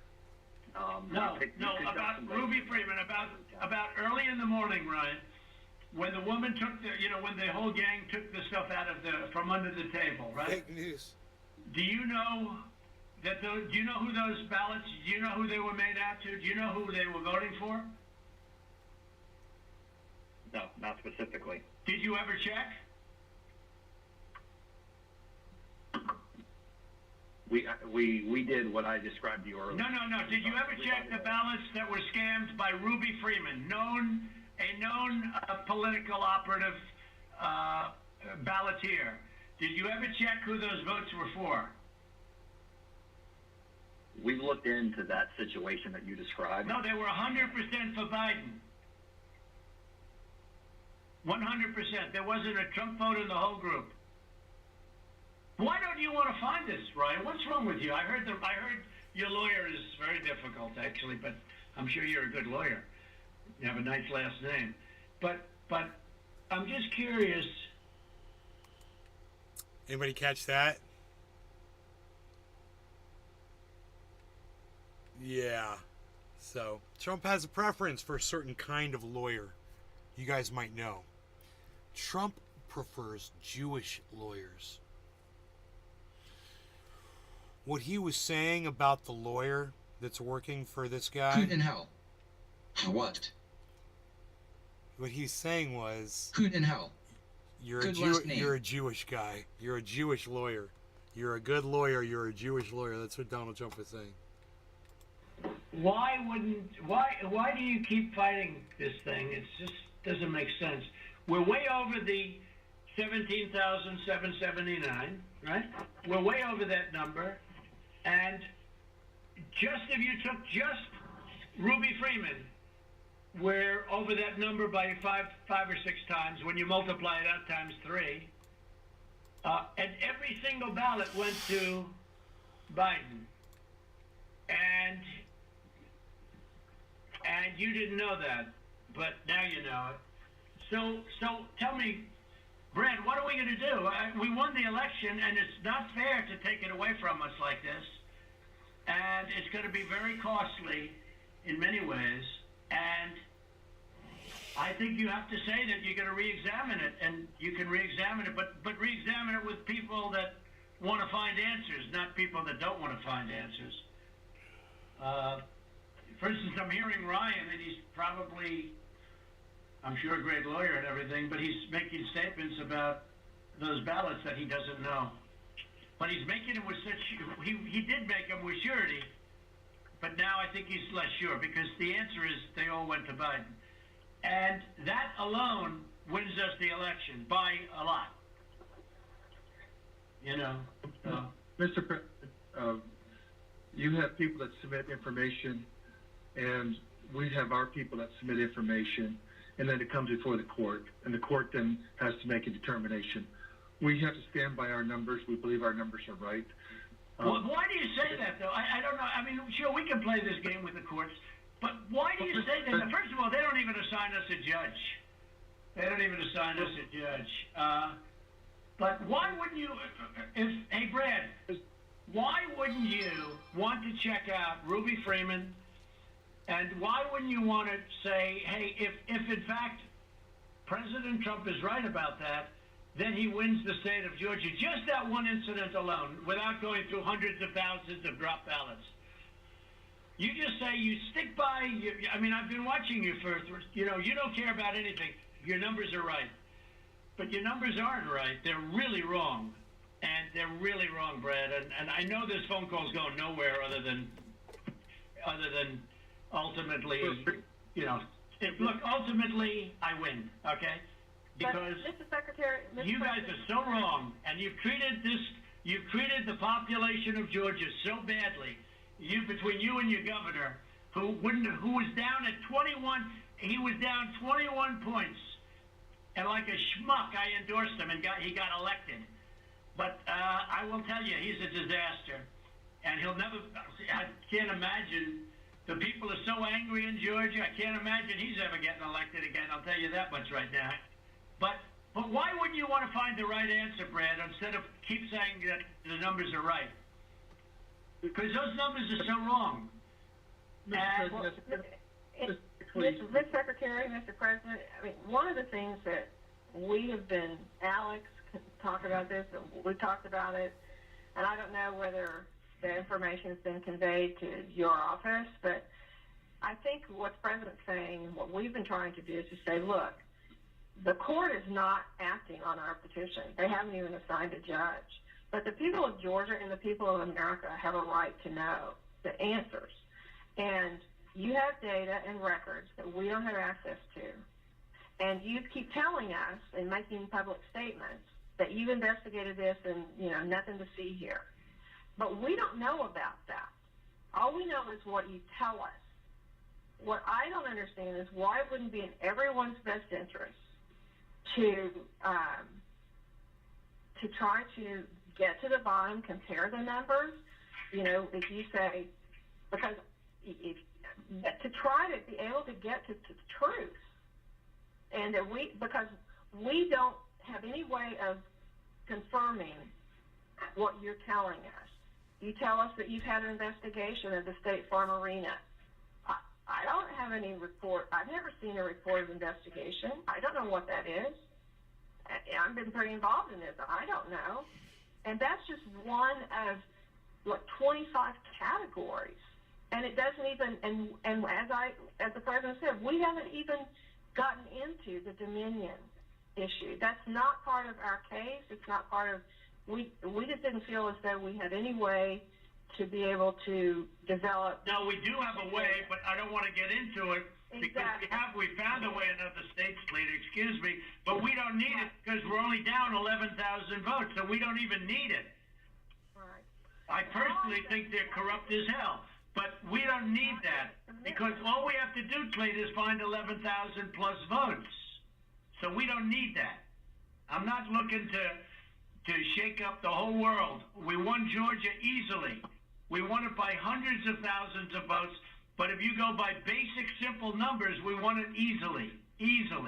So we're not giving Dominion a pass on the record. Right, exactly. But we just don't. Hey, We don't need Dominion because we have so many other votes that we don't need to prove it any more than we already have. Mr. President, Cleta, this is Kurt Hilbert, if I might interject here for a moment.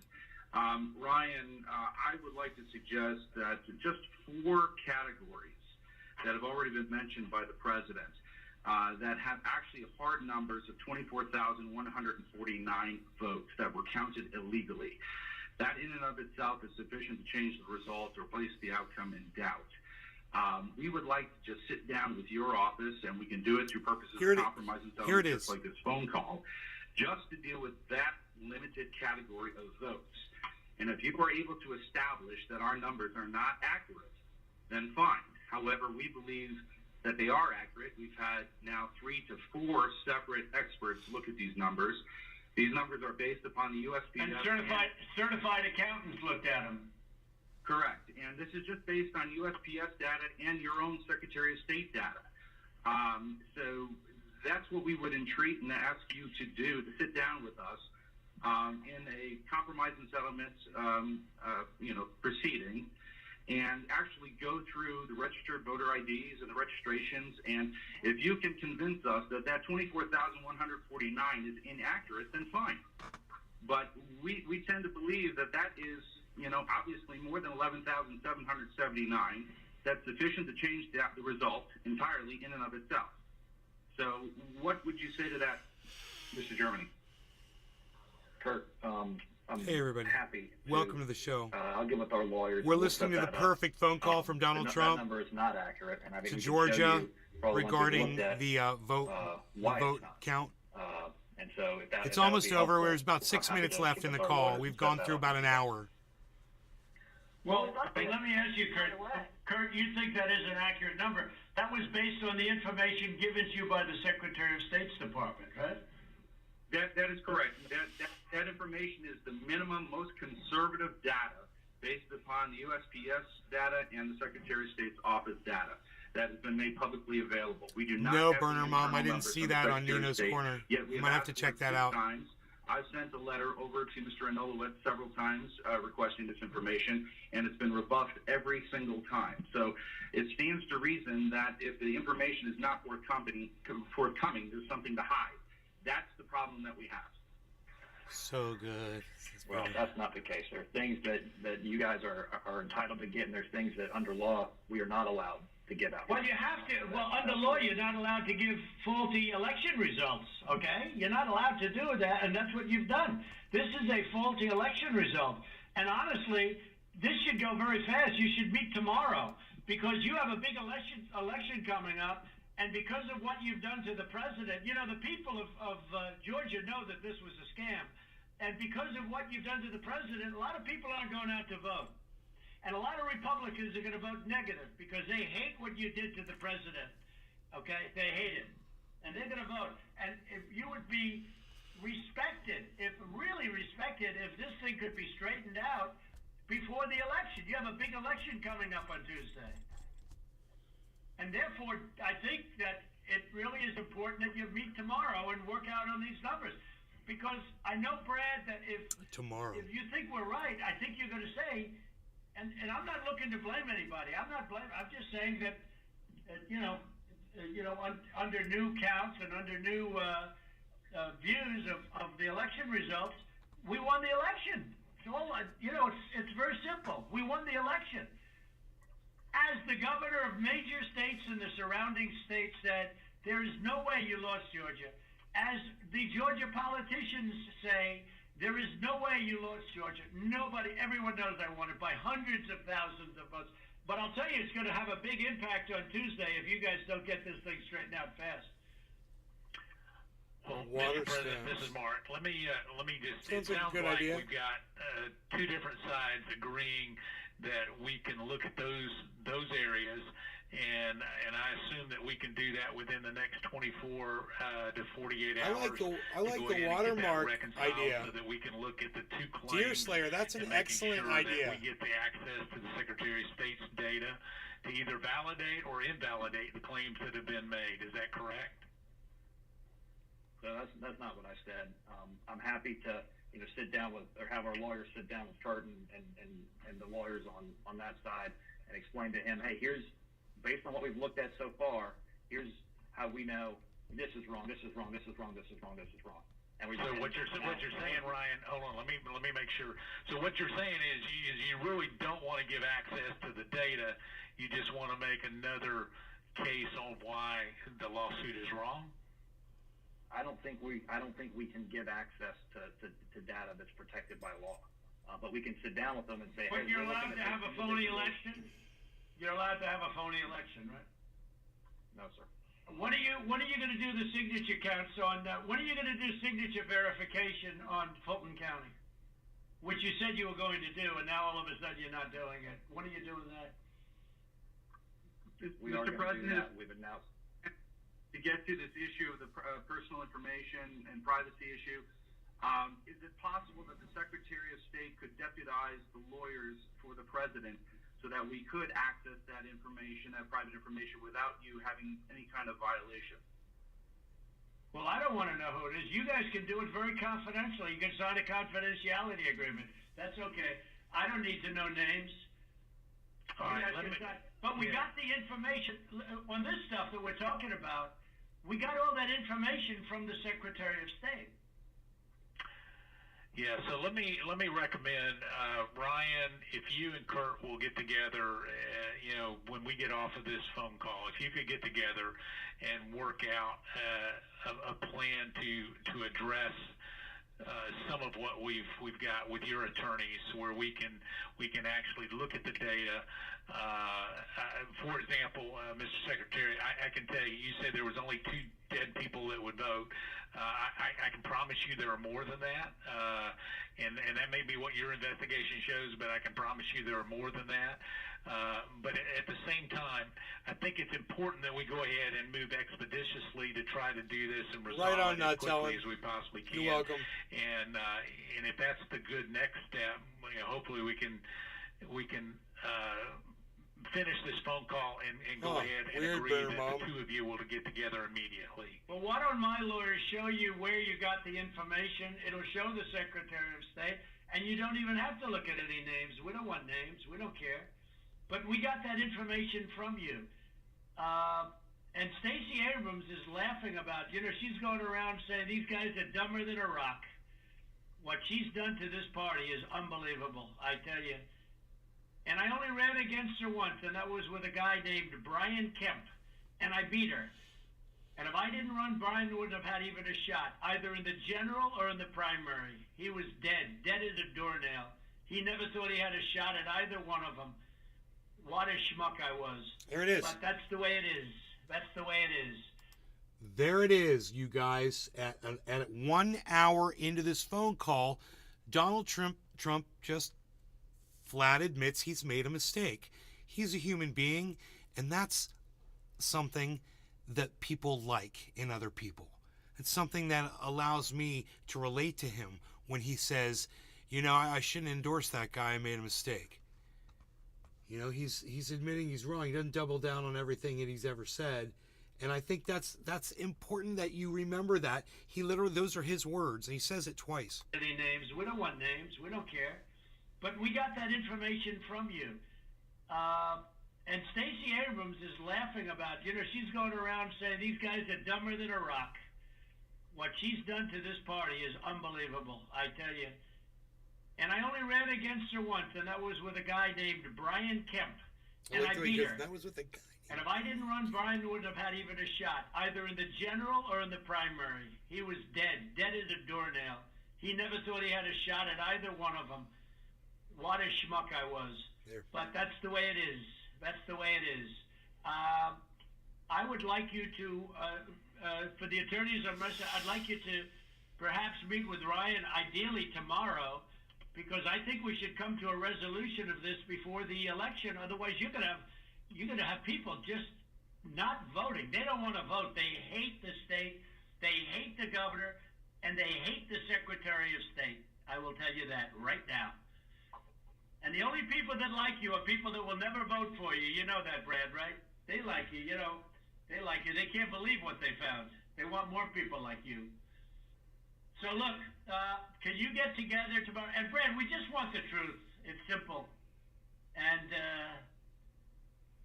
everyone's going to look very good if the truth comes out. See, now that right there, that's going to be really hard for the people who are trying to prosecute this case. And Donald Trump says, literally in this phone call, we just want the truth. So no matter what was said before or after that, they can literally just say, well, Donald Trump's just asking for the truth. Whatever the truth is, that's what he's saying. I want to hear him say that one more time. People like you. So look, can you get together tomorrow? And Brad, we just want the truth. It's simple. And everyone's going to look very good if the truth comes out. It's okay. It takes a little while, but let the truth come out. And the real truth is I won by 400,000 votes, at least. That's the real truth. But we don't need 400,000 votes. We need less than 2,000 votes. And are you guys able to meet tomorrow, Ryan? I'll get with Chris, the lawyer who's representing us in the case, and see when he can get together with Kurt. All right. You better hurry, because January 6th is right around the corner. The other attorney on this call, Mr. Meadows. Thank you, President Trump, for your time. Okay, thank you, Brad. Thank you, Ryan. Thank you. Thank you, everybody. Thank you. Thank you very much. Bye.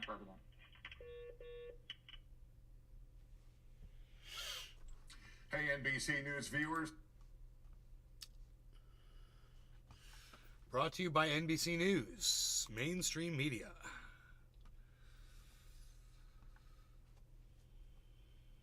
What did I say? Franchot Blue said something.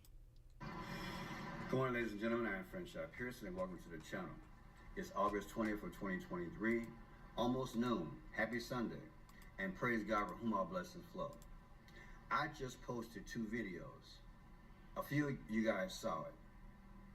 Yeah, Barack Obama, Joan Rivers. People, I had to take them down. Not because I wanted to. Hint, hint. Oh, he got a So I'm lucky to have even this channel. he got a warning. I'll go back to my regular channel August 22nd. Okay? Or he got a Right now strike. you're watching me on Friendshot Blue.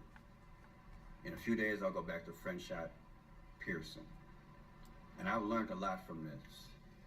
Now that I didn't know it, but now I really feel it. Cyber, you back, bro? I quoted from other people's video on certain subjects. Oh, there you are. Hey. Literally. Hey, brother. It's top of the hour. Wow, look at that. Would you like to smoke for top of the hour? Okay, your connection's cutting in and out. I don't know if it's you or me, but it definitely sounds like a bandwidth issue.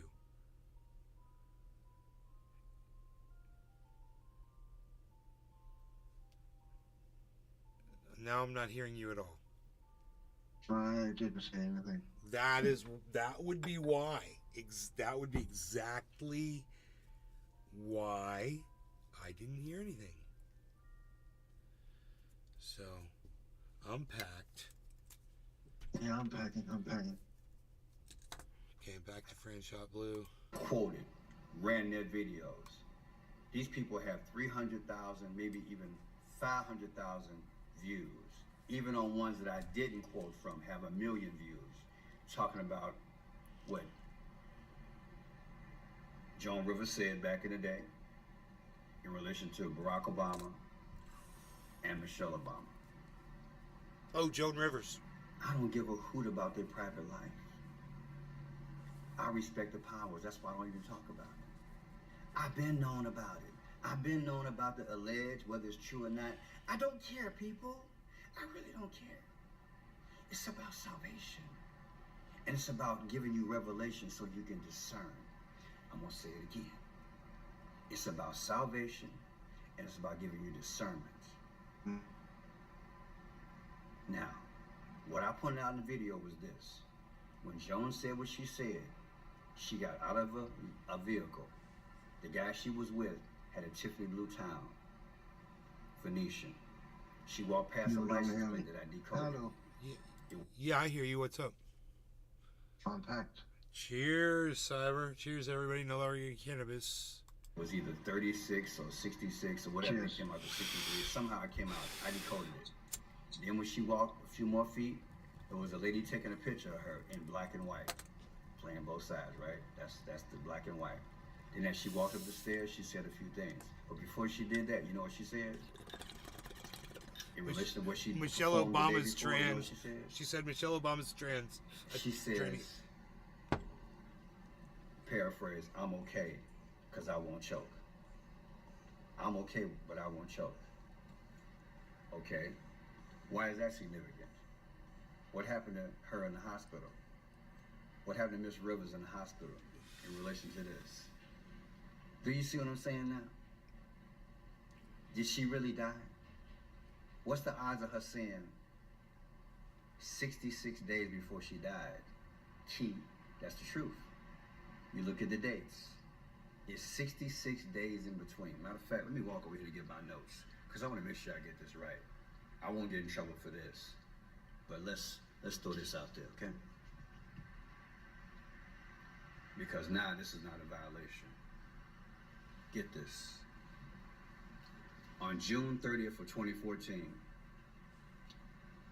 Miss Joan Rivers said something. On September 4th of 2014, she died. That was 66 days later. That's a mathematical improbability. What's the odds? So I'm asking myself, why did she say the key word choke? That's what I'm saying. Okay?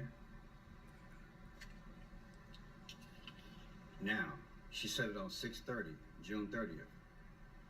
6/3, June 30th. That's 666, 3 sixes. She made a statement on 6/30, 6/30. Okay?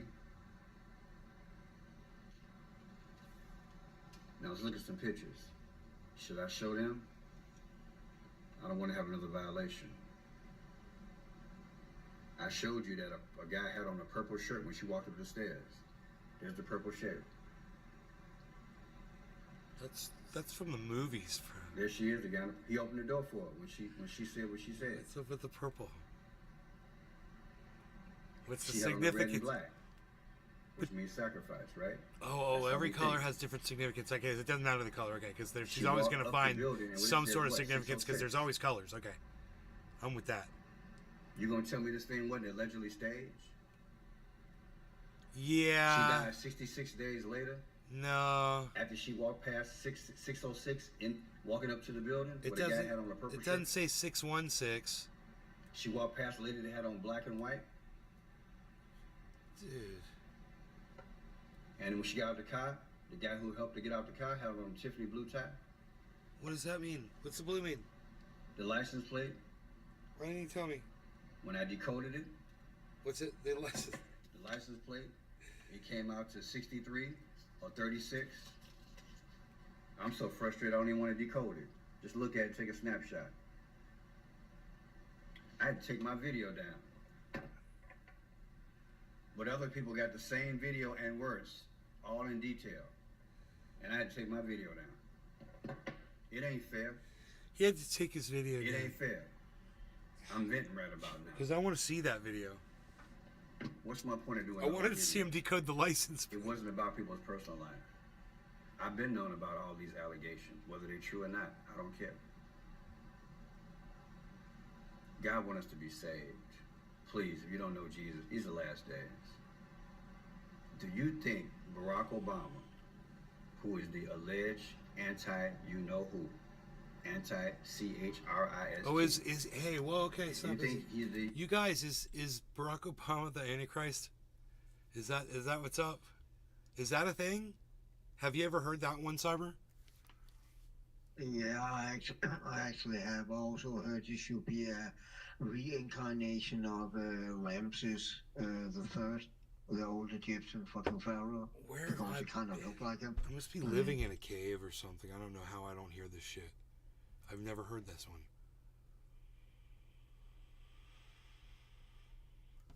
Barack Obama, the Antichrist.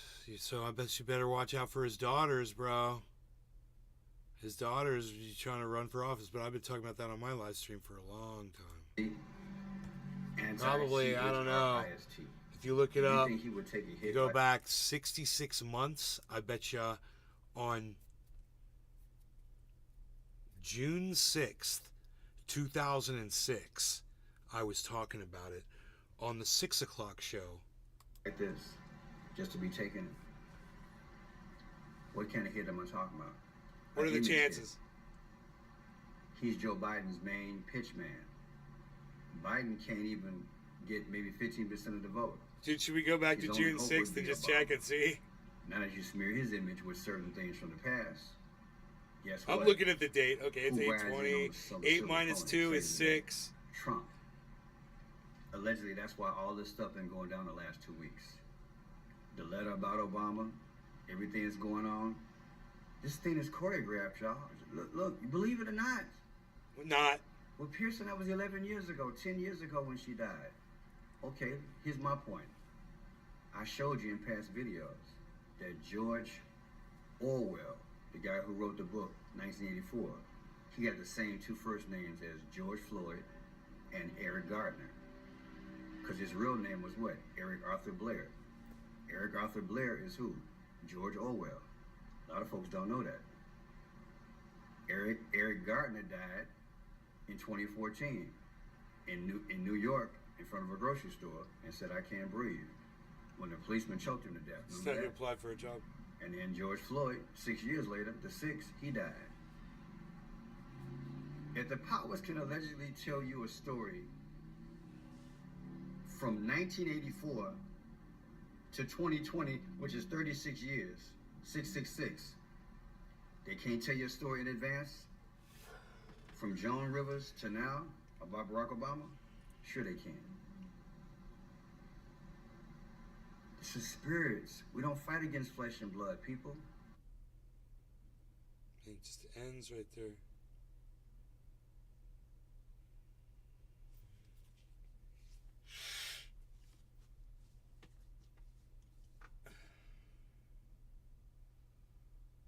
Dude, a whole bunch of fucking Jimmy Dore show shit popped up. That's it. That's all they want me to watch is Jimmy Dore.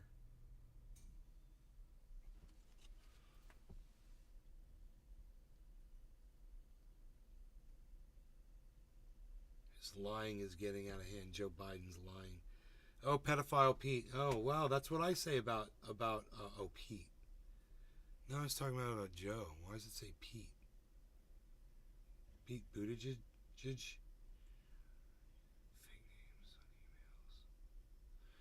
names on emails. Biden used fake names on emails to Ukraine officials.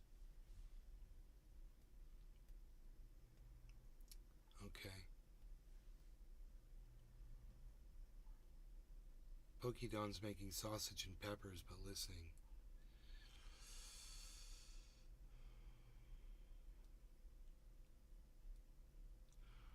I wonder what my mother's doing for dinner, if anything. I don't think I've eaten anything today. I can't remember. I had a breakfast, that was it. Right? I need to order some dinner. I'm going to play you a video. I'm not going to listen to it, because I'm going to be talking to my mom for a second. I'll be right back. This is a 9-minute video, and it's about Biden, the most blatant lie Biden has ever told. You guys want that one? Or do you want Biden used fake names on emails to Ukraine officials? Okay, so now we know Biden used fake names on emails to Ukraine officials. I think that's pretty self-explanatory. Let's see what the most blatant lie Biden has ever told is. And I'll be back. So Joe Biden was being heckled by people who wanted him to shut down private prisons and private detention facilities that ICE was running. So he's being heckled while he's trying to give a speech running for president. And this is what he said when he was running for president. They're private? I didn't even know that. They're private. Watch. There should be no private prisons, period. None, period. That's what they're talking about. Private detention centers. They should not exist. And we are working to close all of them. So folks, look. Joe Biden is now fighting. They put a ban on private prisons in New Jersey, and Joe Biden is fighting to overturn that ban. Is it because of the overrunning of the border and we're going to need these private prisons to imprison the kids? Probably. There should be no private prisons. That's what he said. That's what President Joe Biden said during an April 2021 speech in Georgia, where he found himself confronted by immigrant rights activists. So that was after he was president. He wasn't running. So this is even after he was president. That's not even a campaign promise. That's him making a promise as president. 2 years later, it's clear that those were just empty words. The Biden administration is now throwing its support behind core civic lawsuit in New Jersey, claiming that a 2021 state law prohibiting immigration and customs enforcement contracts with private prisons is So the people of New Jersey got together. They even convinced their own corrupt government to pass this law, and Joe Biden's trying to overrule this law. That's what's happening. But by the way, thank God it wasn't Donald Trump doing this. Yeah. Because then I would have to react in a totally different way. Yeah. I would. It's just too much to keep up with. Well, I mean, it's okay to lock people up in a private prison that's, on the face of it, probably going to be not good or humane, because all of their lives are not worth Biden losing this election. Let's face it.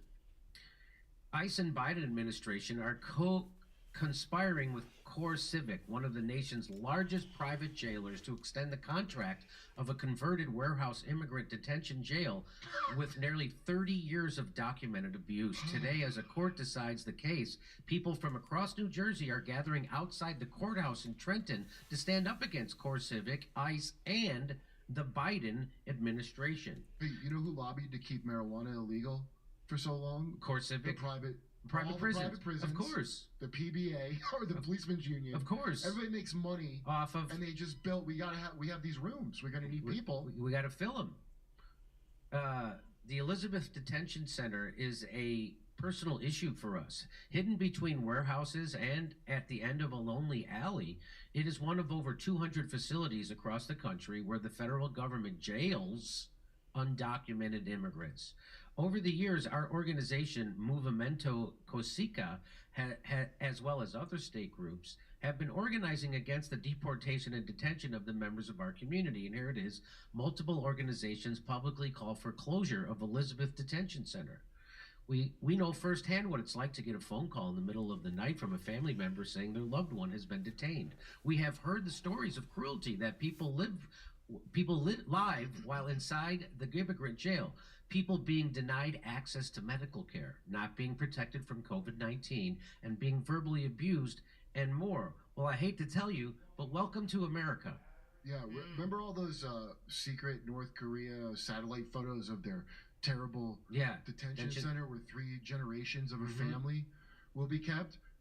You don't have to get a satellite photo for here. You could just go look at it, and 3 generations of people's families will be locked up in it.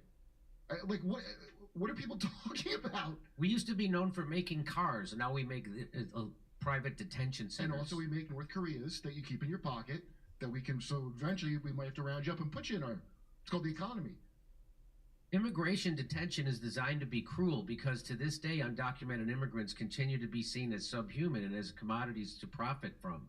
Core Civic makes profits for every immigrant person locked in its jail. Yet, as long as ICE has existed, we have resisted. New Jersey communities have always organized against them. In 2021, the amount of public support garnered against publicly run immigrant jails led to the closure of 3 such facilities, and they closed 3 of them. And legislation to prohibit a renewal of contracts with private prisons was signed into state law. In Jersey, they got this done. The Elizabeth Detention Center has been open since 1994, and since then, organizations, advocates, and community members have demanded its closure. Actions to shut down these centers have taken place over the years, from hunger strikes to rallies to civil. The movement resulted in Assembly Bill 5207, which bans all private immigration detention centers. The publicly run detention center in New Jersey's Hudson, Essex, and Bergen counties that closed due to the passage of this law were directly run by the county, influenced by its local officials and voters. This is another thing where, like, someone's fighting to close down the private immigration centers, but if you're a citizen in one of these hellholes, it's not. We're keeping those. Yeah. Oh, that's funny. What makes the Elizabeth Detention Center different is this center has a contract with ICE. Though we are able to close the ones we have direct power over, the Biden administration claims that closing the Elizabeth Detention Center would be catastrophic. You guys do me a favor. National security. Yeah, because would they're you, not if you haven't yet, will you go to my my channel on YouTube? If you have yet, I need 4 more subscribers to hit 25,300. It says 25.2 right now. I need 4 more people to go over there. So here's a link. And I would so appreciate it if you guys would go to Nave's Garden. It looks just like this. There's a ladder in my cannabis field right there. That's from my house in Northern California. That's my website. That's my YouTube channel. I think that's my channel. That's my channel, right? Yeah. This is 25.2. So, if you guys would be so awesome as to I just need 4 of you to get me to 25,003, and eventually we want to get it to 25,420, but that's another 120. I just need to get 4 people. That's doable right now, man. I know 4 of you could do this for me. Let me know if you do it in the chat. I would appreciate it if you let me know if you go over there and subscribe. And you could turn on notifications too, because when I go live on Rumble, the notification goes out sooner on the YouTube channel. And you can just click over to Rumble, and I'll be live on Rumble and get that quick notification from YouTube by subscribing to this channel. Desert Visions, I love you. Thank you. Wow. Thank you so much. I mean, because generally when I do this, I mean, I can expect like 1 person to go do this. So, I only need 2 more, guys. I only need 2 more, man. Look at that, 25,298. Wow, that'd be great, man. So cool.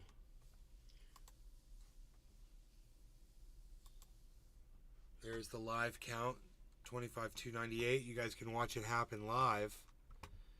You can make it happen. Make it happen. There's the live shot of my channel's counter. Who's going to make it say 25,300? That's the question. Pokedon's back. Pokedon, did you subscribe to my YouTube channel? It's got 25,298 subscribers.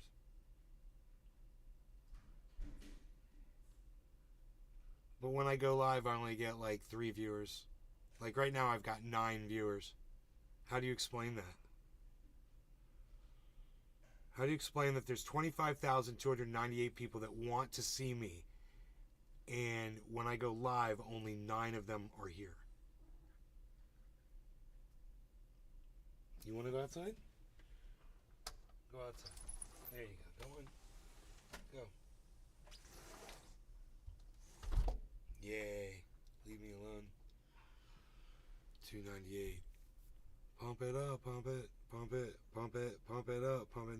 Nobody's gonna pump up the YouTube channel for me. 2 more people. Come on, people, you could do this. You could do this. 2 people could do this. We could so do this right now. There's a link in the chat. If you go there, click that link, hit subscribe on that channel. Turn on notifications too, like all notifications for my channel, so you get notified every time I go live.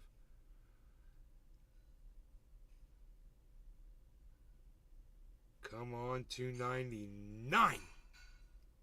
And pow. Better Call Saul.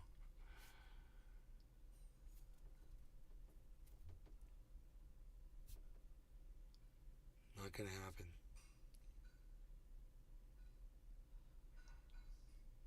Not gonna happen. Alright, really? I don't really think there's 53 people watching then. I think it's really... It's weird that people cannot subscribe if they're fucking watching. Dude, if it says there's 53 people there, 10 people on YouTube, which it could be, they could be watching on other YouTube channels, Facebook channels, whatever. I'll give them the link in their chat too. There's my YouTube channel. It's a weird... There's only me and Nick on your YouTube channel. We at least the only one in the chat. Oh, cool. So then that means there's 8 people that could subscribe to my main channel right now that are watching on other... There we go. Boom. Look, isn't that cool? Oh, hold on. That I might be wrong on that. Hold on. It just went to 299, bro. That was so cool. So it's only one more sub to go. There's only people who have typed in the chat. It's only me and Nick, and you who typed. Like you have not, but your boss have typed in the chat. Yeah, I could see actually how many people are in there if I look. Yeah, you do got the participants up in the corner. It's 9 people in there. There's 9 people on the main channel, so that means there's 7 people who haven't said anything.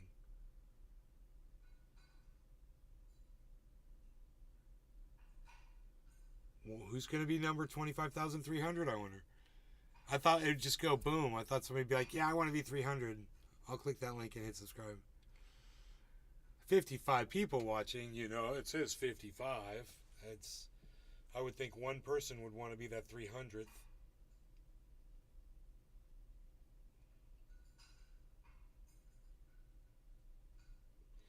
Vicky L. just came over from Rumble to subscribe. Chaco Te. I don't know what that means, but thank you.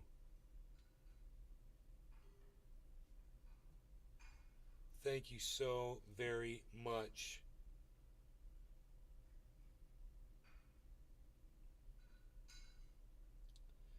Making sausage and red peppers, but listening.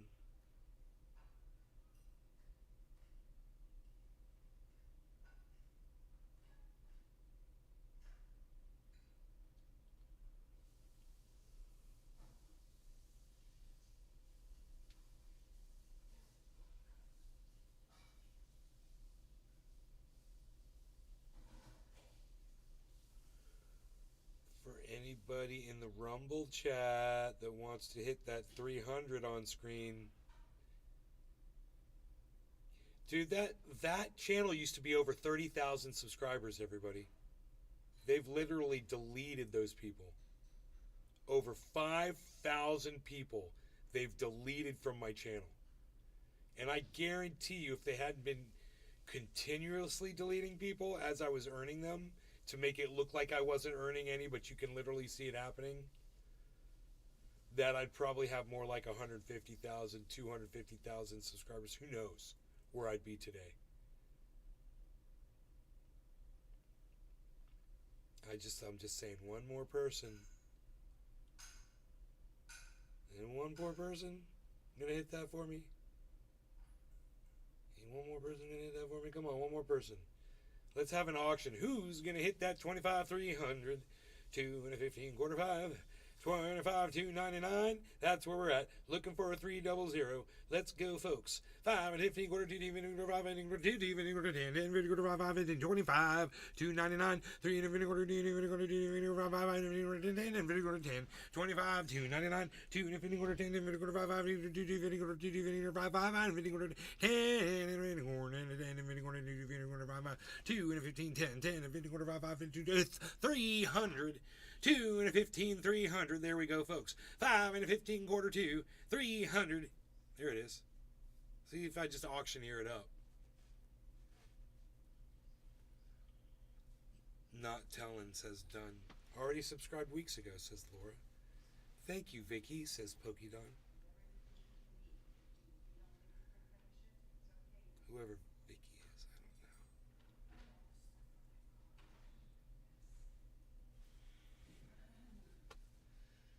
You're just watching from YouTube? That's awesome. All my fans are over there and on my YouTube channel.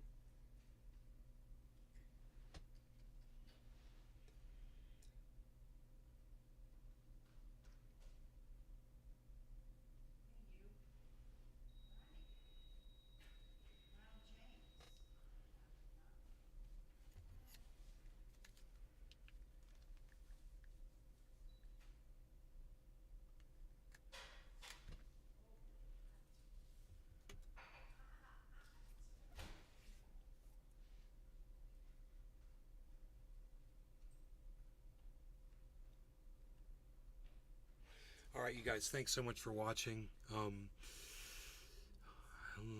will see you guys later on. Or, how many people would type hashtag keep it open in my chat on Rumble? Let me see. Let me just see how many of those I could get. Because it looks like there's only 1, 2, 3, 4, 5 people, 6 people in the chat right now. Can I get more than 6 hashtag keep it opens in my Rumble chat is the question. More than 6. We're looking for 7 or more. Pokidon, later nay. That's not a hashtag keep it open. Cyber gave me a hashtag keep it open. Hoot and Howl gave me a hashtag keep it open. Not Telling gave me a hashtag keep it open on the Rumble. Pokidon gave me a keep it open. Burner Mom 9 gave me a hashtag keep it open. Just came on and Nay is done. Shepherdess 13, not if I get hashtag keep it opens. I'm looking for 7. I'm seeing if I can get 7 hashtag keep it opens from 7 different people. Pokidon, Not Telling. Burner Mom, Token Tony Z. 4 people. Shepherdess, 5 people. Nick the Stick. Should I count you, Nick? Should I count you? Or not? What do you want? It's up to you, bro. You call it. You want them to have to... Don't you think they should earn it, bro? Or you really want to help them out? We're short, folks. You know, this whole 60 watching now thing. California Tiki, California Tiki, and the skies are gray, and the skies are gray. She didn't know to type hashtag keep it open, hashtag keep it open. California Tiki didn't know. Walk into the chat, and she said I'm back, and she said I'm back. California Tiki didn't know to type hashtag keep it open, hashtag keep it open. So she didn't type hashtag keep it open. We needed number 7 so that we could keep going, Oh, that was freaking great, dude. That was great. No, I couldn't get it, guys. I tried. I tried. I even sang a song. But I don't believe that there's 64 people here, because if there was, we would get 15, 20, 25 hashtag keep it opens in the chat. and you know, what you need to do is, if you're watching over there on Truth Social, which is fine if you are, because you came in from my link, which is fine if that's what you're doing. Click on the bottom where it says Rumble. Come on into the Rumble chat so you can type hashtag keep it open to keep this show going. Because I'm rooting for you guys. I mean, we've been live for 3 hours and 25 minutes. But really, what else am I going to do? If you give me a reason, California Tiki did it. Can you believe this? I know 7. But it's like out of 64. I mean, Pokédon. Should we settle for 7, Pokédon, or Pokédon? Should we make everybody give us 10? Drop and give us 10. Drop your inhibitions. Let your hair down, everybody. Come on, 3 more of you. Let's just be free. 3 more people can do this.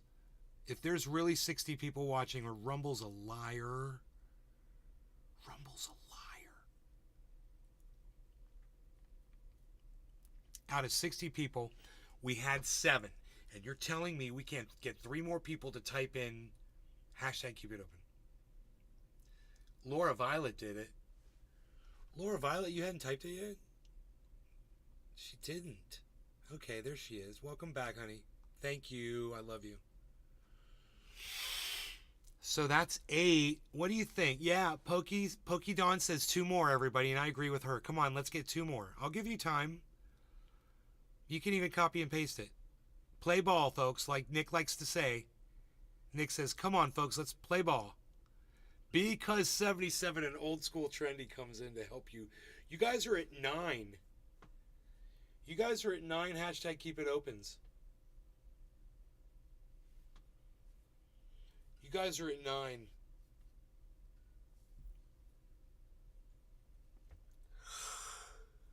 Can we vote twice? No. You can't. We need 1 more person. I'm just trying to prove a point here with 65. This would be easy. If you guys could, I just need 1 person that hasn't done so yet to type in hashtag keep it open in my chat, so that we can keep going, because I've got pizza coming, and I'm going to get that pizza, and then I'm going to eat pizza while and I would love nothing better than to sit here with you and eat pizza while we're doing the show. Play ball. Play ball, people. Hashtag play ball. 65. That means there's 1 more person here. 2 more people. If you are watching from Truth Social, feel free to come over and save the show. Hashtag save the show. Hashtag save the show. Come on over from Truth Social by clicking on the thing where it says Rumble at the bottom of the screen there. Come on over to Rumble, in the chat, type in hashtag keep it open. You know, they might not be subscribed to my channel. Maybe they can't type if they're not subscribed to my channel or something, or following my channel. How many followers do I have? I had 964 when we started, guys. How many followers do I have on Rumble now, I wonder?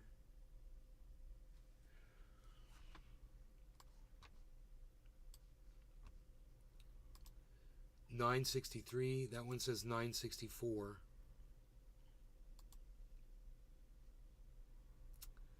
$963. Somebody unfollowed me. I wonder who that was. Hey, if you're new here, feel free to follow the channel right now, guys. I'm at 963. I would love to get 965 right now. If you guys could get me to 965, that would be so cool. It's just 2 more people to follow this channel. So please consider doing that. Mine says 963, and my other one says 964. Get me to 965. It's just 2 people. Supposedly, there's 64 people watching. But maybe they're all followers of the channel already. Maybe you all follow the channel. I tell you what, if you already follow the channel, give me a 1 in the chat, please. If you're already following this channel, give me a 1 in the chat, please. Steve Running came in and hit hashtag keep it open. You guys got 10. We're keeping it open. Way to go. Everybody. Applause for Steve Running, everybody. Steve Running saved the show, you guys. Applause for Steve Running. Yeah, hit that one. Hit that one if you're already following this channel. If you look at that green thing and it says following, let me know by hitting a 1.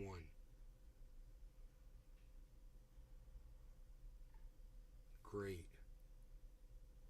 Look at that chat moving. Look at all those ones. Steve Running, save the show, dude. It's good we set goals for ourselves like that, you know. So I'm happy with 25,300, but I really want to get this to 420. So if anybody else wants to run over to YouTube and subscribe to my big channel on YouTube, or anybody that's watching on YouTube and wants to just jump over to the other channel and make sure you're subscribed to it, I'd greatly appreciate that, man. You want me to keep that up or not? I can put that right there. It's going to drop soon. They're going to start deleting people because that's what they do.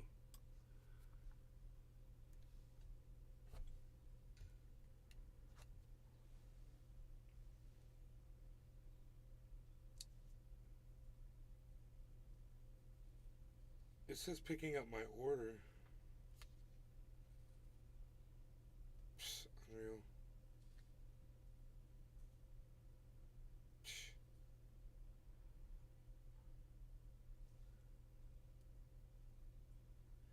Dude, my driver is in my neighborhood right now. It has to drive out of the neighborhood, go to the restaurant. Dude, I'll tell you what, I'll just go there. I'll beat you there. I'll go get it. I'll go get the pizza. He's in my neighborhood. That's so funny. Oh, she is in my neighborhood. Dude, that's not cool. That just showed me where she lives at, bro.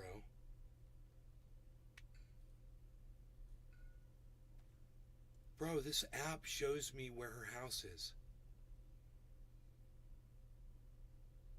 They need to stop doing that, bro.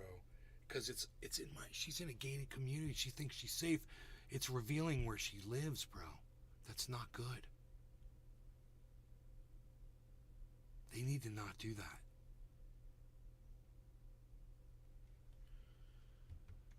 Holy shit, bro.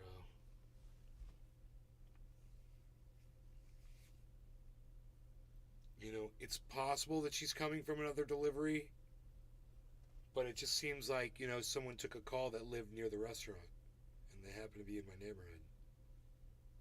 You know, what were the chances that it was another delivery? I had to shut down for a few. I don't know. Yeah, man.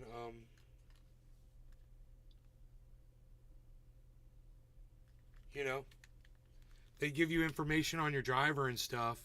They show a picture of her. You can zoom in on it. And if, you know, some wacko is attracted to her, you know, he knows where she lives now.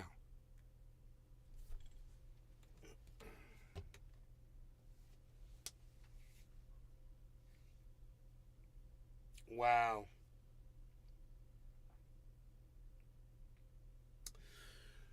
Grandma Gardner says, what happened?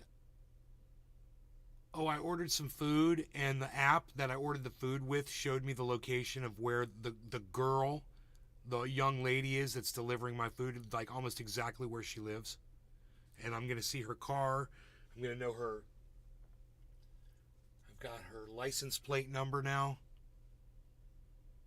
And I know where she lives, and I happen to live in her neighborhood.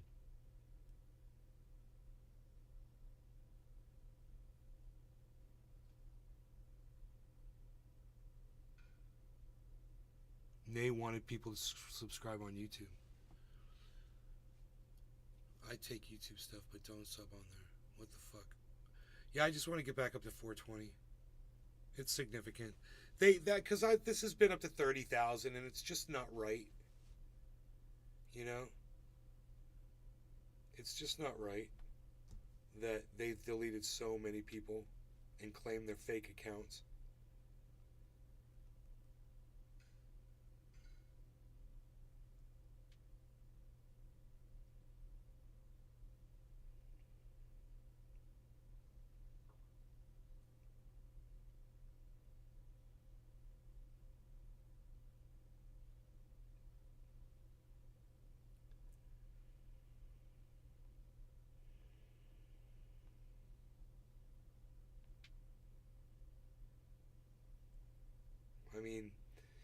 if they're deleting old accounts that people aren't using anymore, fair enough. You know, if they're dead accounts, it's people that lost their passwords, aren't around anymore, or whatever.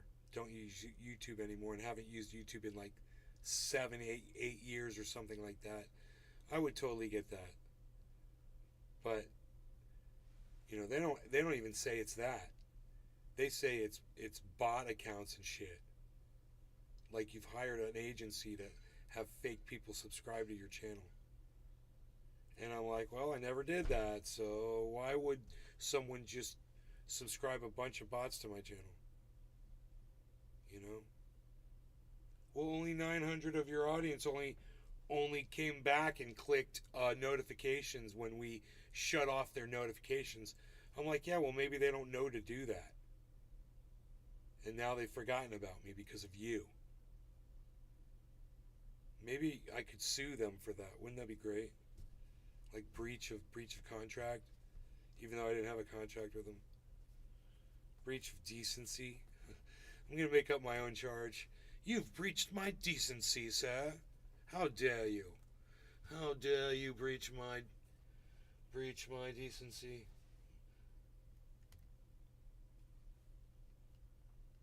She's at the place.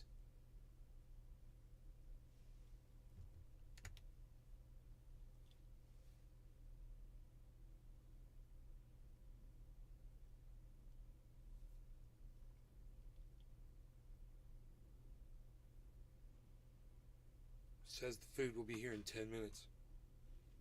I have a feeling it'll be here faster than that. Maybe, maybe not. Depends on if that pizza's done.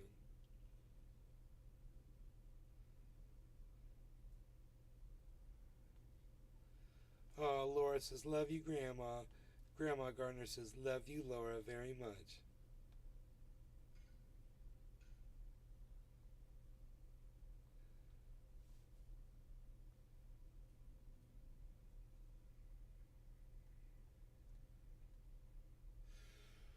Billy says, I always thought sex ed officer Shaflau.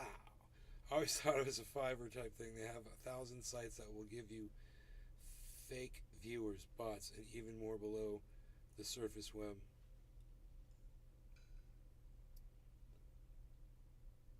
That's why the Decine Brew only snort half a line of ultra potent super male vitality in the morning. Because he knows it is so ultra potent.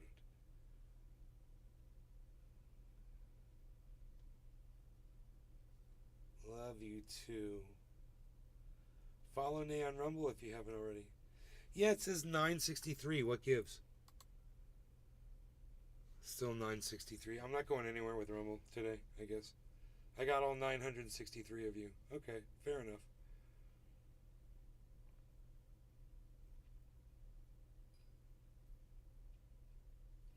That's why we're here, says Laura. Aww.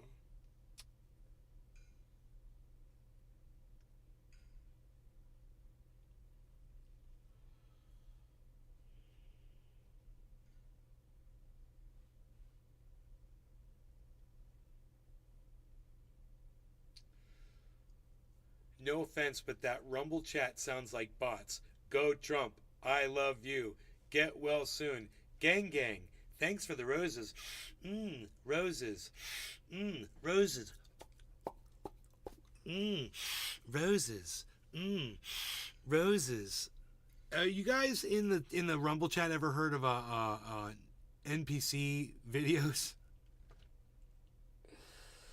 On TikTok, they're called NPC videos, and they're usually girls that show their, got their boobs like kind of hanging out a little bit, and they're all bouncing around and got their little dog ear, whatever whatever they're doing, and they got whatever and this and that and who knows, and they just respond to the emojis that people send them in the chat, and it's just a constant like, oh, thank you for the heart, oh, thank you for the heart, oh, roses. Thank you. I love you too. Roses. So you guys ever heard of those? No, I don't tick to the tuck. The tuck to the tuck. Tick to the tuck. Yeah, it's some weird shit. No, I'm on TikTok, but I don't use it. I don't go on there. I used to put videos up to it, you know, but it wasn't good for anything but watching girls shake their booties actually at the time, which was quite helpful. But that was basically the extent of the content, you know, for me on TikTok.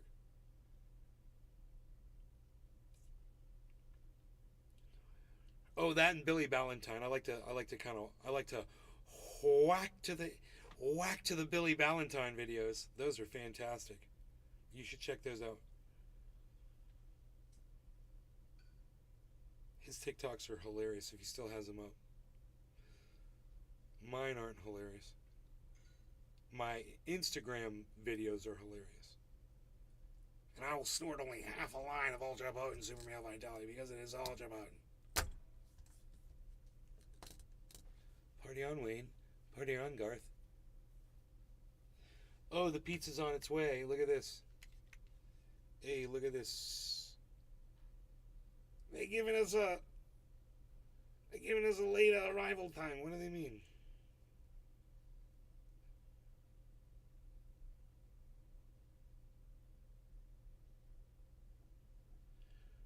Dude, this bitch went out of her way. Dude, what the fuck, dude?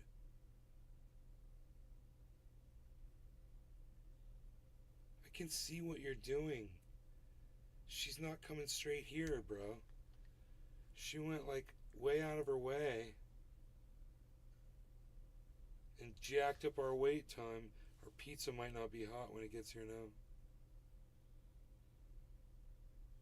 I mean,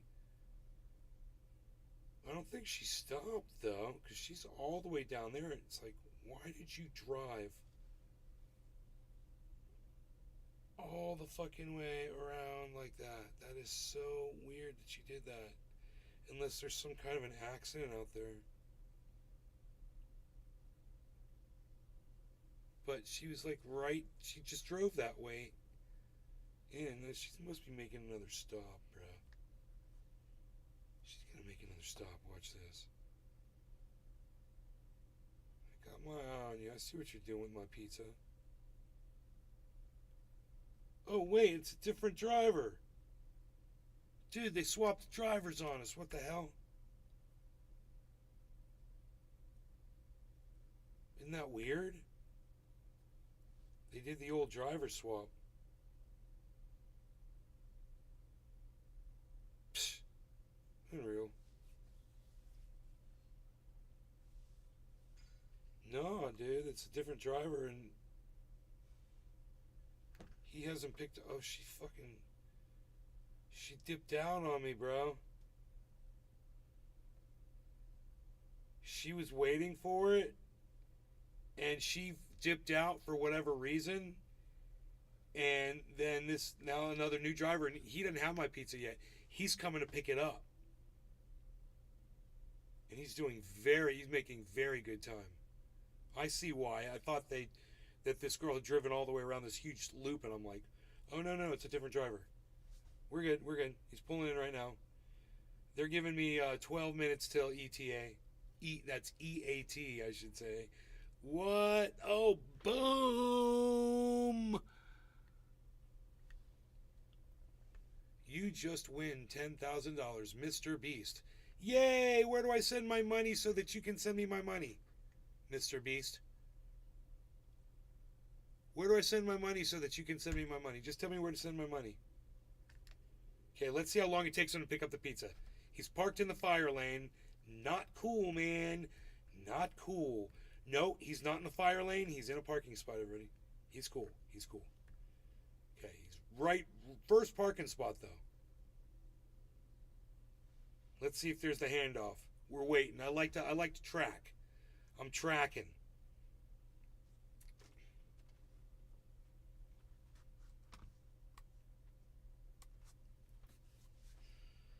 Let's see when the handoff happens. The pizza should be done. You know, hey man, maybe the pizza wasn't done. So she was all, Yeah, dog. You know, she got another call, and she's like, somebody else could grab this. It's not. They probably said it won't be done. There's a backlog that's not going to be done for another whatever. They got a backlog on the pizzas. That crap is messed up. Not sure who's more deranged, the people doing it or the people paying them to eat fake ice cream. I hate emojis. That's just me. AFK cleaning but still listening. Oh, you will be her last delivery because she lives by you. Pokedon. Hey Cal, are you getting earthquake alerts? Nays, play-by-play pizza delivery. Love it. Did you order enough pizza for the entire chat? California. Who are you, Mr. Hand? California Tiki? Mr. Hand? No, I didn't. You're the guy. You used to work at All American Burger. All I need is cool waves, a sweet buzz, and I'm fine. That's not what he says. A cool buzz, tasty waves, cool waves, cool buzz, tasty waves. I'm fine. Tasty buzz. All I need are some cool waves, a tasty buzz, and I'm fine. It still says wrapping it up. You better wrap it up, man. You only got 10 minutes to get that sucker here. Come on now. Kick it into high gear here. Come on. Driver of all drivers. Oh, there's a buck right outside the fucking window, guys. Beautiful, beautiful buck right here, guys. Oh, shit. Oh, my God. Right behind me. Oh, my God. You guys are so beautiful. Oh, my God. Where's... you guys are amazing.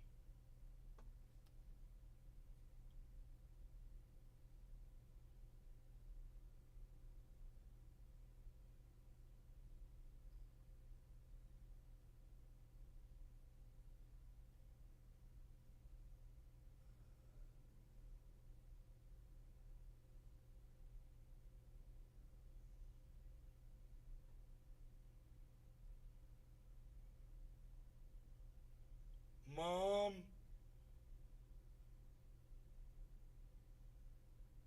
She must be in the back.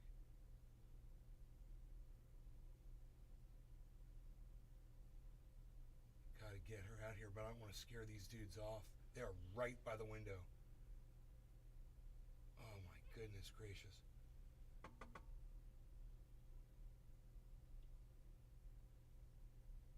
See if I can get a still. Oh my God, he's laying down. They're laying down, guys. Right here. These two bucks are laying down right here.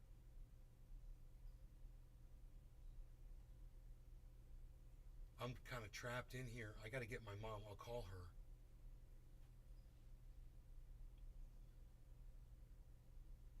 her. Andy, I'll talk to you later. I have to go lay down, man. Okay, man. Feel better. Thank you. Take care. See you all later. Later.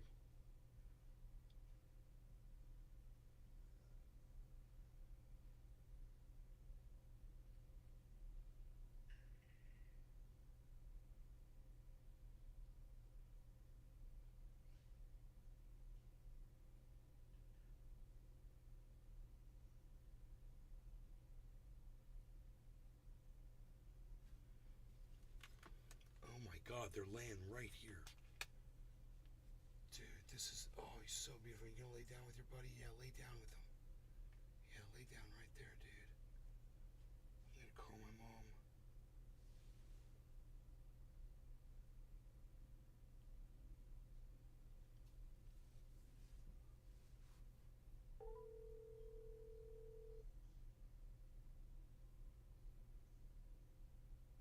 Hey, pause the TV and get up and walk through the workout room and look straight out the window.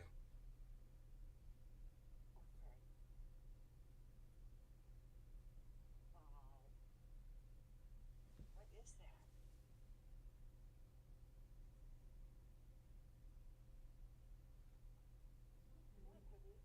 Walk all the way Walk all the way through the workout room. I'm here. I'm standing here. Look to the right. What are you looking outside? Yeah, I'm right here. Mom, where are you standing? I'm right here by the window. Where are you? Mom, walk to your right and look to the left. Walk to the right and look to the Look left. outside. Oh my God. You said look to the right. I'm looking to the right. And oh my God, are they gorgeous? Yeah. Babies? Oh, they see you. Yeah.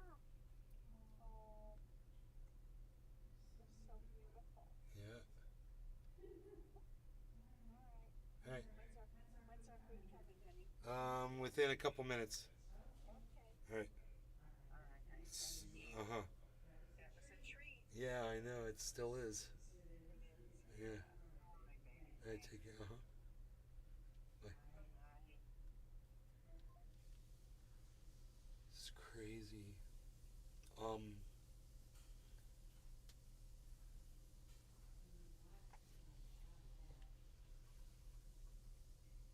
Okay, 5 minutes.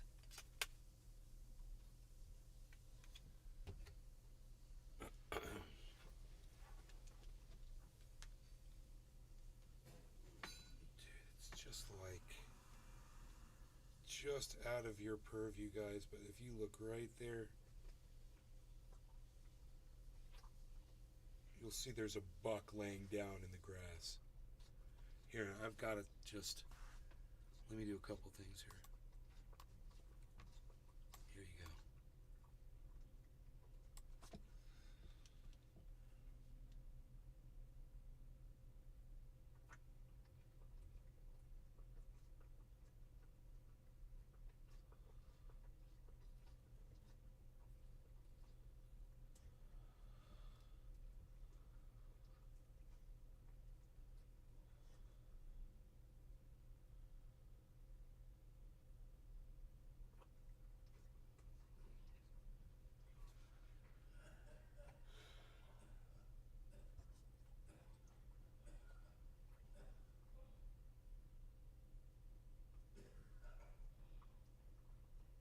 There's the other one right there.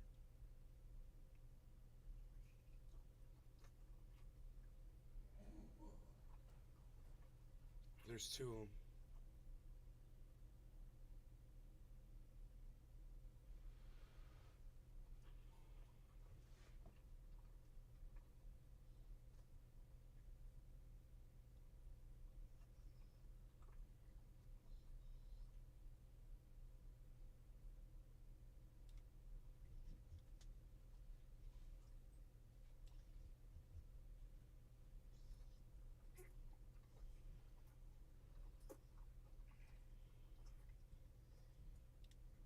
Hopefully it's not real. Alerts on Truth for California for earthquake? Well, just, check the earthquake website.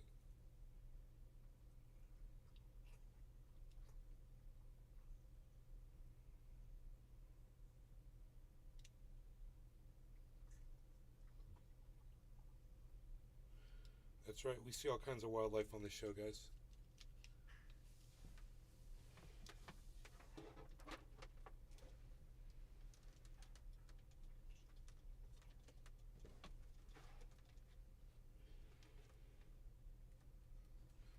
I'm going to grab the pizza, and I will see you guys in a couple minutes. Enjoy the view of the deer.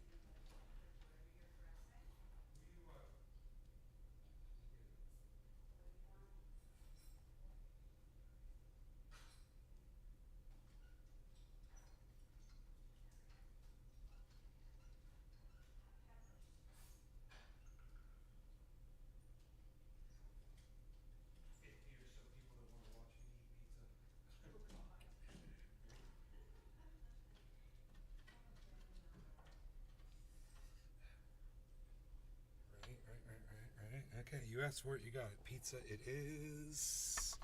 Pizza wins tonight, guys. Pizza. Pizza it is. Oh, is the deer got out? Oh no, they're still here. Whoa. The deer are still sitting out there. It's just one's, it's like over here. So you guys can watch that deer. And I could maybe even, here, let me see.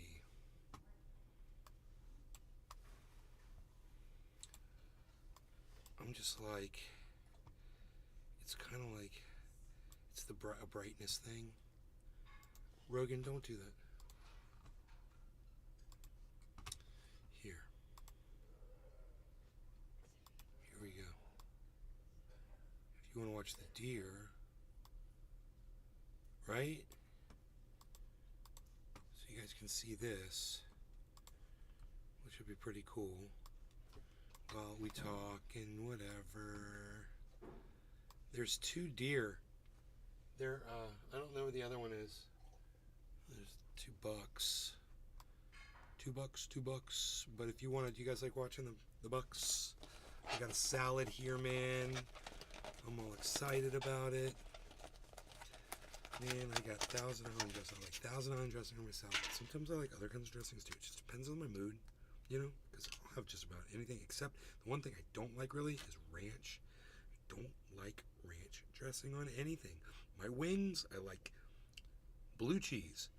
Sue me. I don't like ranch on my wings. I haven't had wings in a long time. Not good kind of wings, you know. I just had some, you know, wings from the freaking store, but not like from a wing house that does them like famously good. And I'd like to. I think I'd really like to go to a nice wings place here soon. Let's do that.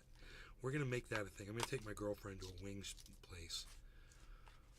And we're going to get some really good freaking wings, man.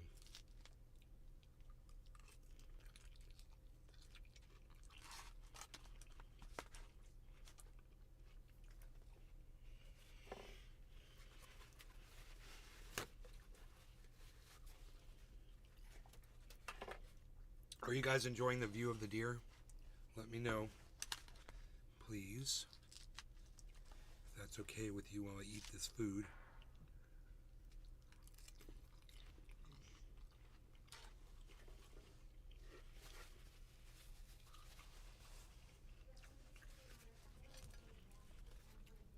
That's happening live right now outside my window.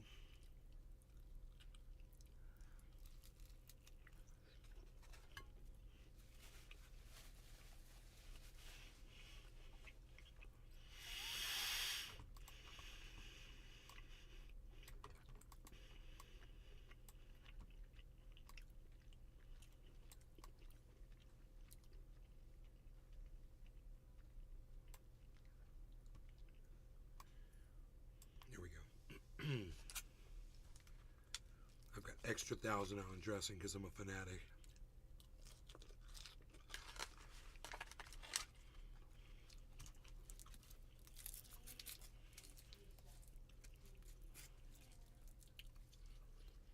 Rotisserie chicken from grocery store, already cooked, onion, celery, red grapes, chopped pecans, tomatoes. Anybody have an update on Grandpa's condition?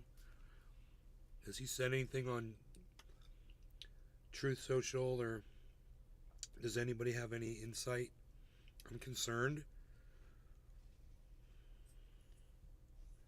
to say the least.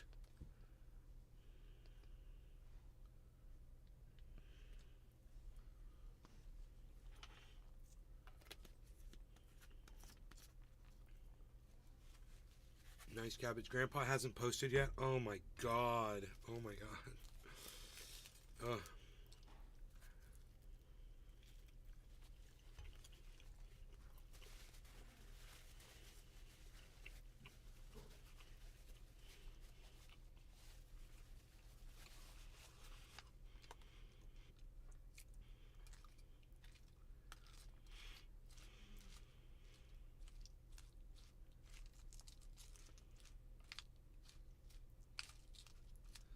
Really concerned, man.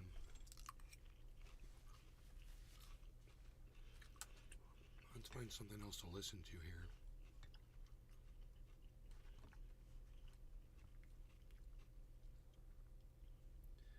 What kind of pizza? Pepperoni pizza. Hey, from a New York style.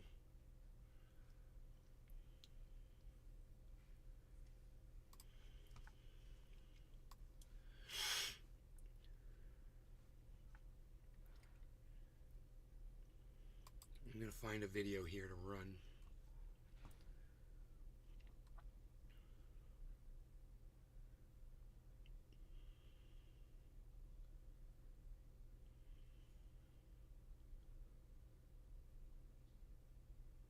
Why did Mitch McConnell freeze? That'll be funny. Let's see that. U.S. Senator Mitch McConnell was about to give us. And I know a lot of you probably don't want to hear that. I think Mitch McConnell is subversive, but you know, if you feel like he's an old man and you feel bad for him and you have a lot of love for him, okay, I understand. Let's play this video and see what this is about.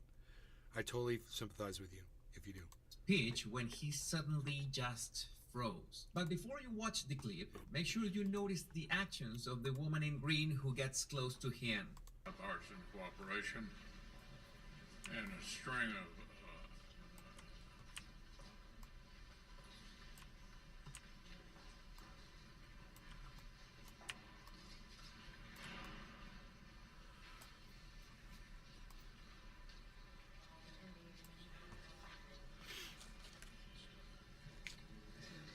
He pulled a Biden. Okay, Mitch. Anything else you want to say, or should we go back to? Do you want to say anything else to the press? Hello, welcome back, my body language buddies. My name is Jesus Enrique Rosas. I'm the body language guy, and you'll agree with me that this was an unnatural occurrence. Some have said that this was some kind of a stroke, others that this was planned as a distraction, and others have pointed out more sinister details that I will cover later in this video. Let's see what the body language guy In says. any body language analysis, one of the most important observations is how one event is connected to another, or in this case, how one reaction at least looks like it was triggered by an action. That's why I always suggest that the most relevant moments to pay attention to people's body language is right after something happens, such as a question or someone arrives or a loud noise.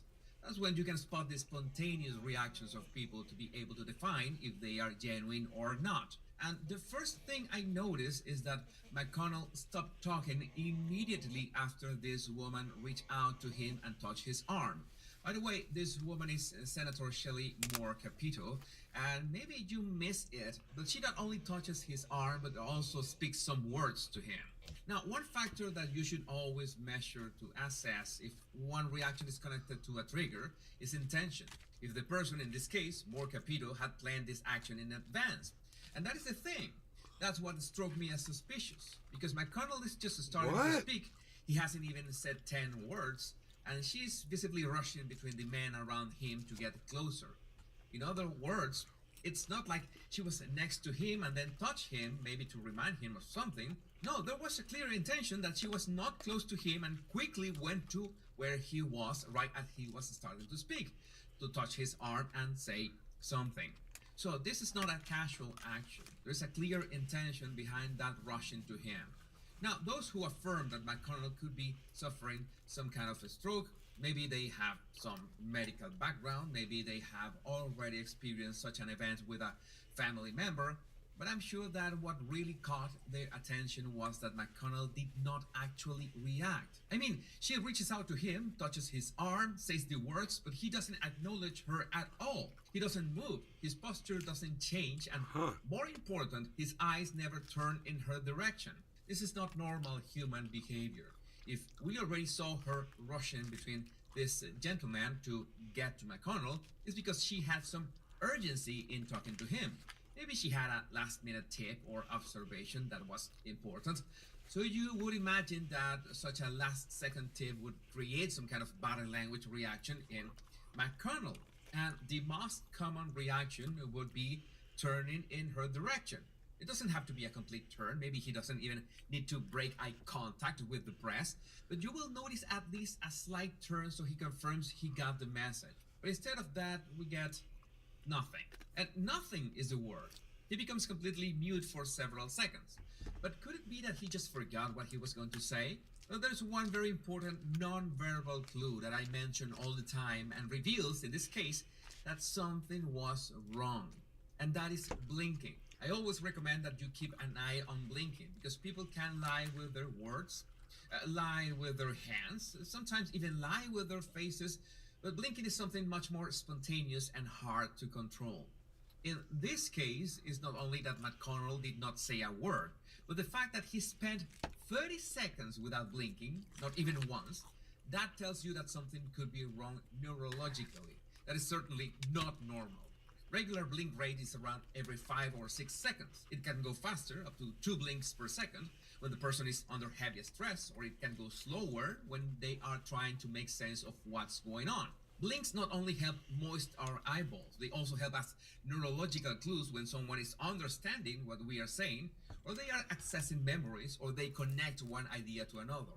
So making sure you pay attention to blinks is extremely useful for a number of reasons. I can't believe this deer is sitting here for us, guys. It's so awesome. From normal, and one of the strongest signals that something was wrong with McConnell. It was not until this man grabbed his arm tightly that he finally reacted, turning towards him, but his eyes were still lost. He turned to him, but he was not looking into his eyes. Now, there are also signals that we might need to discard because they are part of his body language by his baseline or his usual body language. This is really expression, interesting. and they are not special in that regard. And I'm talking about the way he had his lips tightly pressed to the point they went almost blue. And while freezing in place is not a normal reaction for anyone, the lip pressing could be just part of his usual nonverbal expression. And one quick Google search helps us notice that there are enough instances in which he's talking on giving speeches and he presses his lips just like that. So that's when you see that a signal is part of their body language baseline or something that they do all the time, then you can discard them as irrelevant to make sense of events like this. But it's not only the clues of the person that can tell you something is wrong. It's always useful to take a look at the reactions of those around him. And I found this guy at the back's expression really helpful into confirming this was not a natural occurrence. It's a great way of studying how he looks confident and even smiling at first, enjoying his day, and it progressively changes to seriousness and finally concern. Maybe that doesn't give us more information, but it's a good example for future analysis in the sense that we need to keep an eye on everyone in a given circumstance. But McConnell later addressed what happened, and this is what he said. Well, when the president called to check on me, I told him I got a sandbag.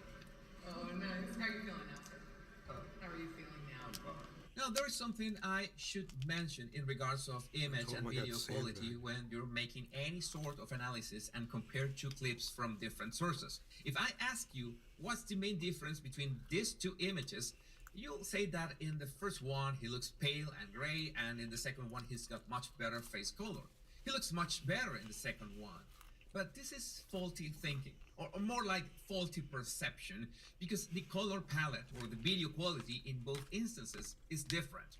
The second is just more saturated. The colors are more vibrant. And the way to spot this difference in terms of skin color to check if something has really changed in the person Look at the from one surroundings. instance to another is to look for references that you know are not going to change. In this case, it would be his tie.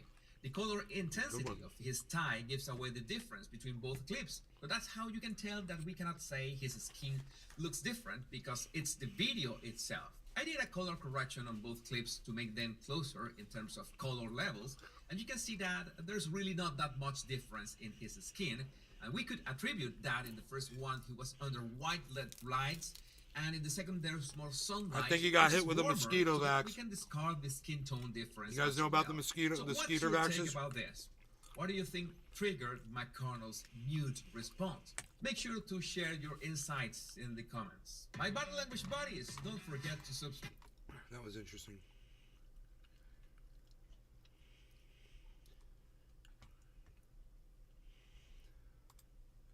There's stunning new video out of Lahaina, Hawaii, as we're now learning that 2 people survived the raging wildfire last week by jumping into a pool. They shot cell phone video from the pool showing the inferno burning the vacation condos all around them. And as the fire closed in, Christina Lee Garrido and Misty Guantonio escaped the flames by taking refuge in the water. The wildfire destroying more than 2,700 structures in Lahaina, and the death toll around Lahaina nearing 100, making it the deadliest wildfire in modern U.S. history.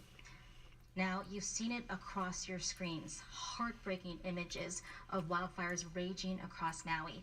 And for those of you who don't know, the news hit very close to home for me. I lived in Maui when I was much younger, and I still have friends on the island who are all grown up now and have families of their own to take care of, friends who are seeing firsthand other families who have lost everything. It's truly been hard to watch, and I can't even begin to imagine what those still on the island are feeling. I reached out to some of them to get a better sense of what's happening and figure out how I can help.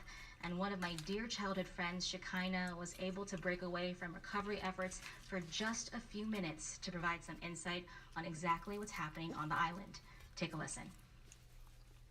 Shekinah, you are currently in Maui. Give me a sense of what it's like there at the moment. Right now it's really heartbreaking, to be honest. I'm actually in Kihei, which is on the south side of Maui, but what happened to all these families on the west side is sad.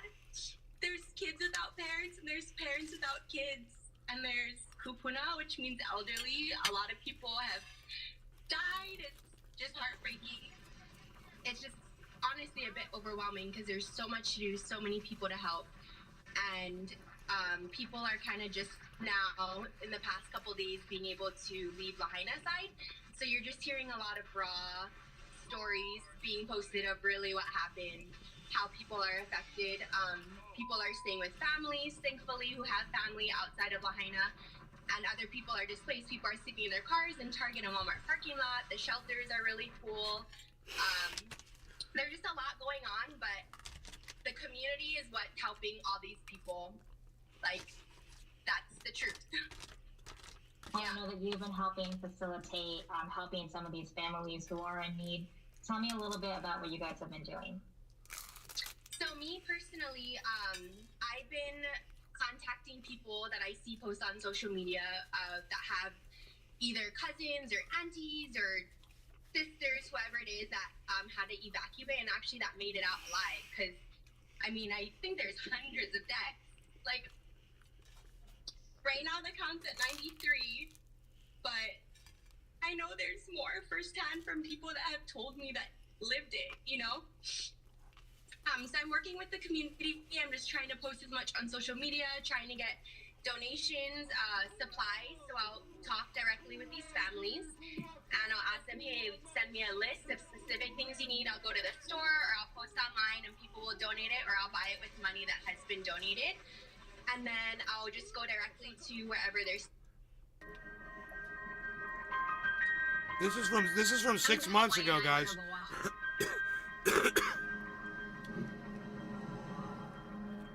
Where tourism and the real estate market are booming. This is a But short what does that mean for video. the native population of these islands? And what does that have to do with colonialism?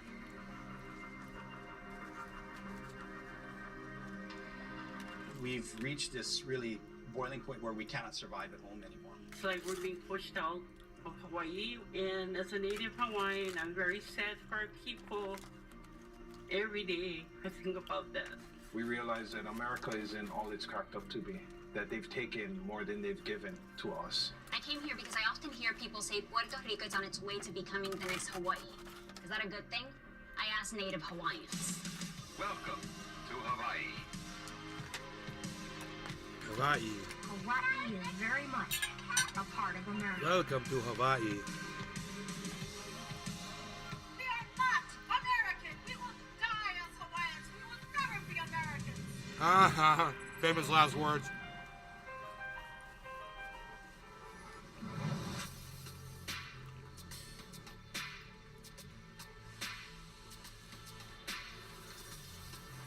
The beauty of Hawaii's beaches is unreal. I had never seen water that shade of blue. You're glad So we're it gonna makes take sense that $5 Oahu billion alone gets in more than aid 4 money, million though, aren't you? tourists a year. But all those tourists have to do is turn around to see the harsh reality of life in Hawaii. People living on the street, many of them Kanaka Maoli or Native Hawaiian. The irony is that they can't afford to live on the land that was once stolen from their ancestors. At the White House yesterday, President Clinton signed a formal letter of apology to the people of Hawaii. With the Apology Bill of 1993, the United States admitted to illegally overthrowing the government of Hawaii 100 years earlier. Because until the end of the 1800s, Hawaii was an independent nation with its own kingdom led by Queen Liliuokalani. But that was about to change, thanks to missionaries that had come from the United States 7 decades earlier to preach about Jesus. By the 1890s, the descendants of those missionaries had become powerful sugar businessmen who wanted to make more money. They thought they could do so if only they were in charge. So they decided to take down Hawaii's government. And the United States helped them. They sent a military ship, and in 1893 they removed the queen and made Sanford B. Dole the new leader. Now, if the name Dole sounds familiar to you, it's because you've probably seen the brand before. For a few years after the overthrow, the U.S. struggled with what to do with Hawaii. One president called the overthrow an act of war. But then came 1898, and the U.S. went on a power trip with land-hungry leaders who were now going for Puerto Rico, Cuba, Guam, and the Philippines too. That same year, the U.S. annexed Hawaii.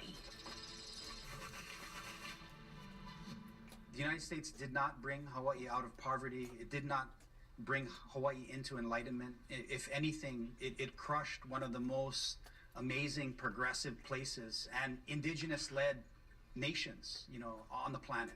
The new government effectively banned Hawaiian language in schools. Students were punished for speaking it, and they attempted to erase Native Hawaiian culture, turning it into something to be marketed to tourists. What we've experienced is the loss of our land, the decimation of our language and our culture, being overwhelmed and becoming more and more of a minority in our own ancestral homelands. By the time Hawaii voted in favor of statehood in 1959, the Kanaka Maoli were already a minority. Another thing that changed after the overthrow was the use of the land. The new territorial government had other plans for the places that were being used for agriculture. You had fish ponds and these taro patches, and our people farmed, and I think someone got the idea that they could develop it and create hotels, and so they actually condemned our lands. They kicked Hawaiian people off the lands, and they built up Waikiki, and they dredged a huge area called the Alawai Canal. Wow. Today, Waikiki looks like this. For some, it's an image of progress, but poverty among Native Hawaiians is higher than the state average. If I had a time machine, I wouldn't choose statehood for our people. I'll tell you that. Yeah. I believe statehood was a good thing. This is 2 bedrooms, 2 bathrooms, 2 parking. It's going for $799,000. Mila Gibson is a realtor in Oahu.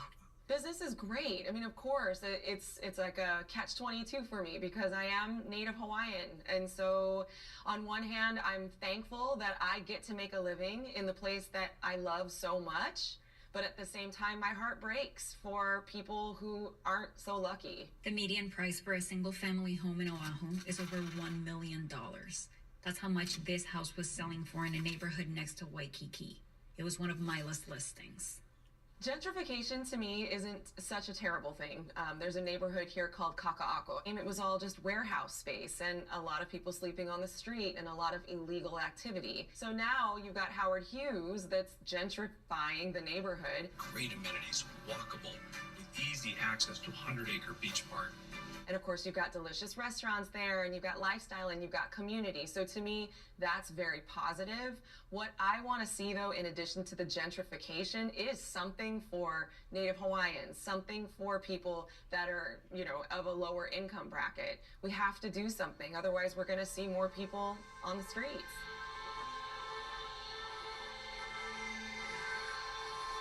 About 30 miles from the luxury high-rises, we found a long line of people waiting to get food. Where's your home? You're looking at it. Cindy Yumyamaka's husband is Native Hawaiian. I never thought I would end up here. We got to the point where we couldn't afford to pay the rent any longer because they kept adding and adding and adding, and it just, there was no place for us to go. Hawaii is currently the most expensive state to live in the U.S. Some Native Hawaiians have opted for moving away in search of a more affordable life. Today, there are more Native Hawaiians living in the continental U.S. than in Hawaii. I have a lot of my family moved to the mainland already, and I don't want to go there. I want to stay here. This is my home. For some of those who stay, food drives like this one can be life-saving. It helps a lot. If not, you'll never see vegetables on their table or fruit.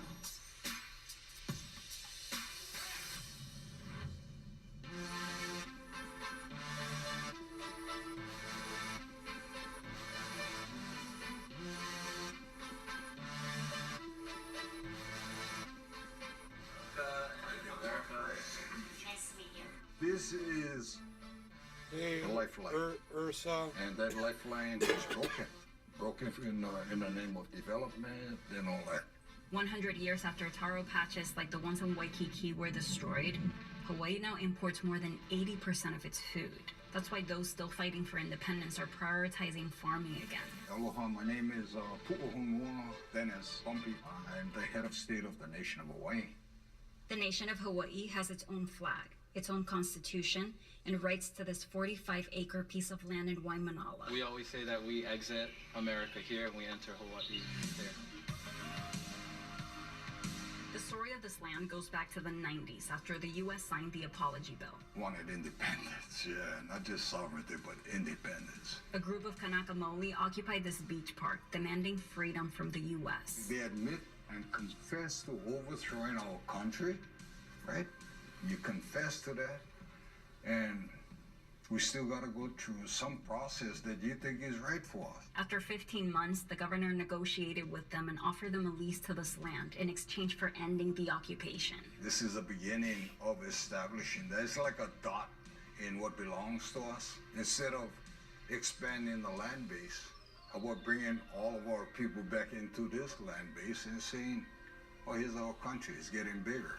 They're growing food, they produce their own energy, and they're creating their own banking system. If we break our dependencies and we develop independent solutions, we don't need anybody to tell us we're independent. We will be independent. It wasn't until recently that I learned about all the parallels between Puerto Rico and Hawaii, like the decimation of agriculture and how that has led to both places relying so heavily on imports, as well as the tourism boom and how that is leading to the displacement of the local population. I've reported on both those stories in Puerto Rico, so I'll link them for you here so you can watch them. And the other thing I wanted to tell you is that part of what I really want to do this year is look at other countries and compare them to Puerto Rico to see what we can learn from their experiences. So if you want to help us in that mission, I will link my Patreon and also a fundraiser, because this story, this trip to Hawaii, and the video you just watched was only possible thanks to your support. So thank you so much, and I'll see you soon.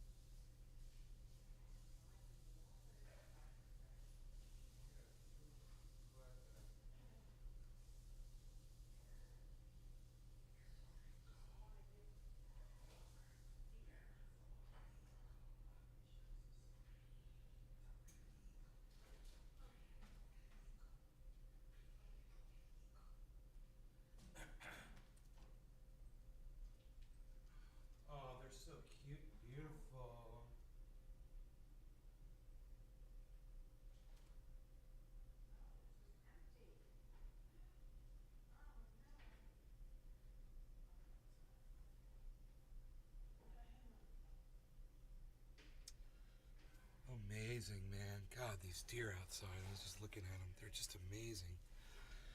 Beautiful, man. Right here, just chilling.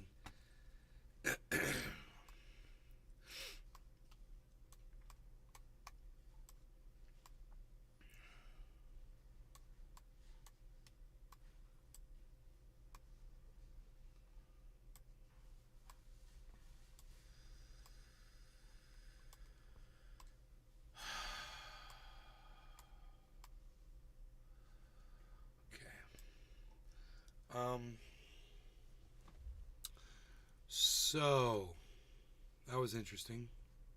Kind of stole that, huh? Kind of stole Hawaii. Oops, sorry about stealing your homeland and claiming it as ours, and then, you know, basically, I mean, more or less enslaving your people. Sorry about all that. Pizza coma. Yeah, nay. What's the agenda today? I had 2 slices of pepperoni. We're watching this deer right here.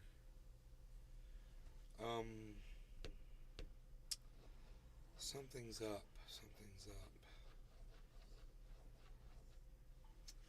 Closing this. Don't need this.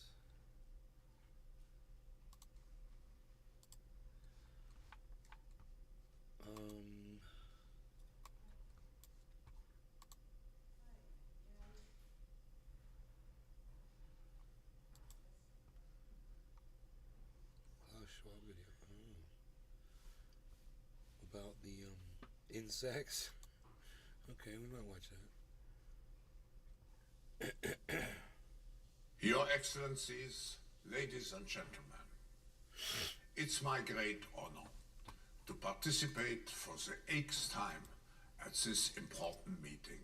Oh my God, even I hate if the way it only talks. in a virtual way.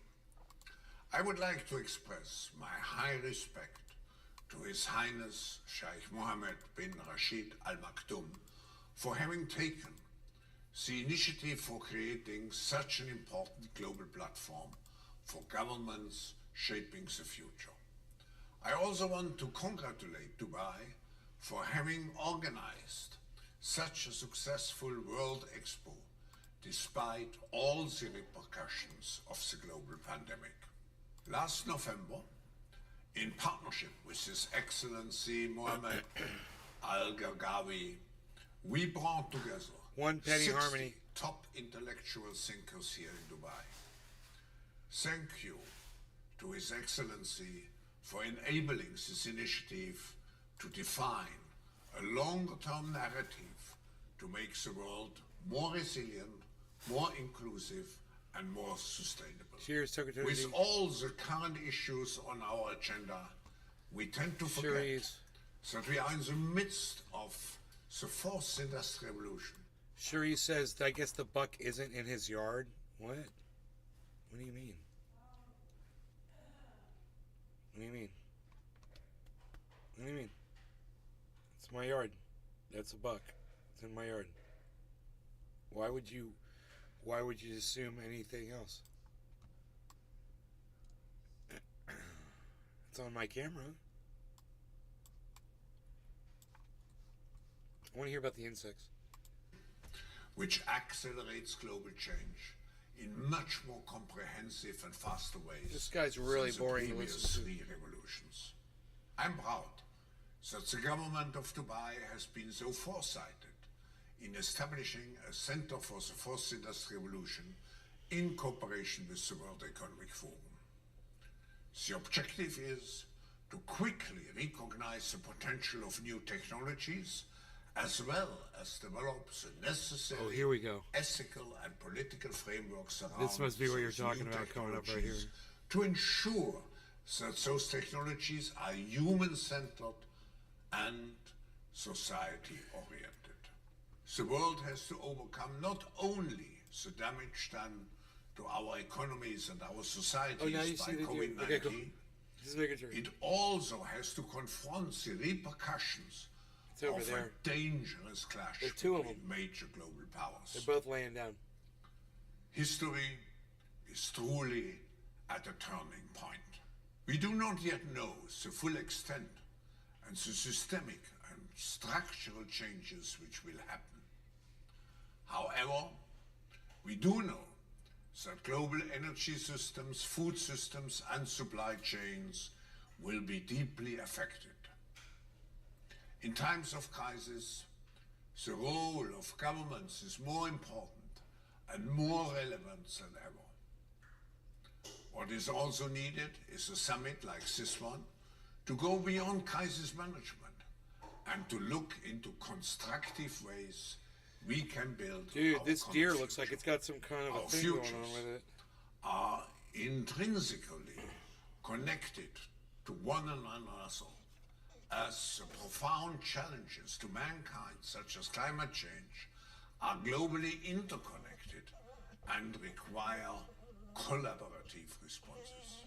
In conclusion, and despite all the challenges, we have to uphold our responsibility, which we have towards the next generation, and which we can only fulfill through collaboration on a national and on a global level. I wish you an impactful and successful meeting. You guys, I'm sorry. Where? I don't know. Where's the Klaus Schwab thing? Where is he talking about the insects at? Did he talk about insects? I didn't hear it. Yeah, it was the bees. Did you guys hear him say anything about insects? Or that you would live with, you'd be nothing, you'd have nothing, and you'd... My God, I don't know what I just heard. You'll own nothing and be happy. Why don't you lead by example? Is that what he said? I missed it, dude. It just went right over my head. I guess I was watching deer. Alright, anyway, thanks for watching my show. Love you guys. I'll see you guys later. I figured it'd be cool to watch a Klaus Schwab video, but no. Alright. Everybody left. Alright. Love you, Tula. Love you, everybody. Take care. Hope you guys had fun. I'll see you on the next show.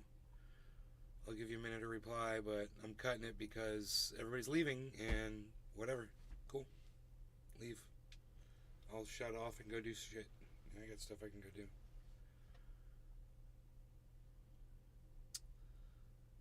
Goodbye. Bye, everybody. You're welcome, Hoot Now.